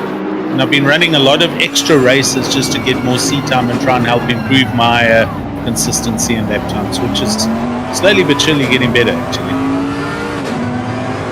I'm a little bit envious of you being able to do the racing side as well. I certainly do want to get back into it. There we get, here's another replay coming through 130R. Oh, and that tank slapper caught that man out. That Bentley was left, right, I'm going right. Exit stage right. Is that for Mullen's Bentley? I don't know who that was. Not too sure. I mean, I certainly This is remember Wayne the Hall that paint we're colours on currently it. on board with. Yeah, I think you're right there. It wasn't Wayne Retro. Hall's, no. Wasn't Paul Fenter Paul is Fenter, is the okay. name. Okay, thank you. So, staying up ahead, Marcus staying into 13th, and Van der Merwe in the pits to do his Stocker 30. Possibly Bertus is driving at the moment. So that's maybe or probably why we aren't getting updates here, George, but we'll hang on and see what transpires. Bertus needs to choose if he's going to steward or if he's going to drive. Or we need someone as a replacement to type to us if Battles decides he wants to drive. Yeah, there you go. Okay. We're at 1 hour 40 minutes left and counting, ladies and gents. In fact, 1 hour 37, give or take a few minutes. Hall closing in on the back of Marcus Steyn here with some traffic just up ahead. That's Van der Merwe in the Aston Martin. Not for position, however, but Hall and Steyn is for position, so this is for 13th and 14th as we're looking at it. As we watch them go under the underpass. Marcus looking to go up the inside into the hairpin, which he gets it right, and Hall follows suit. So through they go down towards Spoon Curve, and this is, as I say, for position. 13th position, in fact. And so as we're seeing, right down at the bottom of that timing screen, there is one green box, meaning that team has in fact completed all 5 of their pit stops, but they won't be able to get to the end of the race from this distance without one more. So as these drivers that we see on the timing screen now, their next and for most of them their final pit stops occur, we will see the green box light up next to them, and that will be them done as far as required pit stops goes, and they should be able to run to the end.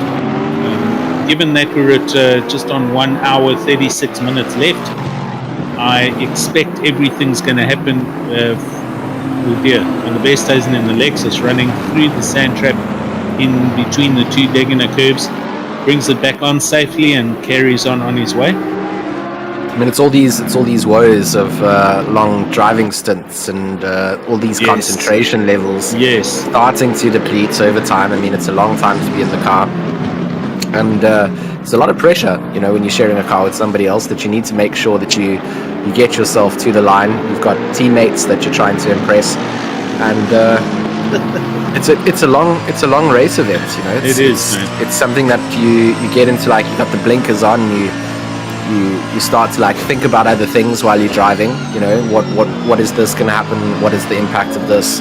And I mean, it starts to become very, very taxing indeed. But a nice little battle taking place towards the tail end of the grid, which we don't often get to come back and see. So it's always nice to highlight the fact that we've got some multiple levels of drivers, and not everybody gets featured all the time because they're not always in battles, and maybe they're towards the tail end. And this is a place where it's nice to visit every now and then.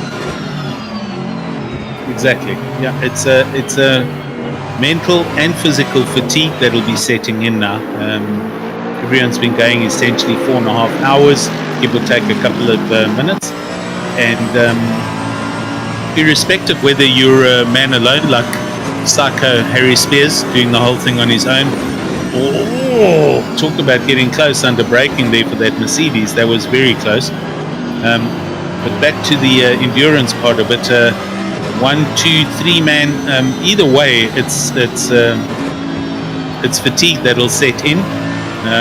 Mostly mental fatigue, depending on how comfortable your rig is. That could also be physical fatigue, and having to do what we normally do during a race. But yeah, George, that's fine. Got you.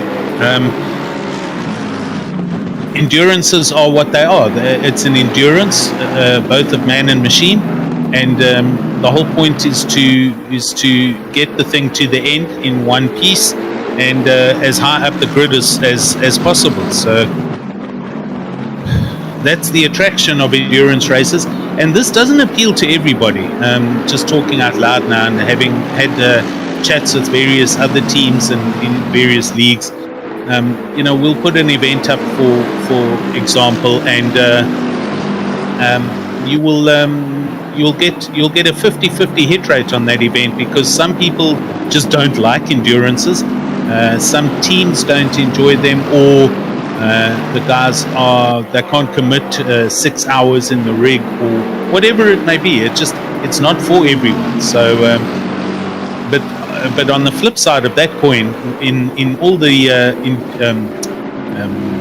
sprint series championships we have, there's so frequently asked, what about a 2 hour this, or a 4 hour that, or even a 24 hour that. Now those are huge and big and very difficult to prep for and set up and to organize and manage and admin and but this series, which we are watching, the Steady State and Raceface Endurance Championship.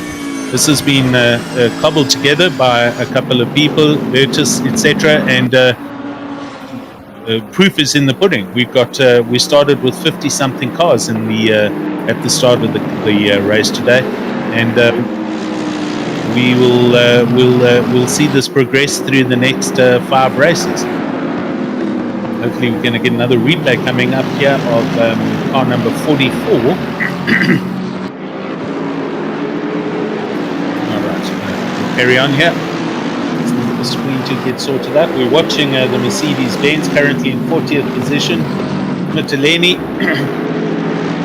very close proximity with the BMW.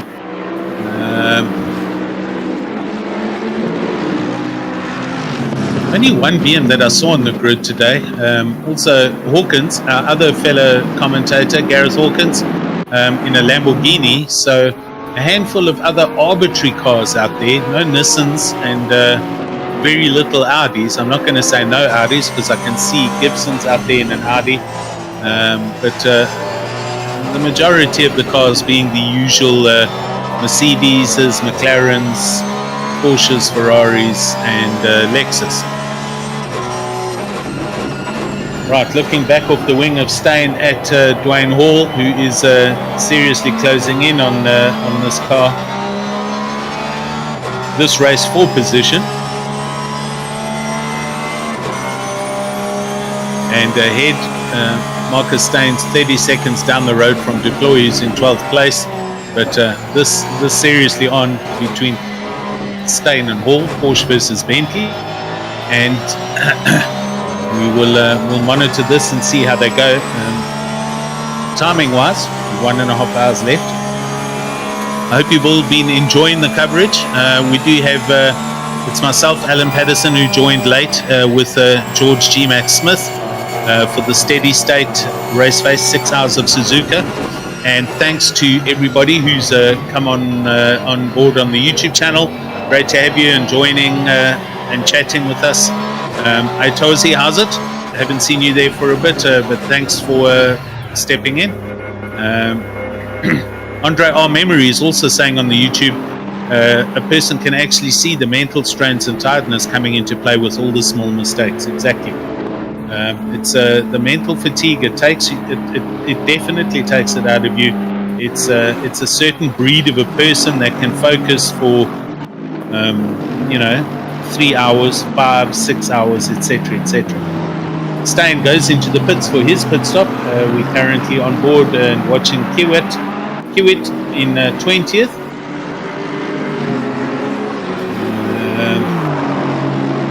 969.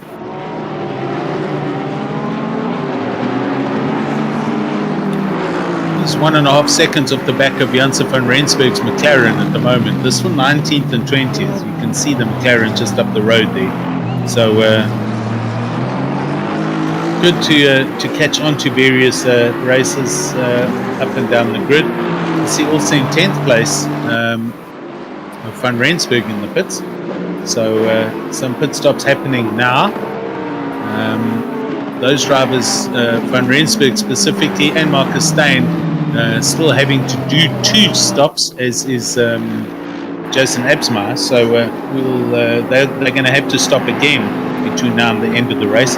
Pretty much, I'm sure a lot, 60 or 70% of the grid we will see happen in the next 30 minutes as it gets to the hour. And then it's going to be the last blast 60-minute sprint to the end of the race here at Suzuka. George, you back with me, sir? Can you hear me loud and clear? Got you. All clear. Good. Roger that. Back up and running. I'm going to just let you just talk on a little bit. I'm going to go and get a cold drink quickly. Absolutely no problem at all. So I mean, this steady endurance series has just been an absolute cracker to start things off with. We are, like Alan was just saying, preparing for this final push. I mean, lots of sprint series do sort of a 90-minute sprint, 60-minute sprint. That sort of window is all about just raw pace, and you don't have to really plan out too much around it. You do still want to just monitor those tires. So for our production team, we are going to just jump onto an immersion lap, just let them get themselves hydrated for the final push. Big shout out to the team behind the scenes, bring us all these replays, multiple camera angles, so much involved going on. It's just so nice to work with Steady State. They're doing a great job behind the scenes, but we do have to make sure that they keep themselves hydrated and on their toes. So we will be back with you guys in a couple of minutes. Crank up that audio. We'll go for an onboard lap once again with the STR Esports 969, and then we're ready to see it to the very end. So mics will be muted for a bit, and we'll see you guys very shortly.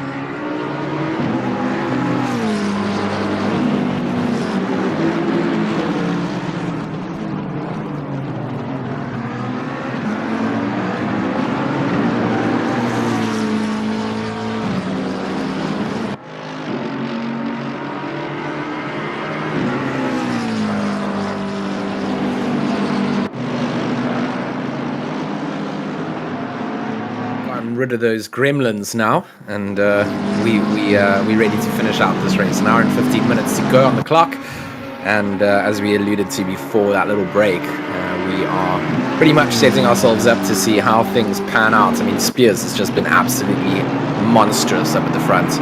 Has not let anybody have a whiff of a chance of trying to get that P1 spot away, but we do have Jordan Sherritt back in the McLaren for the number 33 GTWR team. So it's right now it's like a bit of a battle for who's going to finish second, third for those prize paying positions, isn't it? Agreed. I think it's going to boil down to your pit stop strategy that you chose at the beginning of the race, and that's definitely going to decide where these guys are going to finish as far as second, third, fourth, fifth goes. I do not see anybody catching Mr. Harry Spears unless he has to take a really, really long pit stop. Currently watching Mr.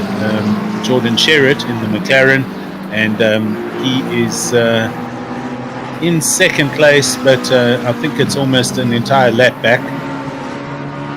That's not often seen unless Jordan's had a huge problem or a disconnect or whatnot. So it just goes to show the huge amount of pace in that older Mercedes. But Sherritt in the McLaren in second place. Junior McCall currently in the car for 80K Academy. They're in third place in the Mercedes, coming through sector 1 as we see here. So that gap is a good couple of seconds between Sherritt and McCall. But it's still all to be had. All of the people we see here, except for the Absmeyer car, is one pit stop away from finishing their compulsory 5 pit stops. Jason Absmeyer in fourth. That's going to be a problem for him, which tells me that Kieran Patterson and the PWSR car will move into a net fourth if Absmeyer has 2 pit stops still to do, which he does. McCall coming up to some traffic. It's something I've said on the other stream covering the sprint series. It is incredible to comprehend how stable and consistent this kid is, and I say kid with the most the best intentions and the most respect. We're talking a 12 or 13-year-old youngster who is in this car at the moment, and he is boxing so far above his belt, so to speak, and is so quick and so consistent, and has seriously come to the fore in the sim racing scene of late, and for 80K Academy. And let's not take credit away from how quick his elder brother is. Morgan is just as quick, but I've seen Junior give Morgan a couple of hidings of late. They make a great team together, and I can imagine the tension in the household when these two are driving together and they're racing for positions, with the old man in behind the scenes trying to keep control here. But awesome racing team, and do very well in any race and any series, and whether it's a sprint race or an endurance race. These guys are great. Good team. Jason Absmeyer. Yep, sorry. Sorry, no, I was going to say the same thing, just sort of echoing on to just how talented they are. I mean, they got picked up by ATK very early on into their sort of sim racing careers. They ATK kind of spotted that talent out, got both brothers signed up, and they've been nothing but an absolute incredible investment for them, getting ATK into that realm. ATK's got plenty of other esports teams, very big sort of Counter-Strike division that's just gone overseas, and it's always been something that I think they kind of weren't really looking at for a long time. And with the growth in sim racing, they kind of got hot onto that and picked up 2 very talented drivers, and I think that they've really just done ATK proud in the way that they've driven. Yeah. Looking at the timing sheets at the moment, I don't disagree with you. Spies just honestly is disappearing into the distance and continuing to build that gap. He has a big disconnect issue.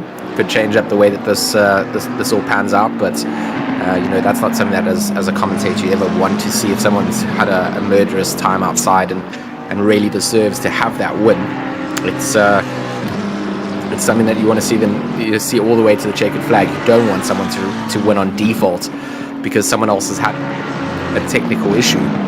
It's just not something you want to see. So at the moment, that 285 Mercedes just been so dominant. Jordan Sherritt and the rest of the GTWR team, nice and consistent, kept themselves in the mix and in the running, and have set themselves up for what should be a comfortable P2 if they see it out to the end.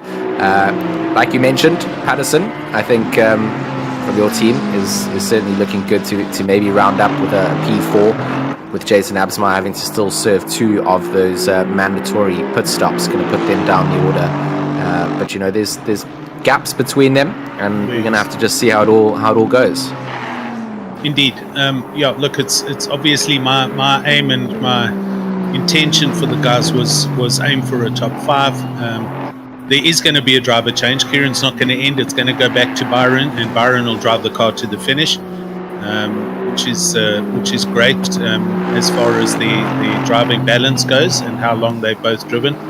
And it's good for our new signer Byron to actually bring the car to the end and do well for himself in the race. So happy for them, and hopefully touch wood and touch this table in my head. There are no problems between now and the end. After that, H. van Wyk in the Mercedes. Just try and get that image a little clearer again. We seem to be blurring out every now and then. And it's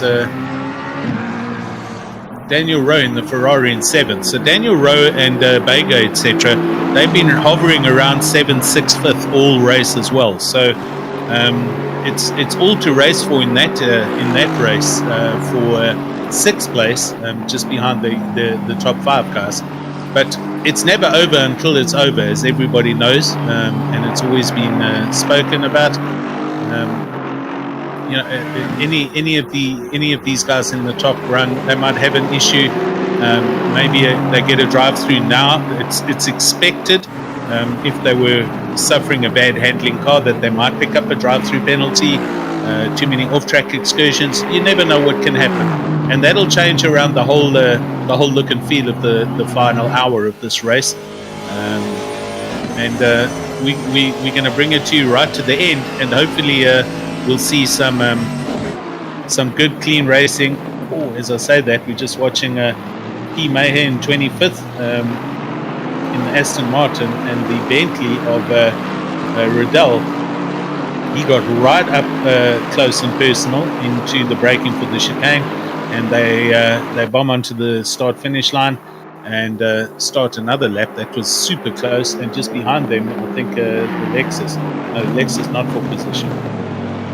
No, just not taking the social distancing. Going to go side by side out through curve 2, but the Bentley there not going to quite be in a position to have a look coming into the S's. Gonna have to just tuck back behind Mayer and just settle down, go through here, get some consistency, and try put some pressure on after the second sector. Yeah. I wonder if this is the Mr. Riddell from. This is Clinton. It's actually his son. Okay. Yeah. Drives for my team, so bit of inside info there. Thank you. Just wanted to get clarity on that. Good stuff.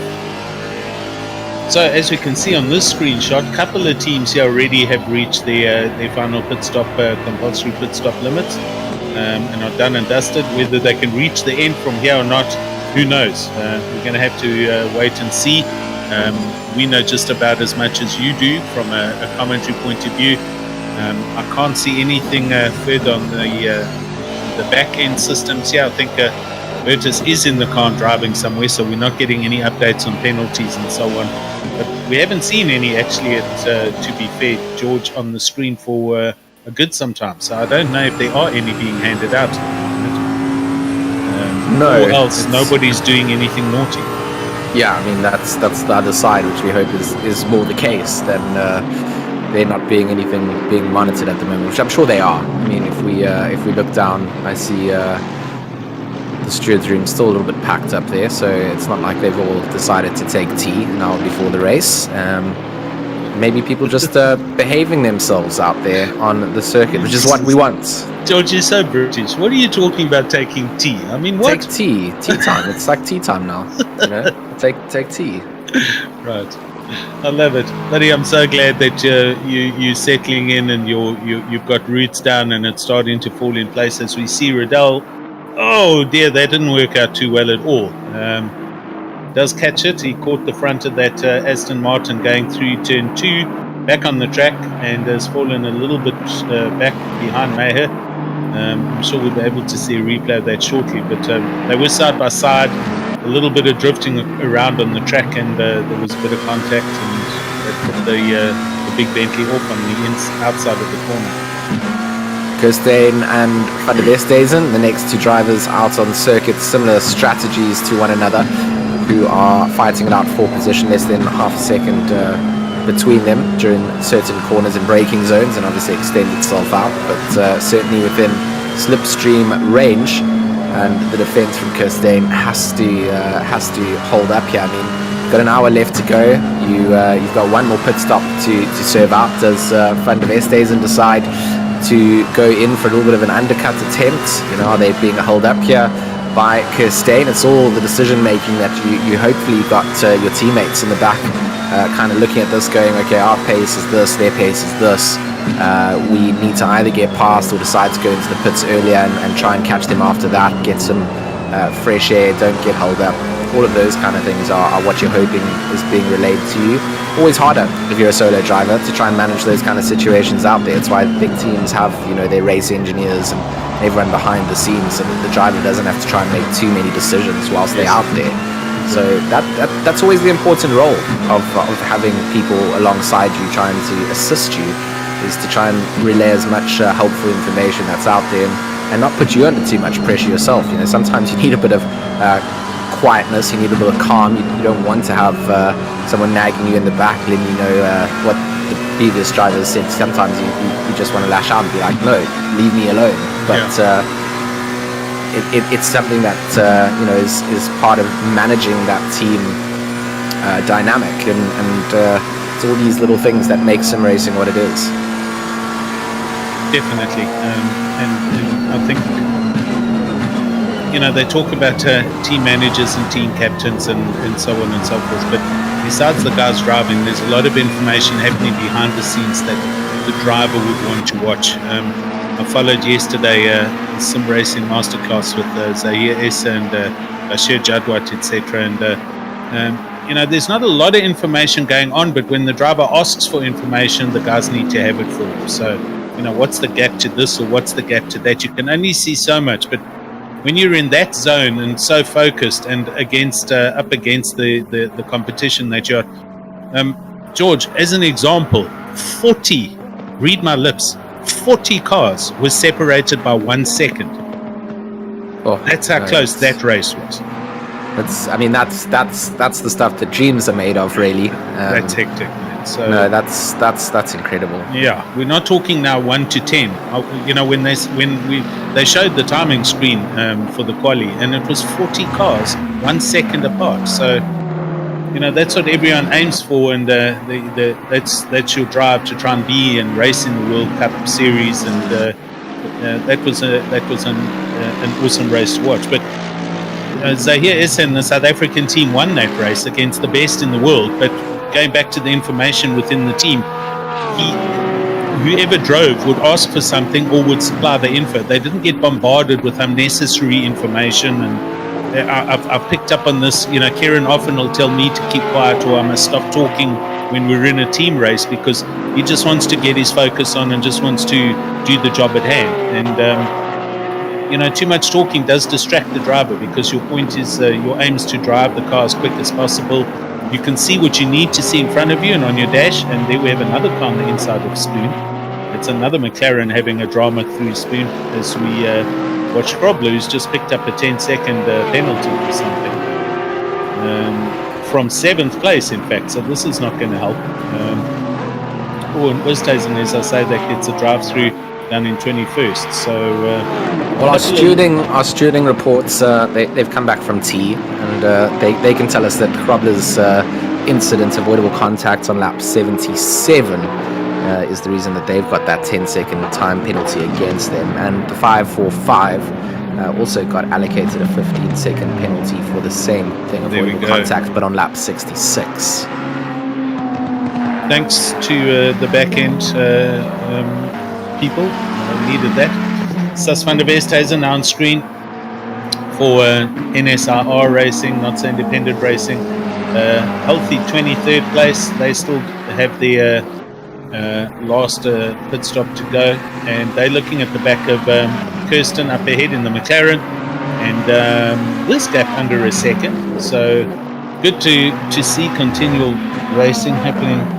I know that kind of sounds a bit cliche, and I've repeated it, but it's always nice to find a nice dice and then watch it develop as the race goes on. And these guys I also sometimes like to just pop into sort of the drivers' channels or the chats, where teammates are communicating with either the admins or the stewards. Yes. And an interesting one from Sas van der Westhuizen for NSIR. Yep. He's asked that car number 67 please stops flashing. Okay. But how do you please tell that man to stop doing that? How do you feel about flashing lights? Me personally, George? You don't care? No. Because I know where I literally don't care. If people flash their lights, they do whatever. I'm like, it's all part of the mind games. It's part of the game. It is. They're side by side as they come into the chicane. Sas doing a huge lick and send there, but they did well not to turn around. And but yeah, look at if it was it's part of the strategy that the driver's going to employ. Where it does get to me is there are a couple of A grade drivers, I'm going to call them that. Because I see a car on the outside of T2 here. No, I didn't. But Sas is all over this McLaren, and you can't do anything now, Sas. You've got to just straight line here. Back to the lights, George. There's a couple of A grade or a couple of quick drivers who feel the unnecessary need to flash constantly. I mean, it's not like we don't know, and I talk we as in plurally, as in just slower drivers. That we can't see the blue flags, and we know that my timing screen says a Sherritt or a Kieran Patterson or the top 5, any one of them, Tariq Adam or whatnot's coming along. I will get out the way as soon as I can and move over, and you can go past, because that's what's happening. But for them to then consistently still add the flashing to it sometimes does get a little bit upsetting. I think people feeling differently. It is part of the mind games, though. It's built into the game. It's there for a reason. You can either indicate to somebody, maybe flash once, and when you do arrive on the back of the car will then move over. But to do it non-stop, for a lap or half a lap, then that's just not it. I mean, I hear you, but I also feel that it's like that interpretation of them is almost like portrayed in a negative way of like, oh, these people don't know that I'm doing my best to, like, I'll move out when I need to move out. Yes. But it's more of a, I am coming, I am here, I need to make this move past you. And it's almost like where you sit on understanding that side of things, where I kind of almost find it all like comical in my mindset. So I don't let that kind of thing get to me physically. I don't care. It's not in my control what someone else does in their car. Unless they're crashing into me, they can do whatever they want. They can flash, they can put hazards, they can do what they want. I'm not letting that get to me mentally. And I think it's almost like it's a complete mindset. And I understand where your perspective comes in from, because when I first started sim racing, that's how I kind of felt. I was like, oh, why are these people flashing me? I'm like trying my best out here. But then I just started taking it as, well, these people are letting me know they're coming. They want to make a move. Where I move over, I'll move over. And they can flash 100,000 times now. And for me, it's just a case of, I'll peel away where I need to. But it's something that does get to people. And I see a lot of people trying to say to leagues, please, we don't want excessive flashing. It needs to be banned. And I'm just like, oh, guys, that's something that we just cannot enforce. How do you get to that sort of level? Just got to put it into the backpack and say, well, that's something that I can or can't change. Is it going to affect my happiness? Yes or no? And move on with it. Got you. Right. So racing, we're looking at Jaber here, who is 3/10 behind Kerber in the lonesome BMW. So this position happening for 39th and 40th. What I can tell you is PWS are pitted and they've come back out of the pits, driver change completed, and they are in 5th place. So they're the first of the leaders to complete and get their pit stops out of the way. I'm sure we'll jump up to the top. There we go. So we've got Harry Spear still out in the lead. Jordan Sherrod, McCall and Kleb. The status quo is still the same there. And there, as I say, that Kleb comes into the pits. So here we go now with the position changes for the top 5. And this is now going to dictate how these guys run to the end. Kleb comes in. Byron Kutzer, there he is going through. So he goes into 4th place. And the gap between him and McCall, we're going to have to find out sooner or later. I'm just looking at the other system. I don't think they're close enough to fight for anything further up. But wow, there's a huge train of cars behind these guys. So it's traffic on a Friday night. It is, really coming in through the S's. And you know what? It's at this point where once you've served up your pit stops, at least you don't have to worry too much about maybe picking up a stop go because you've sped in the pits. You've done that all. It's all done and dusted. Anyone else still has to go in. There is a potential that they don't put that limit on in time. Exactly. Anything can happen. It really can, and it's like quite refreshing when you see that green box next to your numbers. You've done all the mandatories, and it's now just eyes down.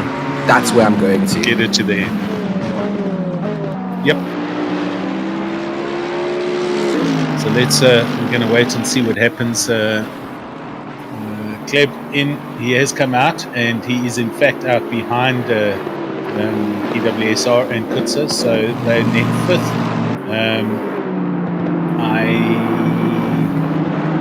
am not too sure. Yeah, Rowe and them, okay, 32 seconds back in 6th.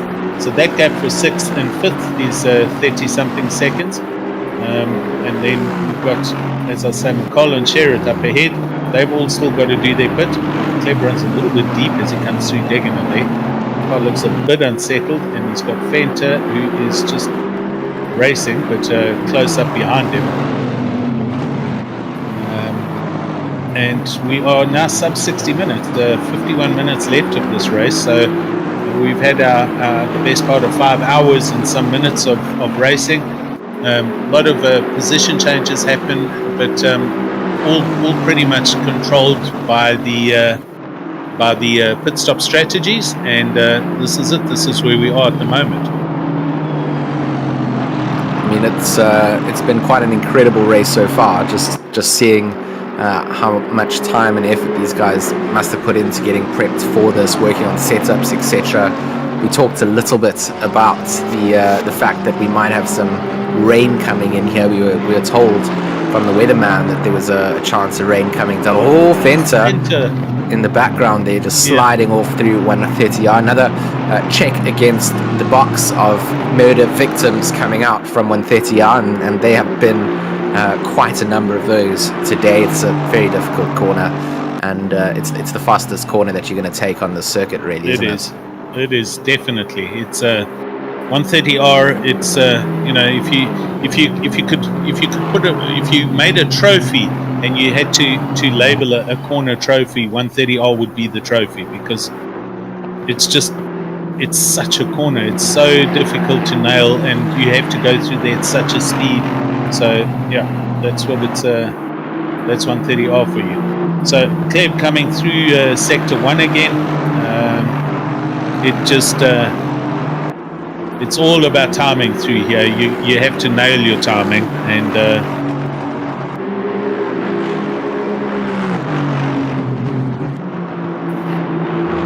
we it's not an easy circuit at all to actually go through. I mean, there's just so many places here where you can make big mistakes. This man up the front, Harry Spears, absolute monster.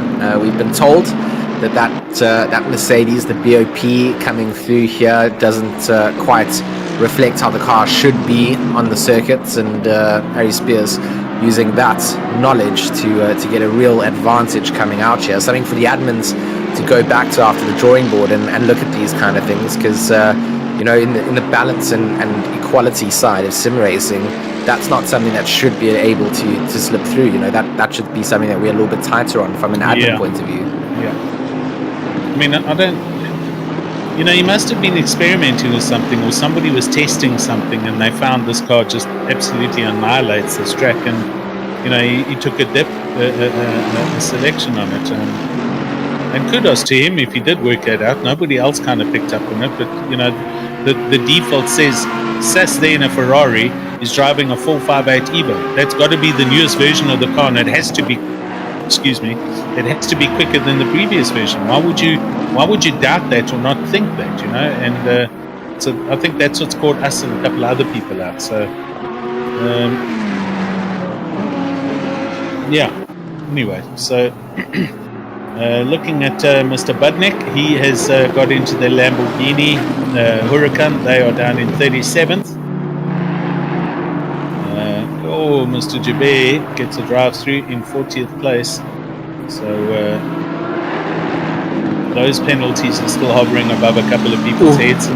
As Mr. Fenter goes very strong-armed past Mr. Budnick, but there was no contact. But wow, through sector 1, there was a huge pass actually. Absolutely massive, and in the background, that's Spears that Budnick needs to just give some space to as well. He's going to just keep well to the right end out of Dunlop, and let that rather happen around Dunlop than trying to make that happen through the likes of Degner. It's a terrifying corner as it is, and you'd hate to kind of impact someone that's in that champion spot at this point in the race. So everyone is doing a good job moving away for Harry Spears, but like you said, with this Team Good Smile livery, he's certainly underneath that visor going to be looking at this race and thinking there was absolutely no competition for me here. None. Right, does it get a drive through for that? Okay, ran a little bit wide there. Nudge, wink, wink. So he essentially is, he has lapped the entire field, including Jordan Sherritt. So all the way up to second place. He's a lap and 4.8 seconds ahead of the entire field. I'm just looking at more accurate times coming off the Pitbull live timing. Jordan in second place. He is 46.5 seconds up the road from Junior McCall. In third place, who in turn is 60 seconds up the road from Jason Abbs. Who in turn is 20 seconds, so the gaps are from the leader, and then 20 seconds apart there. As we see Spears come into the pits, so this is going to be his final pit stop to be done, and Sherritt essentially unlaps himself, goes back past him, and starts his next lap. They are on 136 laps, so 136 laps around Suzuka. It's been a long day. Aren't they on 153 laps? Okay, well then the pit wall system is broken. Okay, so let me close that. It's just we don't use pit wall when anything crashes. It's just like let's not Good. There.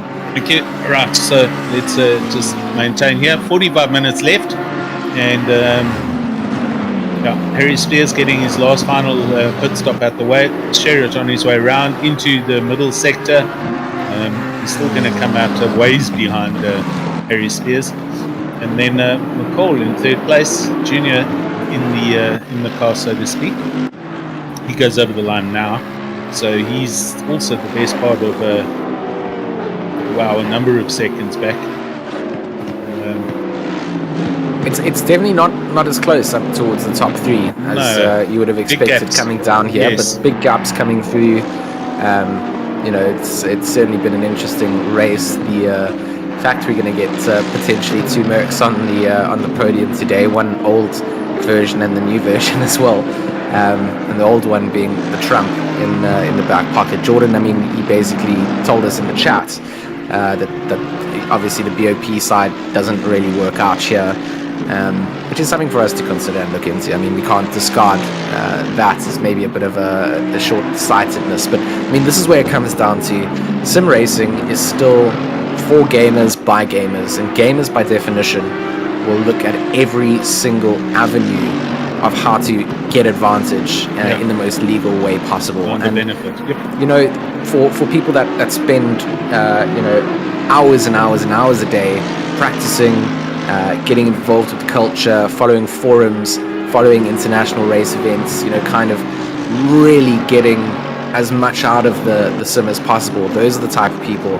that know the nuances that are involved with it. And I think sometimes as a commentator, that's where I feel a little bit out of the loop of things. If you don't have the ability to put in all that time all the time and really have that mindset towards it, you kind of feel a little bit outside of the loop of all of those things, which is it's a bit of a sad feeling, being like on the outside of the fence and watching everybody else have fun on the inside. But sometimes in the real life, right, we got to prioritize certain things, and we don't all have the time to really dive into all of that. Yeah, exactly.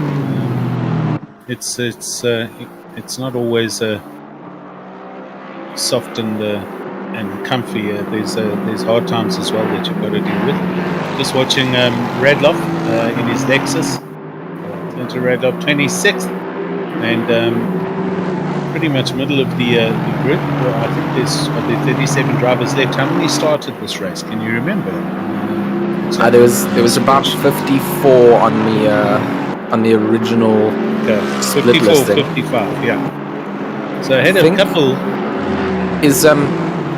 Is that 37th place the last in the grid, Mr. Producer, or do we have more behind that? Okay, down to 43rd. So we have had a couple of dropouts. Yeah, at least 10 or so have gone missing. Mr. Budnick here in the Wailing Lambo coming around final chicane. About to get going on his lap. Makes an awesome sound. This car and the Audis, they make tremendous sound. And as you can see on this, screen, it's just green boxes everywhere. Everyone's done their pit stops finished now, so it's down to the leaders up at the top when they're going to come in and pit, and everyone's going to then see what happens there. Still, Sherrod's in the pits, by the way, as I say that. So second place in the pits now. Junior McCall still to pit. And so first place, fourth and fifth have all pitted. But we're just going to wait and see now where Sherrod comes out. And what the gap will be between him. Here comes Junior McCall. So this is closing in now. This is position. But I mean, Junior is still going to have to go into the pit stop. So even if he does make it here, I think it's still very comfortable for Sherrod to come out in P2. Second, that's true. It's just when is Junior going to do it? Is he coming in now? Is he going to leave it right until the final 10 minutes? Clearly he's not coming in now, but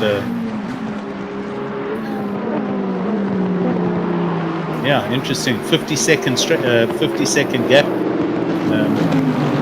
with Shane McCall behind Sherrod. I don't think it's that big now after he's just come out the pits, but we'll wait and see. But as you say, with them still having to pit, it'll be interesting then, saying Kutzer, PWSR Byron Kutzer's an entire lap back, so we'll see if they can maybe jump from fourth place into third. Who knows? I mean, so far we haven't seen too many mistakes coming out from the pit stops, specifically in the top 10. No additional stop goes being issued out, so everybody just making sure that they do the very minimum to make sure that they do everything correctly, because that is like one of those mistakes where you want to kick yourself when you do it, because everything that you've worked up to in this point can get chucked away just by taking that limiter off too early, or mistakenly just grabbing onto shifting the car out of gear and suddenly cancelling your pit limiter. And just you've been concentrating for so long, by the time you realize what you've done, you've got that penalty already. It doesn't always click in straight away.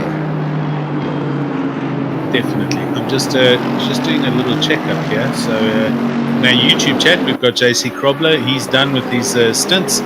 It's Mr. Lewis in the car now, Brian Lewis, who's got to bring it to the end, saying it was fun fighting back from dead last. So they started back of the grid.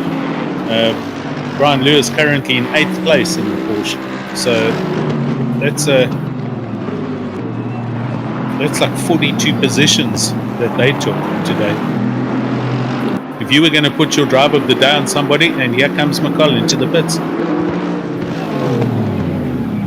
Line, there it is. It looks like he stopped in time. So huge drive back there for Mr. JC Krobler and Brian Lewis. Can't argue with that. No, that's 0 to hero sort of levels. Right, puts a hammering round through the mid sectors. Gap. I'm not sure if it's 1 or 2 laps, but let's just wait and see, if you don't mind, Mr. Producer. This will be the final position then for the podium for 3rd place.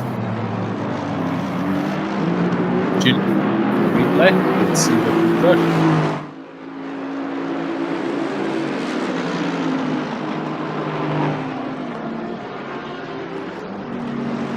Looks like maybe that replay is still being lined up. Looks like it. It's not quite in the barrel and ready to get fired away.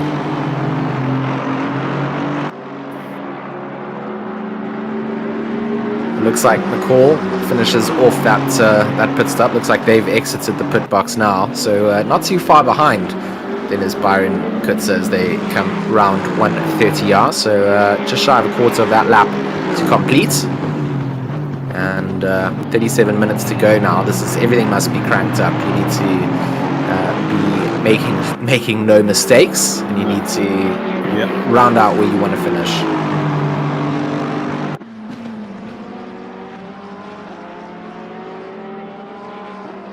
76. So he's a good minute and some change behind. Still long distance. So it's going to come down to possibly anybody maybe getting a drive-through in the last 30 minutes, or who knows. But let's see, a great result for Spears, Sherrod, McCall.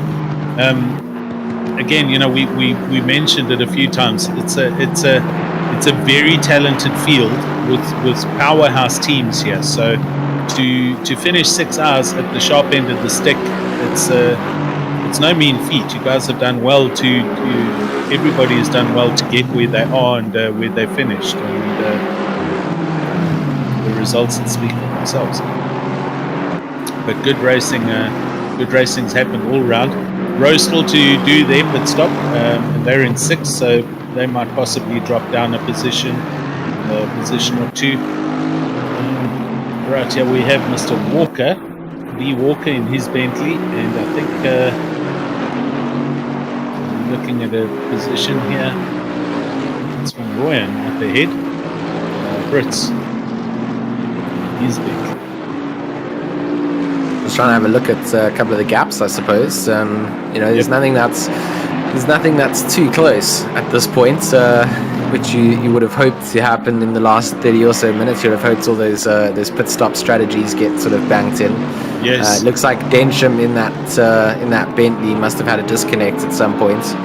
The car sitting in 43rd at the moment, showing that they still have five mandatory stops to serve out here. Jean van Rensburg, actually, the car or the driver sitting in that car. So something has gone disconnect, and sometimes it does that, right?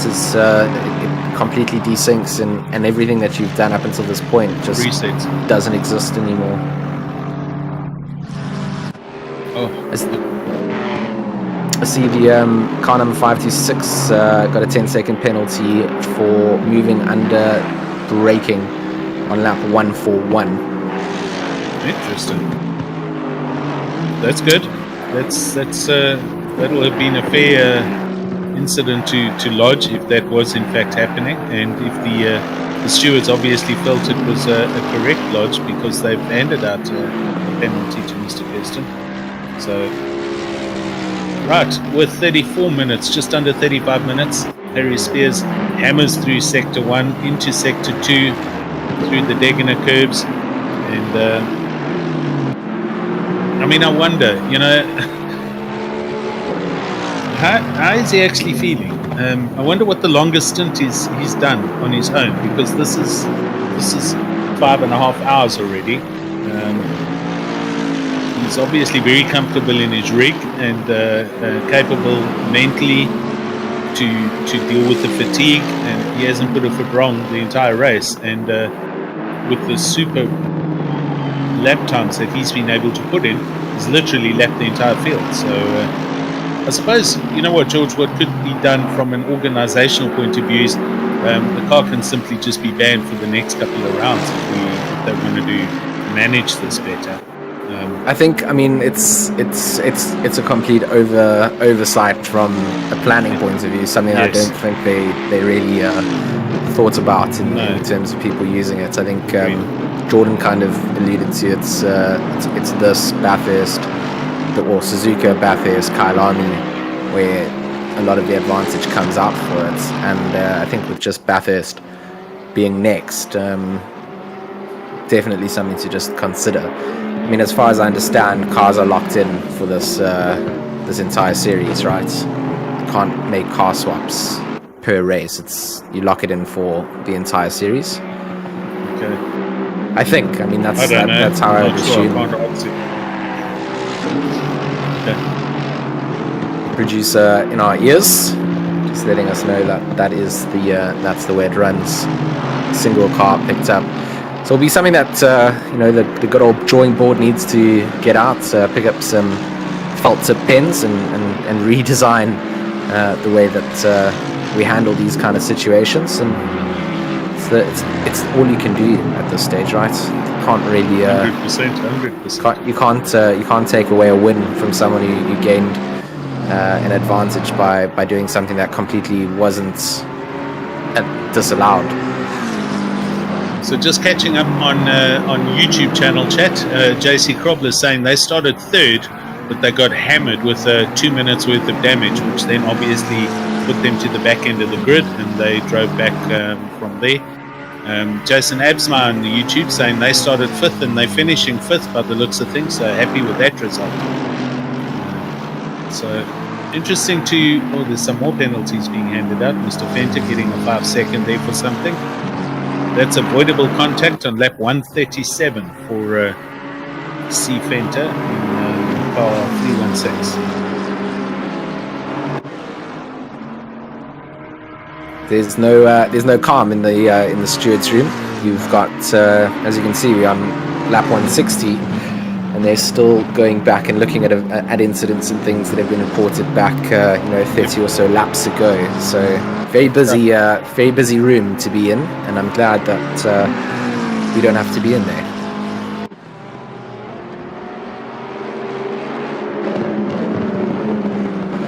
So I wonder when Rowe's going to come in and serve that final mandatory stop.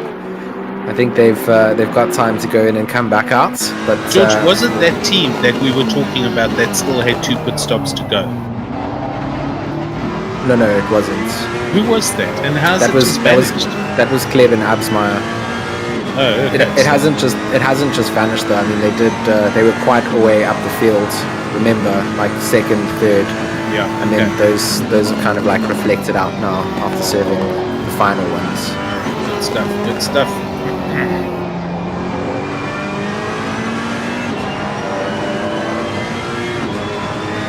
So, right, Daniel Rowe for Hybrid Academy. As you say, in the Ferrari, we're on board with them. They still need to now come in for their final pit stop, which should happen any time, I guess. It's not going to change as far as how the car weight is going, or whether it's going to be any quicker to do it now versus 5 minutes from the end or anything like that. They've just got to get it out of the way, and then it's done.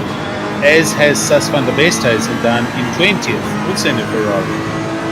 So both of them having to still complete their last stops. That's quite funny that the two Ferraris on the grid Exactly. needing to do their final stops, running a similar strategy to each other. I suppose, because you've got that mandatory tire change, the longer you leave it now, the less use you're going to get out of that last set of tires. So you may have, extending those stints beyond what you need to, knowing that you're changing tire sets, means that you're going to be racing certain times without having the optimum grip that you probably could get out of a tire set. Yeah, with the strat as it was planned for this race, it essentially just boils down to a pit stop each hour on the hour, and 60 minutes per tire set. So, but remember, if it was to rain, we would have had a different situation. 100%. That was the curveball that was always going to be hovering over everyone's heads, and was promised by our master Bertus, but it just hasn't. Listen, weather prediction is the most chillest job in the world. If you want to get away with anything, get into weather, because even if you make a monumental bad prediction, nothing actually. Your job is still secure, because everyone just understands that it doesn't really matter. Like, oh no, you got it wrong today. Cool. Yeah. It's raining today. It's not raining tomorrow.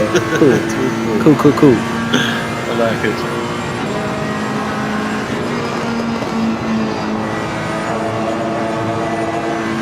So I wonder if we are going to see any more penalties getting handed out that might be sort of in the mix of the review process at the moment. Maybe that changes some stuff up towards the end. But as it stands, Alan, that drive from out at the front from Spears, pure dominance really, and to be honest, we haven't really had the battle in the top three that we would have wanted to see. That's the reality of it. We've seen battles in the field further down. If you're looking at the timing sheet at the moment, Kirstein and Fulschenk in 22nd and 23rd, they might get into a little scrap before the end. Less than half a second between them. But everywhere else, it's, Fulschenk has already gone past Kirstein at this point. So maybe Kirstein knowing that with that time penalty, no real point in being too aggressive. Yeah, I think it's See, Batters is trying to secure his job as weatherman, saying he never promised anything, but rain was definitely on the cards. I don't know what that sentence actually means at this point. I never promised anything, but it's on the cards. Nice one, Bertus. Cover all your bases there, buddy.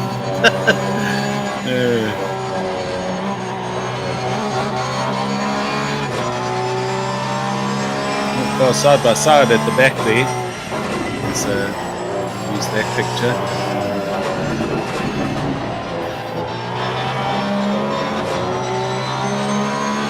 This is me.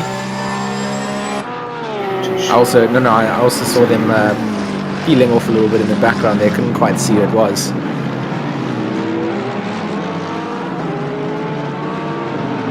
Was not our race leader. That's the most important thing, right?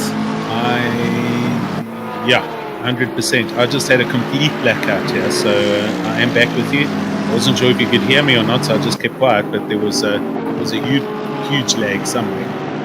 Is it okay for you, George? I've still got everything's still fine. I've still got everything. I saw a car disappear on the stream. Someone who was driving close to Spears. I think it was black Mercedes. Just disappeared coming out of the hairpin, so that was a bit strange. Seen it on the live feed. So through the hairpin, it was on the outside of him and just vanished.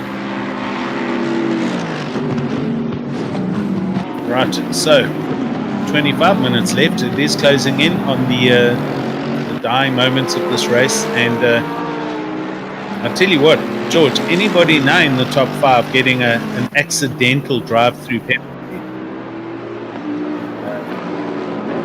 it's gonna swing and chop and change some things up here, you know? You're not wrong. You got to keep your toes within the line now. Make sure you're not doing anything naughty out on the circuits. And certainly, I mean, you've done everything you need to do. In the background is that the TGN Mercedes doing a little bit of trimming on the approach to the S's. But you're right. I mean, you're now in that top 5. You don't want to mess this up. You don't want to be the problem. Your own problem, should I say. If it's someone else that you can blame, it's always nice, but if you do it yourself, it's a hard thing to sleep on.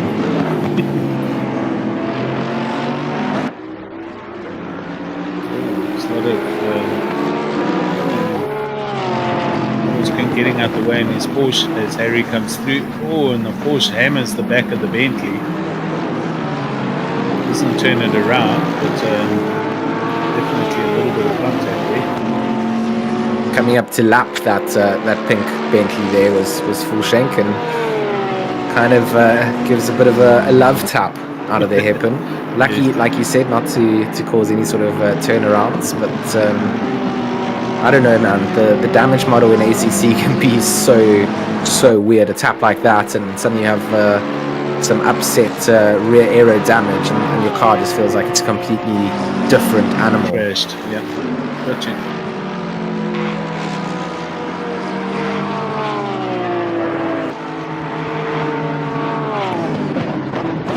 Well, so besides just Le Mans reading, winning, I was just reading in the YouTube chats. Yes. This Camo was talking about Jason and Etienne's pit strategy.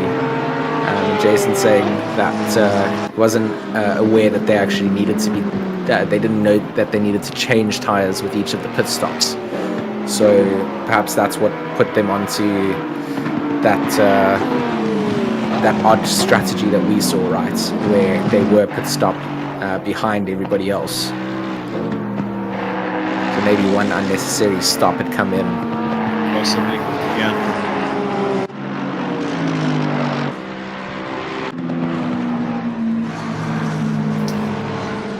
22 minutes to go, and we pick up focus on Daniel Rowe for Hybrid Academy. Yet to pit, as is the other Ferrari of SAS. So they're going to literally do it on the last lap. Leave it down to the wire. No pressure to not make a mistake in the pits in the pit strategy. But, I mean, they're aware they have to still pit, aren't they? They're going to be. It's the message is on their screen that they haven't finished their compulsory pits. Yeah. No, they'll be aware of where they sit here, I'm sure. Okay. And I'm sure we're also not just getting a visual bug, as everybody else seems to be completely okay. But so I think if you don't complete your mandatory stops, I mean, you get disqualified when you cross exactly. the line. I've just seen a differential gap while we're watching Daniel Rowe. It was on the timing screen shortly, and I think it will come back up again between 3rd and 4th place. Morgan McCall and Byron Kutzer for PWSR at 34 seconds. There's 21 minutes left in this race. That was 70 odd seconds after McCall made their stop when we were tracking that. So I mean, they've made up a lot of time. PWSR. Yeah. So I'm just waiting for this now. It's now showing again at 2 laps. Let's just wait for that to clear and see what that true time is there. Because I think it's a lot closer than what the tower said. It's actually growing. That says 3 laps.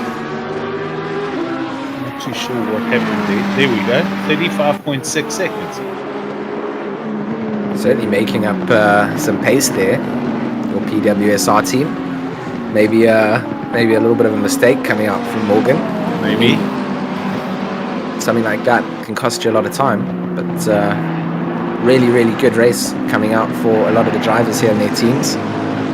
For a lot of people, just completing a race like this is a notch that they want to put into the belt, and I think that's something that people can be proud of. Getting to the end, not having any technical difficulties, because we know how frustrating those can be.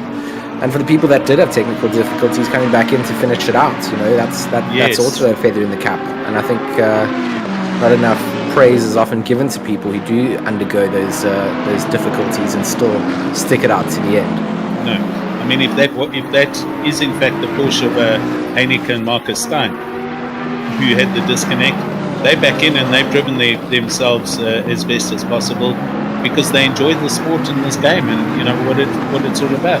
You've committed to this 5-race series, and you need to get the best result you can, and they've got a good result considering what happened. So I take my hat off to the guys. It's all about finishing these things. These early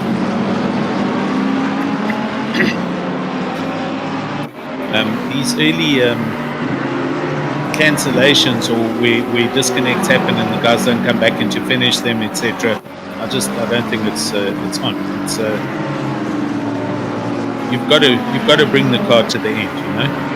It's just something. Yeah, it doesn't matter where you're going to finish. There's no point just throwing in the towel and being upsetty spaghetti. Rowe looking like maybe he's going to start. Nope, he's not going into the pits just yet, is he? He's going to stay out again. Yeah. And I mean, at this stage, if he does still go into the pits to make that stop, Van Lachrenberg in 7th place, they are, I think it was like 30 seconds down the road when I saw that update flash up on the screen. So they could potentially just jump them up one position, change up the top 10.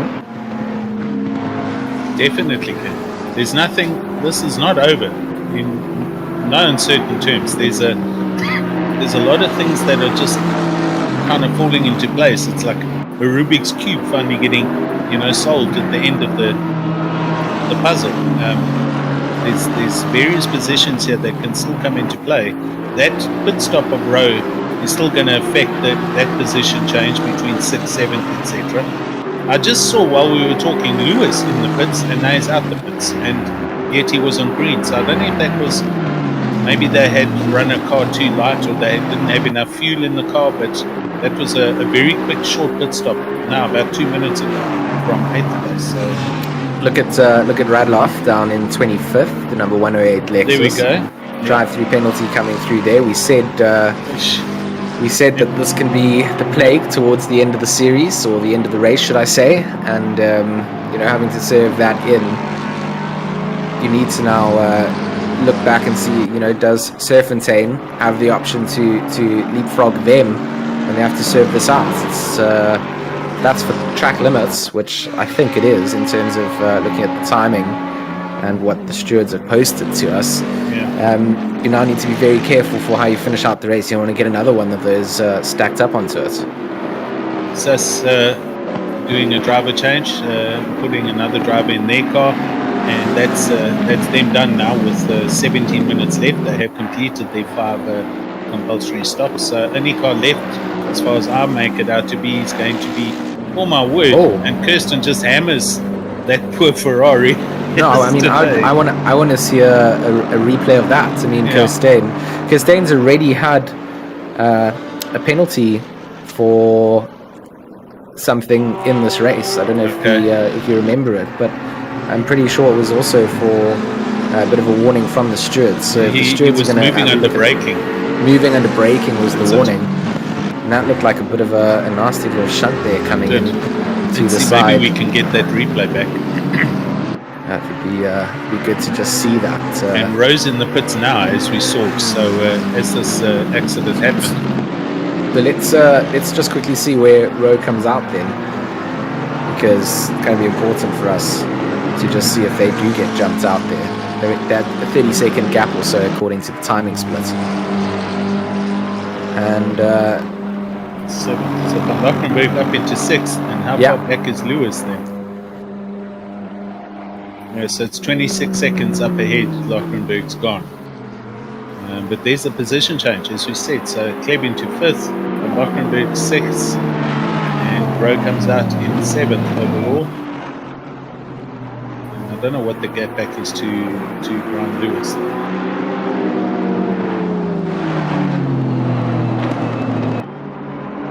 Right, so all pit stops done, accounted for. And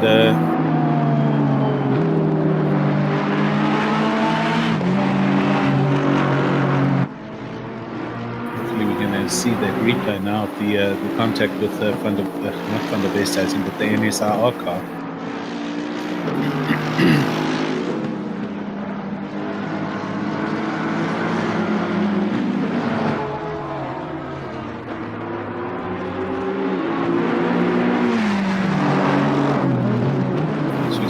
Row coming through the hairpin, and he's heading now down towards Spoon. He's got the Minerva behind him, but that's not for position. Minerva's a ways back. Oh, I see, Alan. We aren't in our casting view. We aren't actually seeing those replays that come through. So it did go through onto the live stream for YouTube. So if everyone thought like, what are these guys doing? We weren't actually seeing the visuals there. We're watching the wrong one. Sorry, man. Yeah. All good. All right. Well, there we go. At least good catch there, George. No, I thought we were losing our minds. It's 6 hours in. I'm going. Where is it? Is this here? There was probably another one earlier. Apparently, there's some good drifting. We didn't see that one either. Yeah. But hopefully the live stream will sort. So, I mean, that was a little bit of an argy-bargy between Kirstein and the likes of Johan. I wonder if the stewards are going to have a little look into that, because that sent that Ferrari quite hard into the wall just before the S's. Yeah. Right. Back live, and Daniel Rowe comes into first sector again, and on he goes. So they're in 7th. I'm interested to see possibly what that gap is further up with the leaders again. Harry Spears, 169 laps up the road, 170 laps now. Sherritt, Nicole, Kutzer, 2nd, 3rd, and 4th. So I just want to hang around and see if we can see the delta there, and if it's closing or not between Byron Kutzer and Morgan Nicole. And Lockenberg, though, however, they do move up into 6th place, so they'll be very pleased with that result, considering. Hybrid Academy in 7th, Brian Lewis in 8th, considering what JC Krobler was saying on the YouTube. They got absolutely hammered in the beginning of the race, and they managed to drive right back up from the 40s, wherever they were, up to 8th. So it's what you make out of the race. You're either gonna make the best you can out of it and get the best result you can, or you're gonna disconnect and say, "Oh, I got hammered and there was no point. We were 2 minutes down the road, whatever." Yeah, this is the ideal kind of scenario, but they've done well to get where they've got to, George. I mean, that's it. It's picking yourself up, knowing that it hasn't all gone to plan.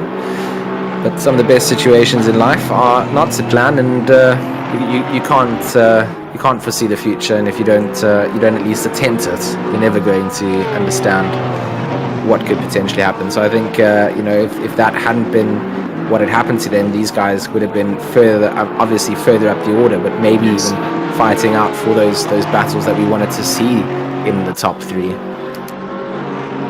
So I've just managed to see that delta gap's extended out to 40 seconds. So Morgan actually driving away now from Byron Kutzer. So that looks like it's going to be your top 3, unless they pick up the drive-through in the dying 10 minutes of this race. And 1st, 2nd, and 3rd for Spears, Sherritt, and Nicole.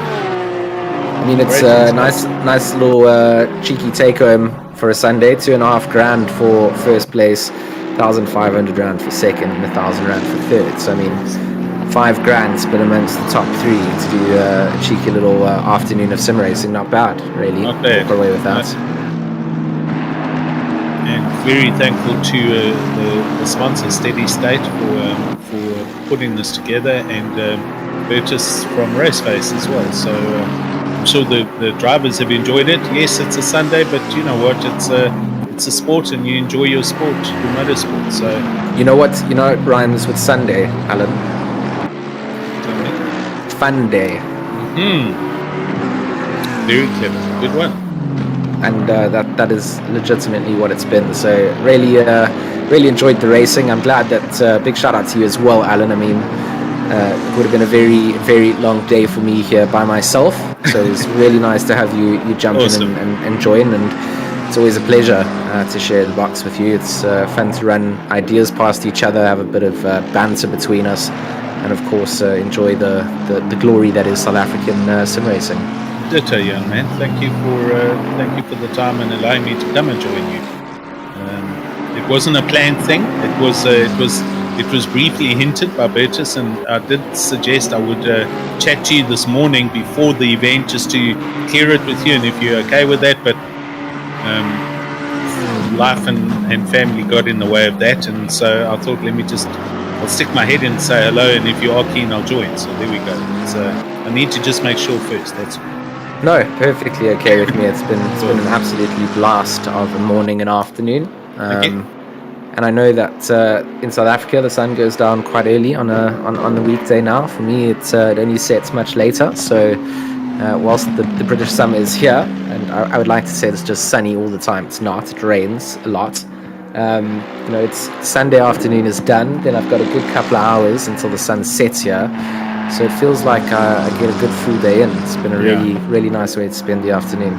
Yeah, listen, we're solidly into our spring already. So down here in Cape Town, the sun is it's only starting to go dark closer to 7 o'clock. We kind of watch it happen as it happens. So it's not a 9 or a 10 like you, but we heading towards our late 9 o'clock sundowners in October, November, December, which is sitting on Cape Town, the Blue Peter on the grass bank, having a sip, watching the sunset at 9:30 at night. It's you're going to struggle to beat that, except if you fly to a little island called Ibiza or something like that. What I might do is I might just do summer in a new country all around the world, rather. That sounds solid, George. There we go. There you go. That's the plan. Keep escaping the cold. Just do summer everywhere else. Yep. Okay, it's time to move again. But 8 minutes to go. Sherritt's not looking like he's going to be able to catch Spears. We hinted at that at the very start of this. When Spears just started to build those gaps up, you could see there was a differential between them, and he's just had the pedal down, focused entirely. And Sherritt having not a difficult time. The GTWR team, of course, Tariq Adams and Luke Addison assisting out here, and Sherritt going to pilot it to the line. But it's all to play for in these races. And when we go out to our second race of the season, we head up the Mount Panorama, and out to Oz, and that is going to be. I mean, that's going to be a spectacle. I feel like because the weatherman got it wrong here, we might hopefully get a bit of rain on the world's most dangerous narrow track. Maybe that's what's been planned out there. Really, have some mad rain on that track. On that crazy. Mountain. Wow. Yeah. Jeez. Everybody's gonna hate me if it happens now. You'd rather you say it than me, but yeah. Oh, we got Junior flashing here. He really wants to get by because he is trying to maintain that gap back to Byron behind him. So guys are just separating and going left and right, and Junior piles on through. 6.5 minutes to go, and the ATK Academy car running very well, very strong, and in third place. But back to the decisions, we'll have to see what does transpire. Bathurst on the best of days isn't the easiest track to accomplish. Adding rain and possibly a time change between day and night, that just double complicates affairs, and should make for an epic race to watch and stream. And yeah, I can't wait. I mean, this is we're not playing games now. This is a steady state Raceface. It's a sponsored event. It's a mini championship of 5 races, and there's money to be won here. So the guys who finish at the sharp end of the stick, or at the top of the results pile, it's like cream rises to the top. so will the best drivers and the best teams. And we are going to be we're going to bring that to you live on YouTube, and we'll be able to see who is the best in out of all of these teams after the 5 races. It's a real shootout, and obviously it's got some benefits with the money added in as well. I mean, Yes. you could race here for fun and people would still do it, but the fact that you can walk away, with $5,000 every race weekend that they have, obviously split between the top 5, like you said, 5 rounds, 25k, just up for grabs, to be distributed out for competing and doing well, placing within the top 3. And I like that there's that cap limit on it, where it's the podium positions that get rewarded for it. It's not that $5,000 split all the way down to like 10th place, where everyone walks away with a small little portion of it. It pays off to be in the top positions. Yes. It's rewarding to get there. 4 minutes to go. Byron Kutzer, here we are on board with him in the big Aston, and he's hammering away at this. He's literally going under the overpass now, and Morgan McCall will be coming up that back straight towards 130R, and that is the closest gap as far as these guys go. It's 43 or 44 seconds. Give or take a few. Both teams have done very well. Junior McCall and his big brother Morgan, as well as all the other drivers in the various teams. I did see somewhere on the YouTube somebody saying, and I can't find it now, but there was another youngster in the race for somebody's younger brother, and he's 14. I think it's Victor the Cox brother. Okay, there you go. So great stuff to see some new young blood coming into the sport, and at that age you get going in it and enjoy it. You can imagine when they turn 18 or 20 or 21, how good they're going to be.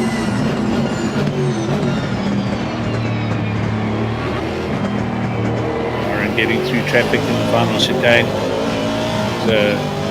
down onto the start-finish line to start another lap with just under 3 minutes to go.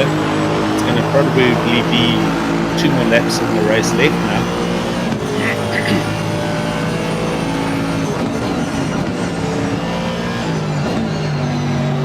Not too much separating a few drivers. I mean, P17 and 18, it's a 1.3 second gap between them.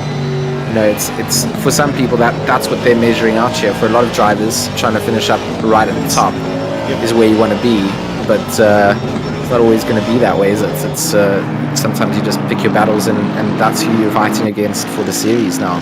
Trying to pick up points. We know that we're going to split things out, into having a pro and an AM, sort of an AM split in this series. They joined everyone together for this one, but they are going to earn points individually, as well as like a total point setting as well, as far as I understood in the driver's briefing from Battis. So all to play for, and one day you get more sponsors on board, there can be more prizes and things through there. So if you guys are interested in getting involved, and you've got a corporate sponsor that you want to come in with, just approach us. Discord's the place to be. Hit up Battis and get that sort of set up, because plenty of places are looking for new ways to spend their advertising money now. Yes. During the pandemic times and the changes, and everything's moving towards digital. You can get so much more from digital advertising than you can do from printed media, things like that. People aren't reading newspapers as much as they would before, and it's not a bad way to have a little bit of a sponsorship coming out. So if you are interested in that, hit us up. But big shout out to Steady State, of course, behind the scenes, not just providing prize. Bit of a rejoin coming on there as we go on board for Harry Spears. This will be the final lap that we see from the race leader. This will take him to the checkered flag. I mean, he's just what a monster. I mean, I use the term disgusting, but like good disgusting. This is a disgusting drive. 6 hours on your own, lapped the entire field. Just had a little bit of extra octane in the cornflakes this morning, really. And Harry Spears just incredible mentality, being able to get to this sort of level, to lead the race out here. I mean, we know how talented our drivers are in South Africa. Yeah. So we know how talented Harry is. We know that he's driving a car that's certainly got a little bit more bang for buck than others, as well as it's been pointed out. But you can't discard the fact that there's been an absolute talent behind the wheel today. You have to give credit where it's due. It's been an exceptional showing, and well done to this young man for sure. Down the back stretch for the final time then, Alan approaching that checkered flag to be waved and raised out. He's got enough fuel, and if he didn't from here, you could probably coast it and probably push it by the time that second catches up to him, and going to come up to the back of Kleb as right now round the final corner, get ready to take home the victory here in the first race of the Steady State Endurance Series out here at Suzuka along the pit wall.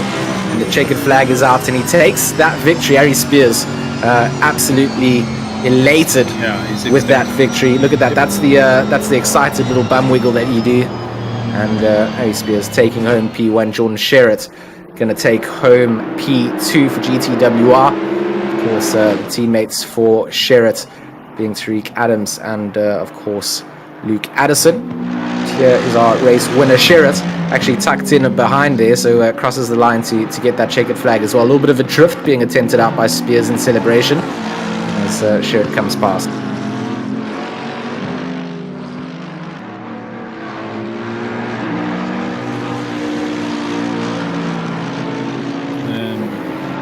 Sherritt also finished, or is he still got a lap that he's got to go around though? Hey? No, he's done. They're both done. Both absolutely done. Tinko Vandervelde in the chat saying congrats to Harry. Massive drive, massive win. And if we could just get the timing sheet back up here, Mr. Producer Man.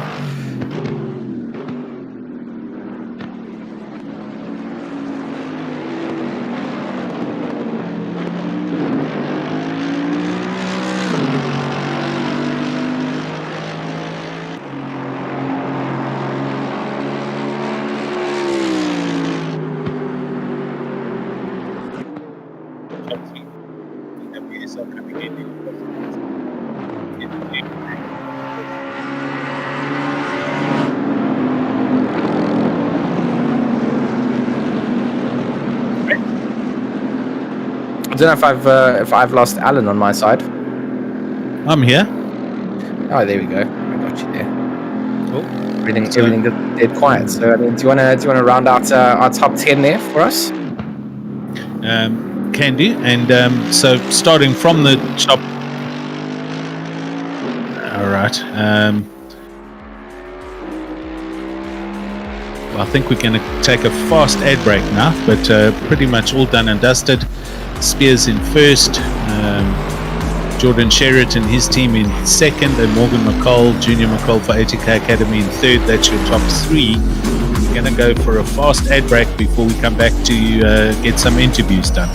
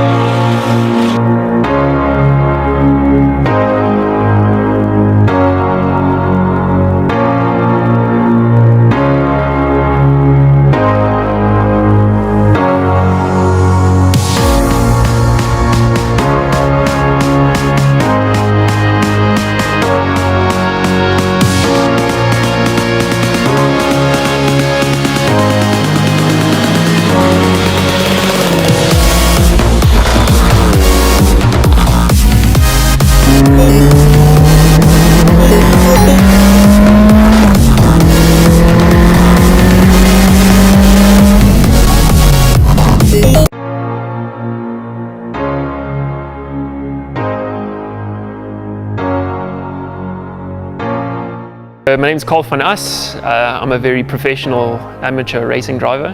The racing journey has taken me kind of many places, seen many people, experienced very many things. From a career perspective, started off in very amateur gymkhana driving, track driving, just as a track day hobby. That's subsequent to the bit of track day driving that I did as a kid. This is a 2005 Subaru STI.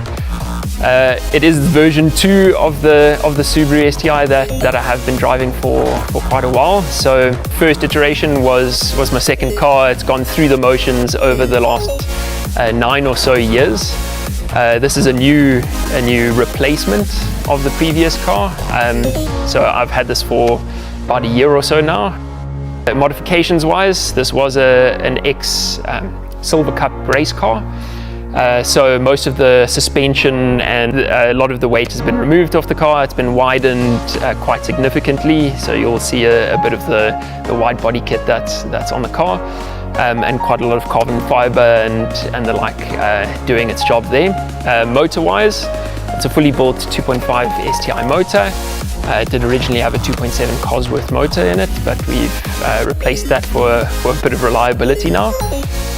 We have changed a lot of the cooling, so we've gone a V-mount intercooler and radiator setup, big turbo Garrett GTX 3076.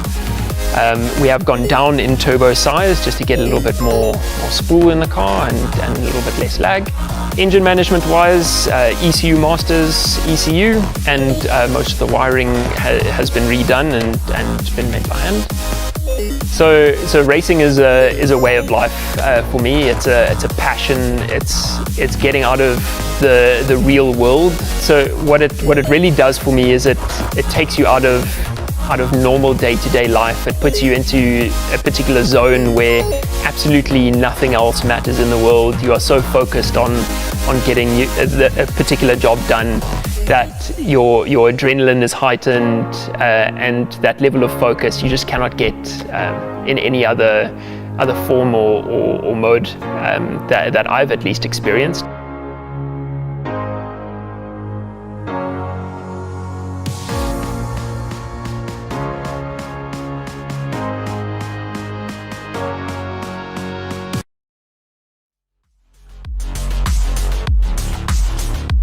We are back, Alan, and We are back. Time to do some driver interviews. Got Harry Spears and Jordan Sherritt above us. I'm gonna drag them into the box with us. Yep.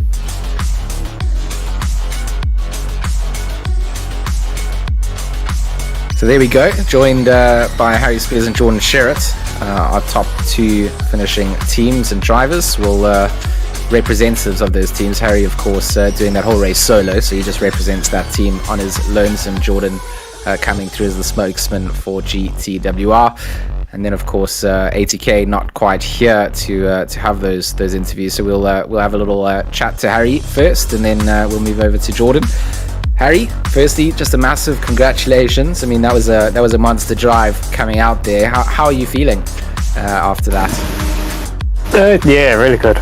Yeah, to win this race, especially solo, is a really nice feeling. Oh, I mean, you must be smiling as well as probably feeling a little bit stiff in the rig. How do you keep so comfortable for so long?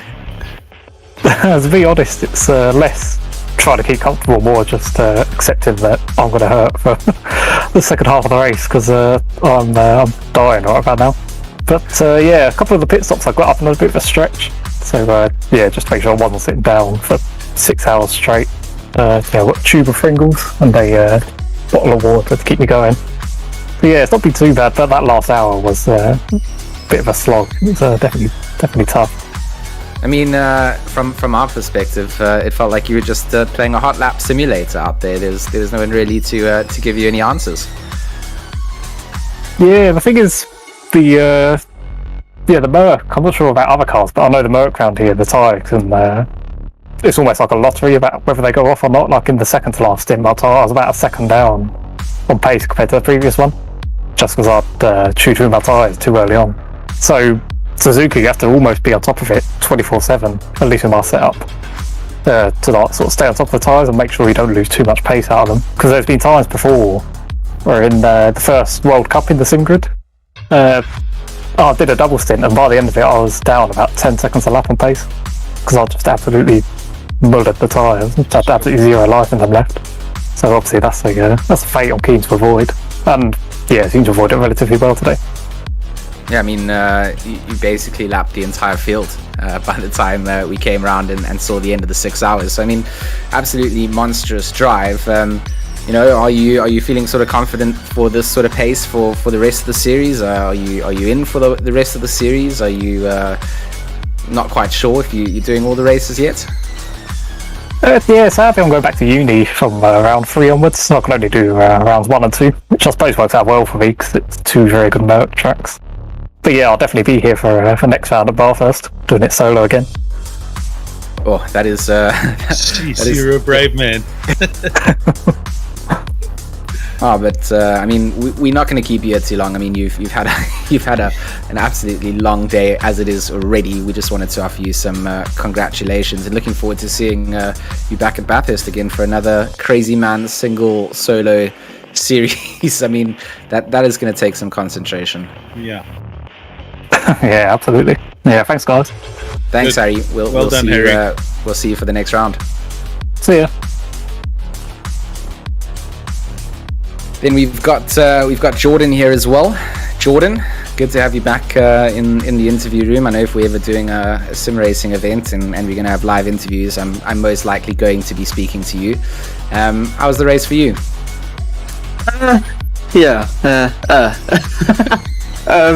No, it was good. It was good, you know. Obviously, when we saw Harry's pace, we were like, you know, let's just take it easy.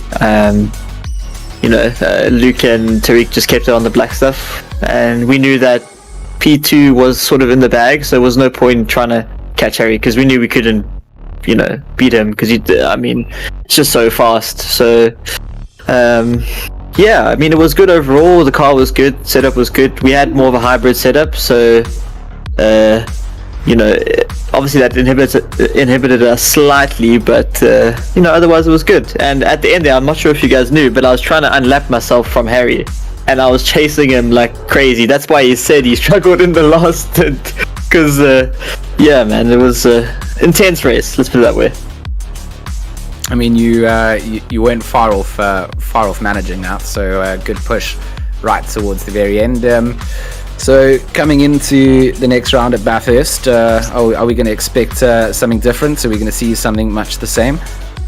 I think so. I mean, the McLaren is not exactly the greatest there, so I think, you know, P2, P3, sort of where we want to be. I mean, you know, Bathurst is a very technical track, so I think Harry doing it solo, I think there could be some interesting things that happen in the race, just to, you know, if you get tired at that track, you know, it really hurts you. The walls are very close, so if you just make one mistake, you're sort of done. So, you know, maybe luck goes on our side and we can push forwards. Well, I mean, we're always rooting for you, and I mean, you've obviously now pulled in 2 new teammates into GTWR. Tell us a little bit about that.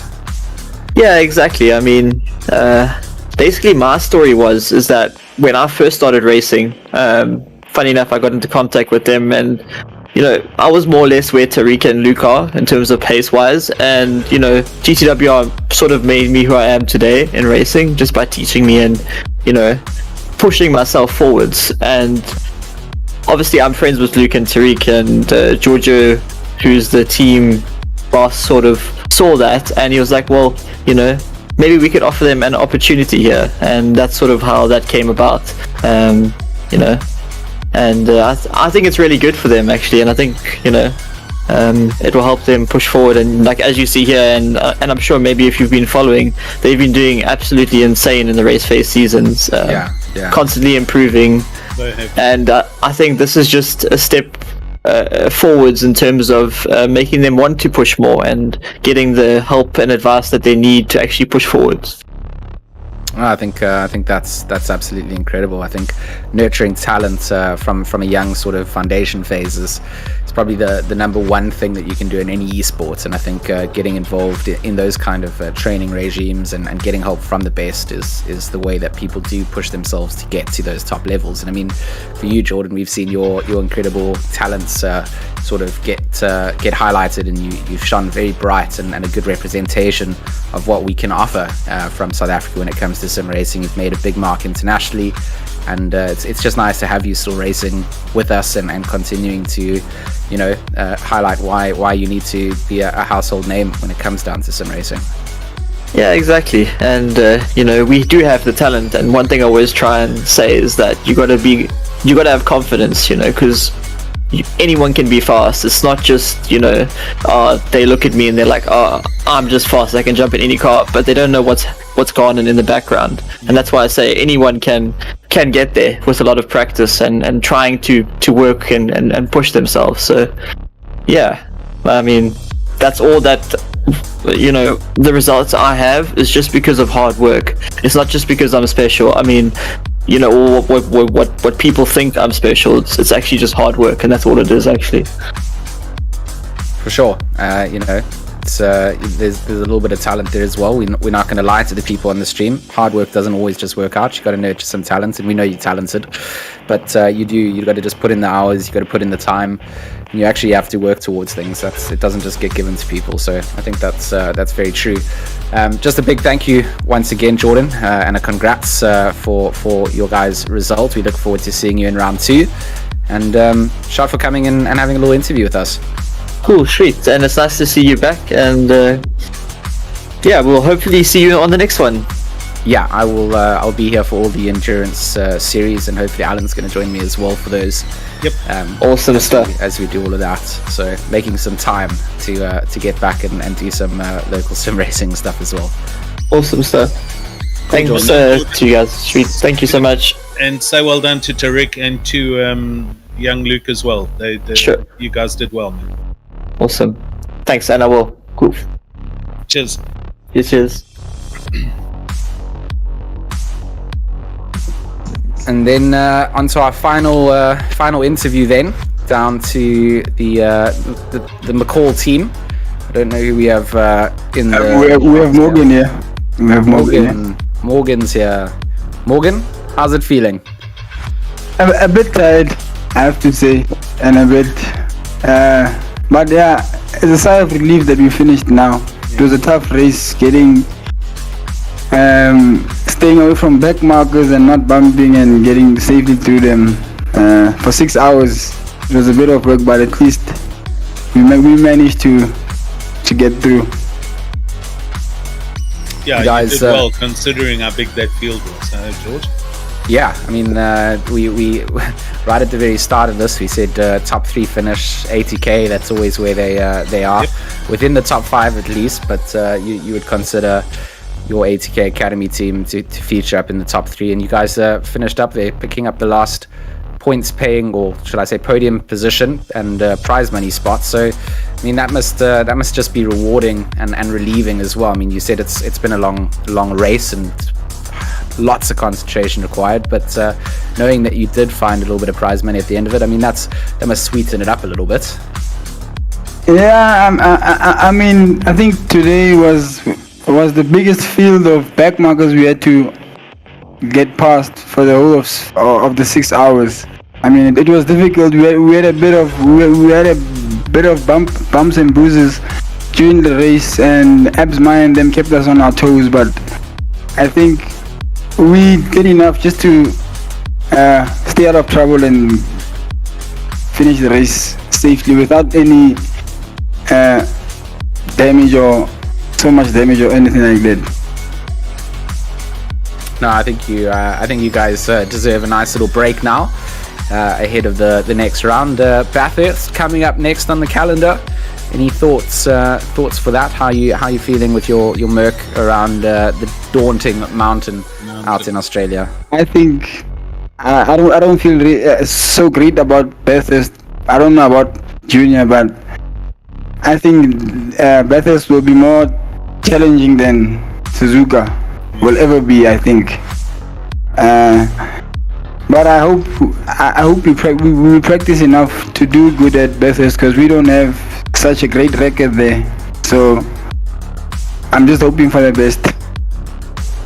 Well, we wishing you all the luck, and just give a congrats out to Junior as well. Obviously, he's not in the interview with us, but just know that we are big McCall fans as always here at Raceface, and good to see you guys performing well and solidly out there. Okay, thank you, and well done to everybody.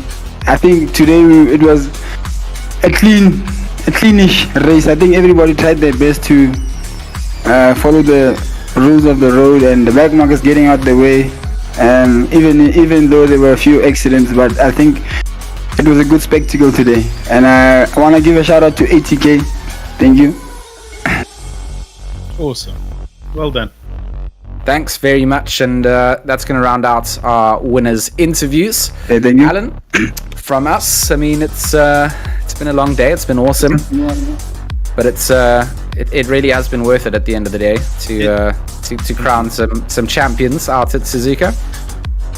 It's been huge fun. It's been an awesome way to pass a leisurely Sunday. We saw the best of the best. We definitely saw some good clean racing, well organized, well driven by the top three, well driven by everyone, but congrats anyway to the top three teams for getting to the onto the podiums. Well deserved, considering 6 hours, 50 something cars. Everybody's done really well here. Really has been a good race and a good showing from everyone, from the leaders up at the front to the people that managed to make it all the way to the very end. There were some disconnects where people struggled to get back into it. Yep. And to everyone that finished, I mean, that was amazing. My name is George Smith, of course, joined in the box by Alan Patterson. We were your broadcasting team, and of course none of this would have been possible without the camera work behind the scenes at Steady State. Round 1 done and dusted. Suzuka ticked off, and we'll see you again on the 5th of September as we take to Mount Panorama for the 4-hour round 2. We hope to see you guys there, and hope you stay safe and have a pleasant rest of the week.